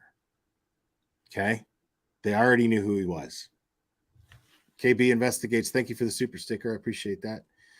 Law enforcement already knew who he was. And according to law enforcement, those 4 victims were not savable. I mean, they all died pretty much instantly, according to law enforcement. So, I mean, to me, that's good enough. That's good enough to leave this poor girl alone. You don't get to sit here and blame her for not calling 911 in time, because she couldn't have done anything. 911, it wouldn't have made a difference. It's not that it prevented any more killings. It could have, because he didn't kill anybody else, at least not to our knowledge so far. And he's caught. Law enforcement caught him. They knew who he was. Early on, they knew who he was. So to sit here and put blame on her in any way, shape, or form just shows exactly what kind of a person you are. and she reported it, they would have put up a dragnet, and they would have caught Brian right away. A dragnet would have prevented that long drag that we've been experiencing for over a month. They would have put up a dragnet. Just the facts, ma'am. Names being thrown under the bus, names of, associates of the 4 victims, all that I feel could have been prevented. And then maybe some of the victims could have survived. But it is what it is. It is what it is. And authorities are going to be most likely using Dylan as a star witness in the case against Kohlberger if Kohlberger goes to trial, and then the defense will have. Like, see, you're the one that's if she's her star witness, I'm worried about the prosecution. If she's her star witness, and I'm saying not because of her, because of them, because of guys like him, because of the BHBs, the canceled Karens, the MGLs, because of people like them, and it's always them. It's always them. Because of people like them, she's not going to hold that much credibility as a witness now, because the jury, the defense can absolutely use all of this to create some sort of doubt.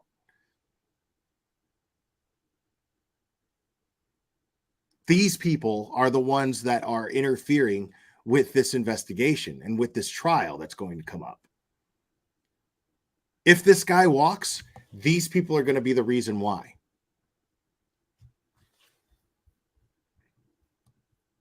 Will have an opportunity to cross-examine her. And I said on my community post, that will be interesting. Subscribe to my channel, hit the notification. See, he doesn't give a shit about justice. He just wants the entertainment of the trial.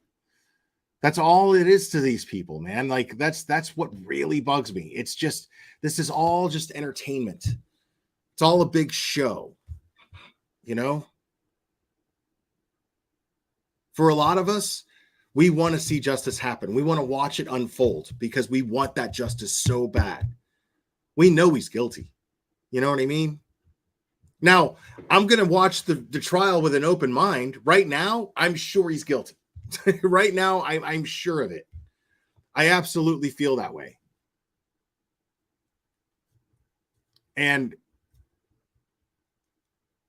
But the thing is I'm also open to the possibility.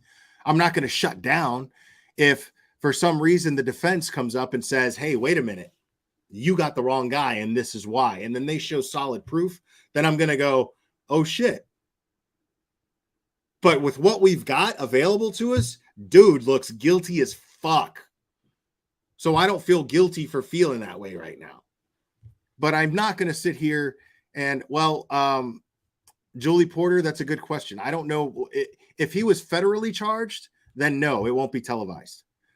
It won't be streamed. It won't be televised. If it was federally, there's some sort of law against that. But if he's just charged locally in Idaho, which I believe he was, that's why he was extradited. Then yeah, there's a good chance that it'll be televised. And yeah, I just got a text from somebody here. All right. Now, I'm going to close with this. Annie from 10 to Life just sent me this. I appreciate it.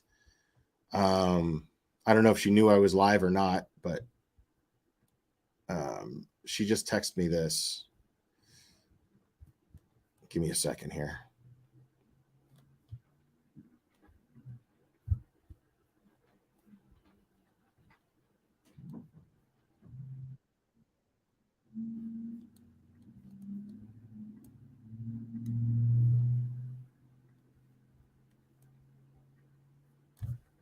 To my left here have a surveillance video camera that picked up audio from Xana Kernodle's room about 50 feet away, about 417, hearing the dog begin to bark, hearing a loud thud and what sounded like either whispers or whimpering at around 417 during the time of the murders. So circulating online are posts like the ones you see on the screen of this alleged audio of that surveillance video here. And so being on the ground, I spoke with the neighbors here. Paul's going to pan over here how close this home is, this blue home that we've seen next to the crime scene where that surveillance video would be. I caught the people living there walking out earlier, and they have debunked that audio. It is not the audio from that surveillance video. So I think that's important to clear up because those posts have gone so viral. But you can see behind me just how close that blue home where that surveillance video would be to Xana Kernodle's room right up there on the second floor to be able to pick that up. The neighbors, let's listen to that one more time. Here have a surveillance video camera that picked up. This is a reporter that's down there that actually did the investigating. Like, let's get down there and figure this out. All this talk about this audio. All this talk about this audio that's floating around. The court TV went down there. They were like, let's get to the bottom of this. So they went to the neighbor's house that it supposedly was recorded off of, right? The audio that BHB and everybody else were so fucking adamant about it being real, which I called bullshit on. This is officially debunked here. People picked up audio from Xana Kernodle's room about 50 feet away, about 417, hearing the dog begin to bark, hearing a loud thud and what sounded like either whispers or whimpering at around 4:17 during the time of the murders. So circulating online are posts like the ones you see on the screen of this alleged audio of that surveillance video here. And so being on the ground, I spoke with the neighbors here. Paul's going to pan over here how close this home is, this blue home that we've seen next to the crime scene where that surveillance video would be. I caught the people living there walking out earlier, and they have debunked that audio. It is not the audio from that surveillance video. So I think that's important to clear up because those posts have gone so viral. But you can see behind me just how close that blue home where that surveillance video would be to Xander Kernodle's room right up there on the second floor to be able to pick that up. What a shocker. Amazing. Amazing. Like, people want that shit to be real so bad. You know, you listen to fucking her, you BHB, and you listen to Zav Girl, and they're like, that's definitely Ethan screaming. No, it wasn't even Ethan. You know how I know that you don't know that? Because you don't fucking know what Ethan sounds like. You don't have any idea what Ethan sounds like screaming. Have you heard a recording of Ethan screaming? A TikTok video that he put out where he's screaming? Have you had any frame of reference to compare that to call it authentic? No. You played it because you thought it would get you clicks and views, and you got clicks and views from it. You see, this is where I think the families need to step up. This is where I would encourage, Mr. Gonzalez of stepping up here, because I know that he is very vocal, and I know, and I don't agree with all of the parents being so vocal regarding details of the case and things of that nature. I don't necessarily agree with that, but I do feel that they have a right because they've earned the right. They've earned the right because their kids are victims. They're victims. But I would encourage him to direct that energy towards the misinformation that's being put out all over the internet. Start making examples of people like Zav Girl. Start making examples of people like BHB. Start making examples of people like JLR. Start making examples, and somebody is already making an example of canceled Karen. Her time on YouTube is very limited. It's very limited. She's going to be too busy trying to figure out how to pay off a $10 million lawsuit when Kay doesn't have $10 million. So I would like to see that example made of so many of these others. I mean, if you're going to speak up, if these parents are going to be very vocal, I would like to see them be vocal, not against law enforcement and the people that are actually getting them justice, but against the people that are potentially costing them justice. Guys, I'm going to close with that. I love you very, very, very much. Thank you guys for all your support. Thank you, Kara Al-Sup. I'm so excited I caught you live, and it's the end. I'm so sorry, but sweetheart, I've been live for 4.5 hours. It's time to wrap it up. This isn't Zav Girl, okay? I can't do this for another 4 hours. But who knows? I may go live again late tonight. I don't know. But I really appreciate your support. Guys, I love you very much. We will do this again very soon, my friends.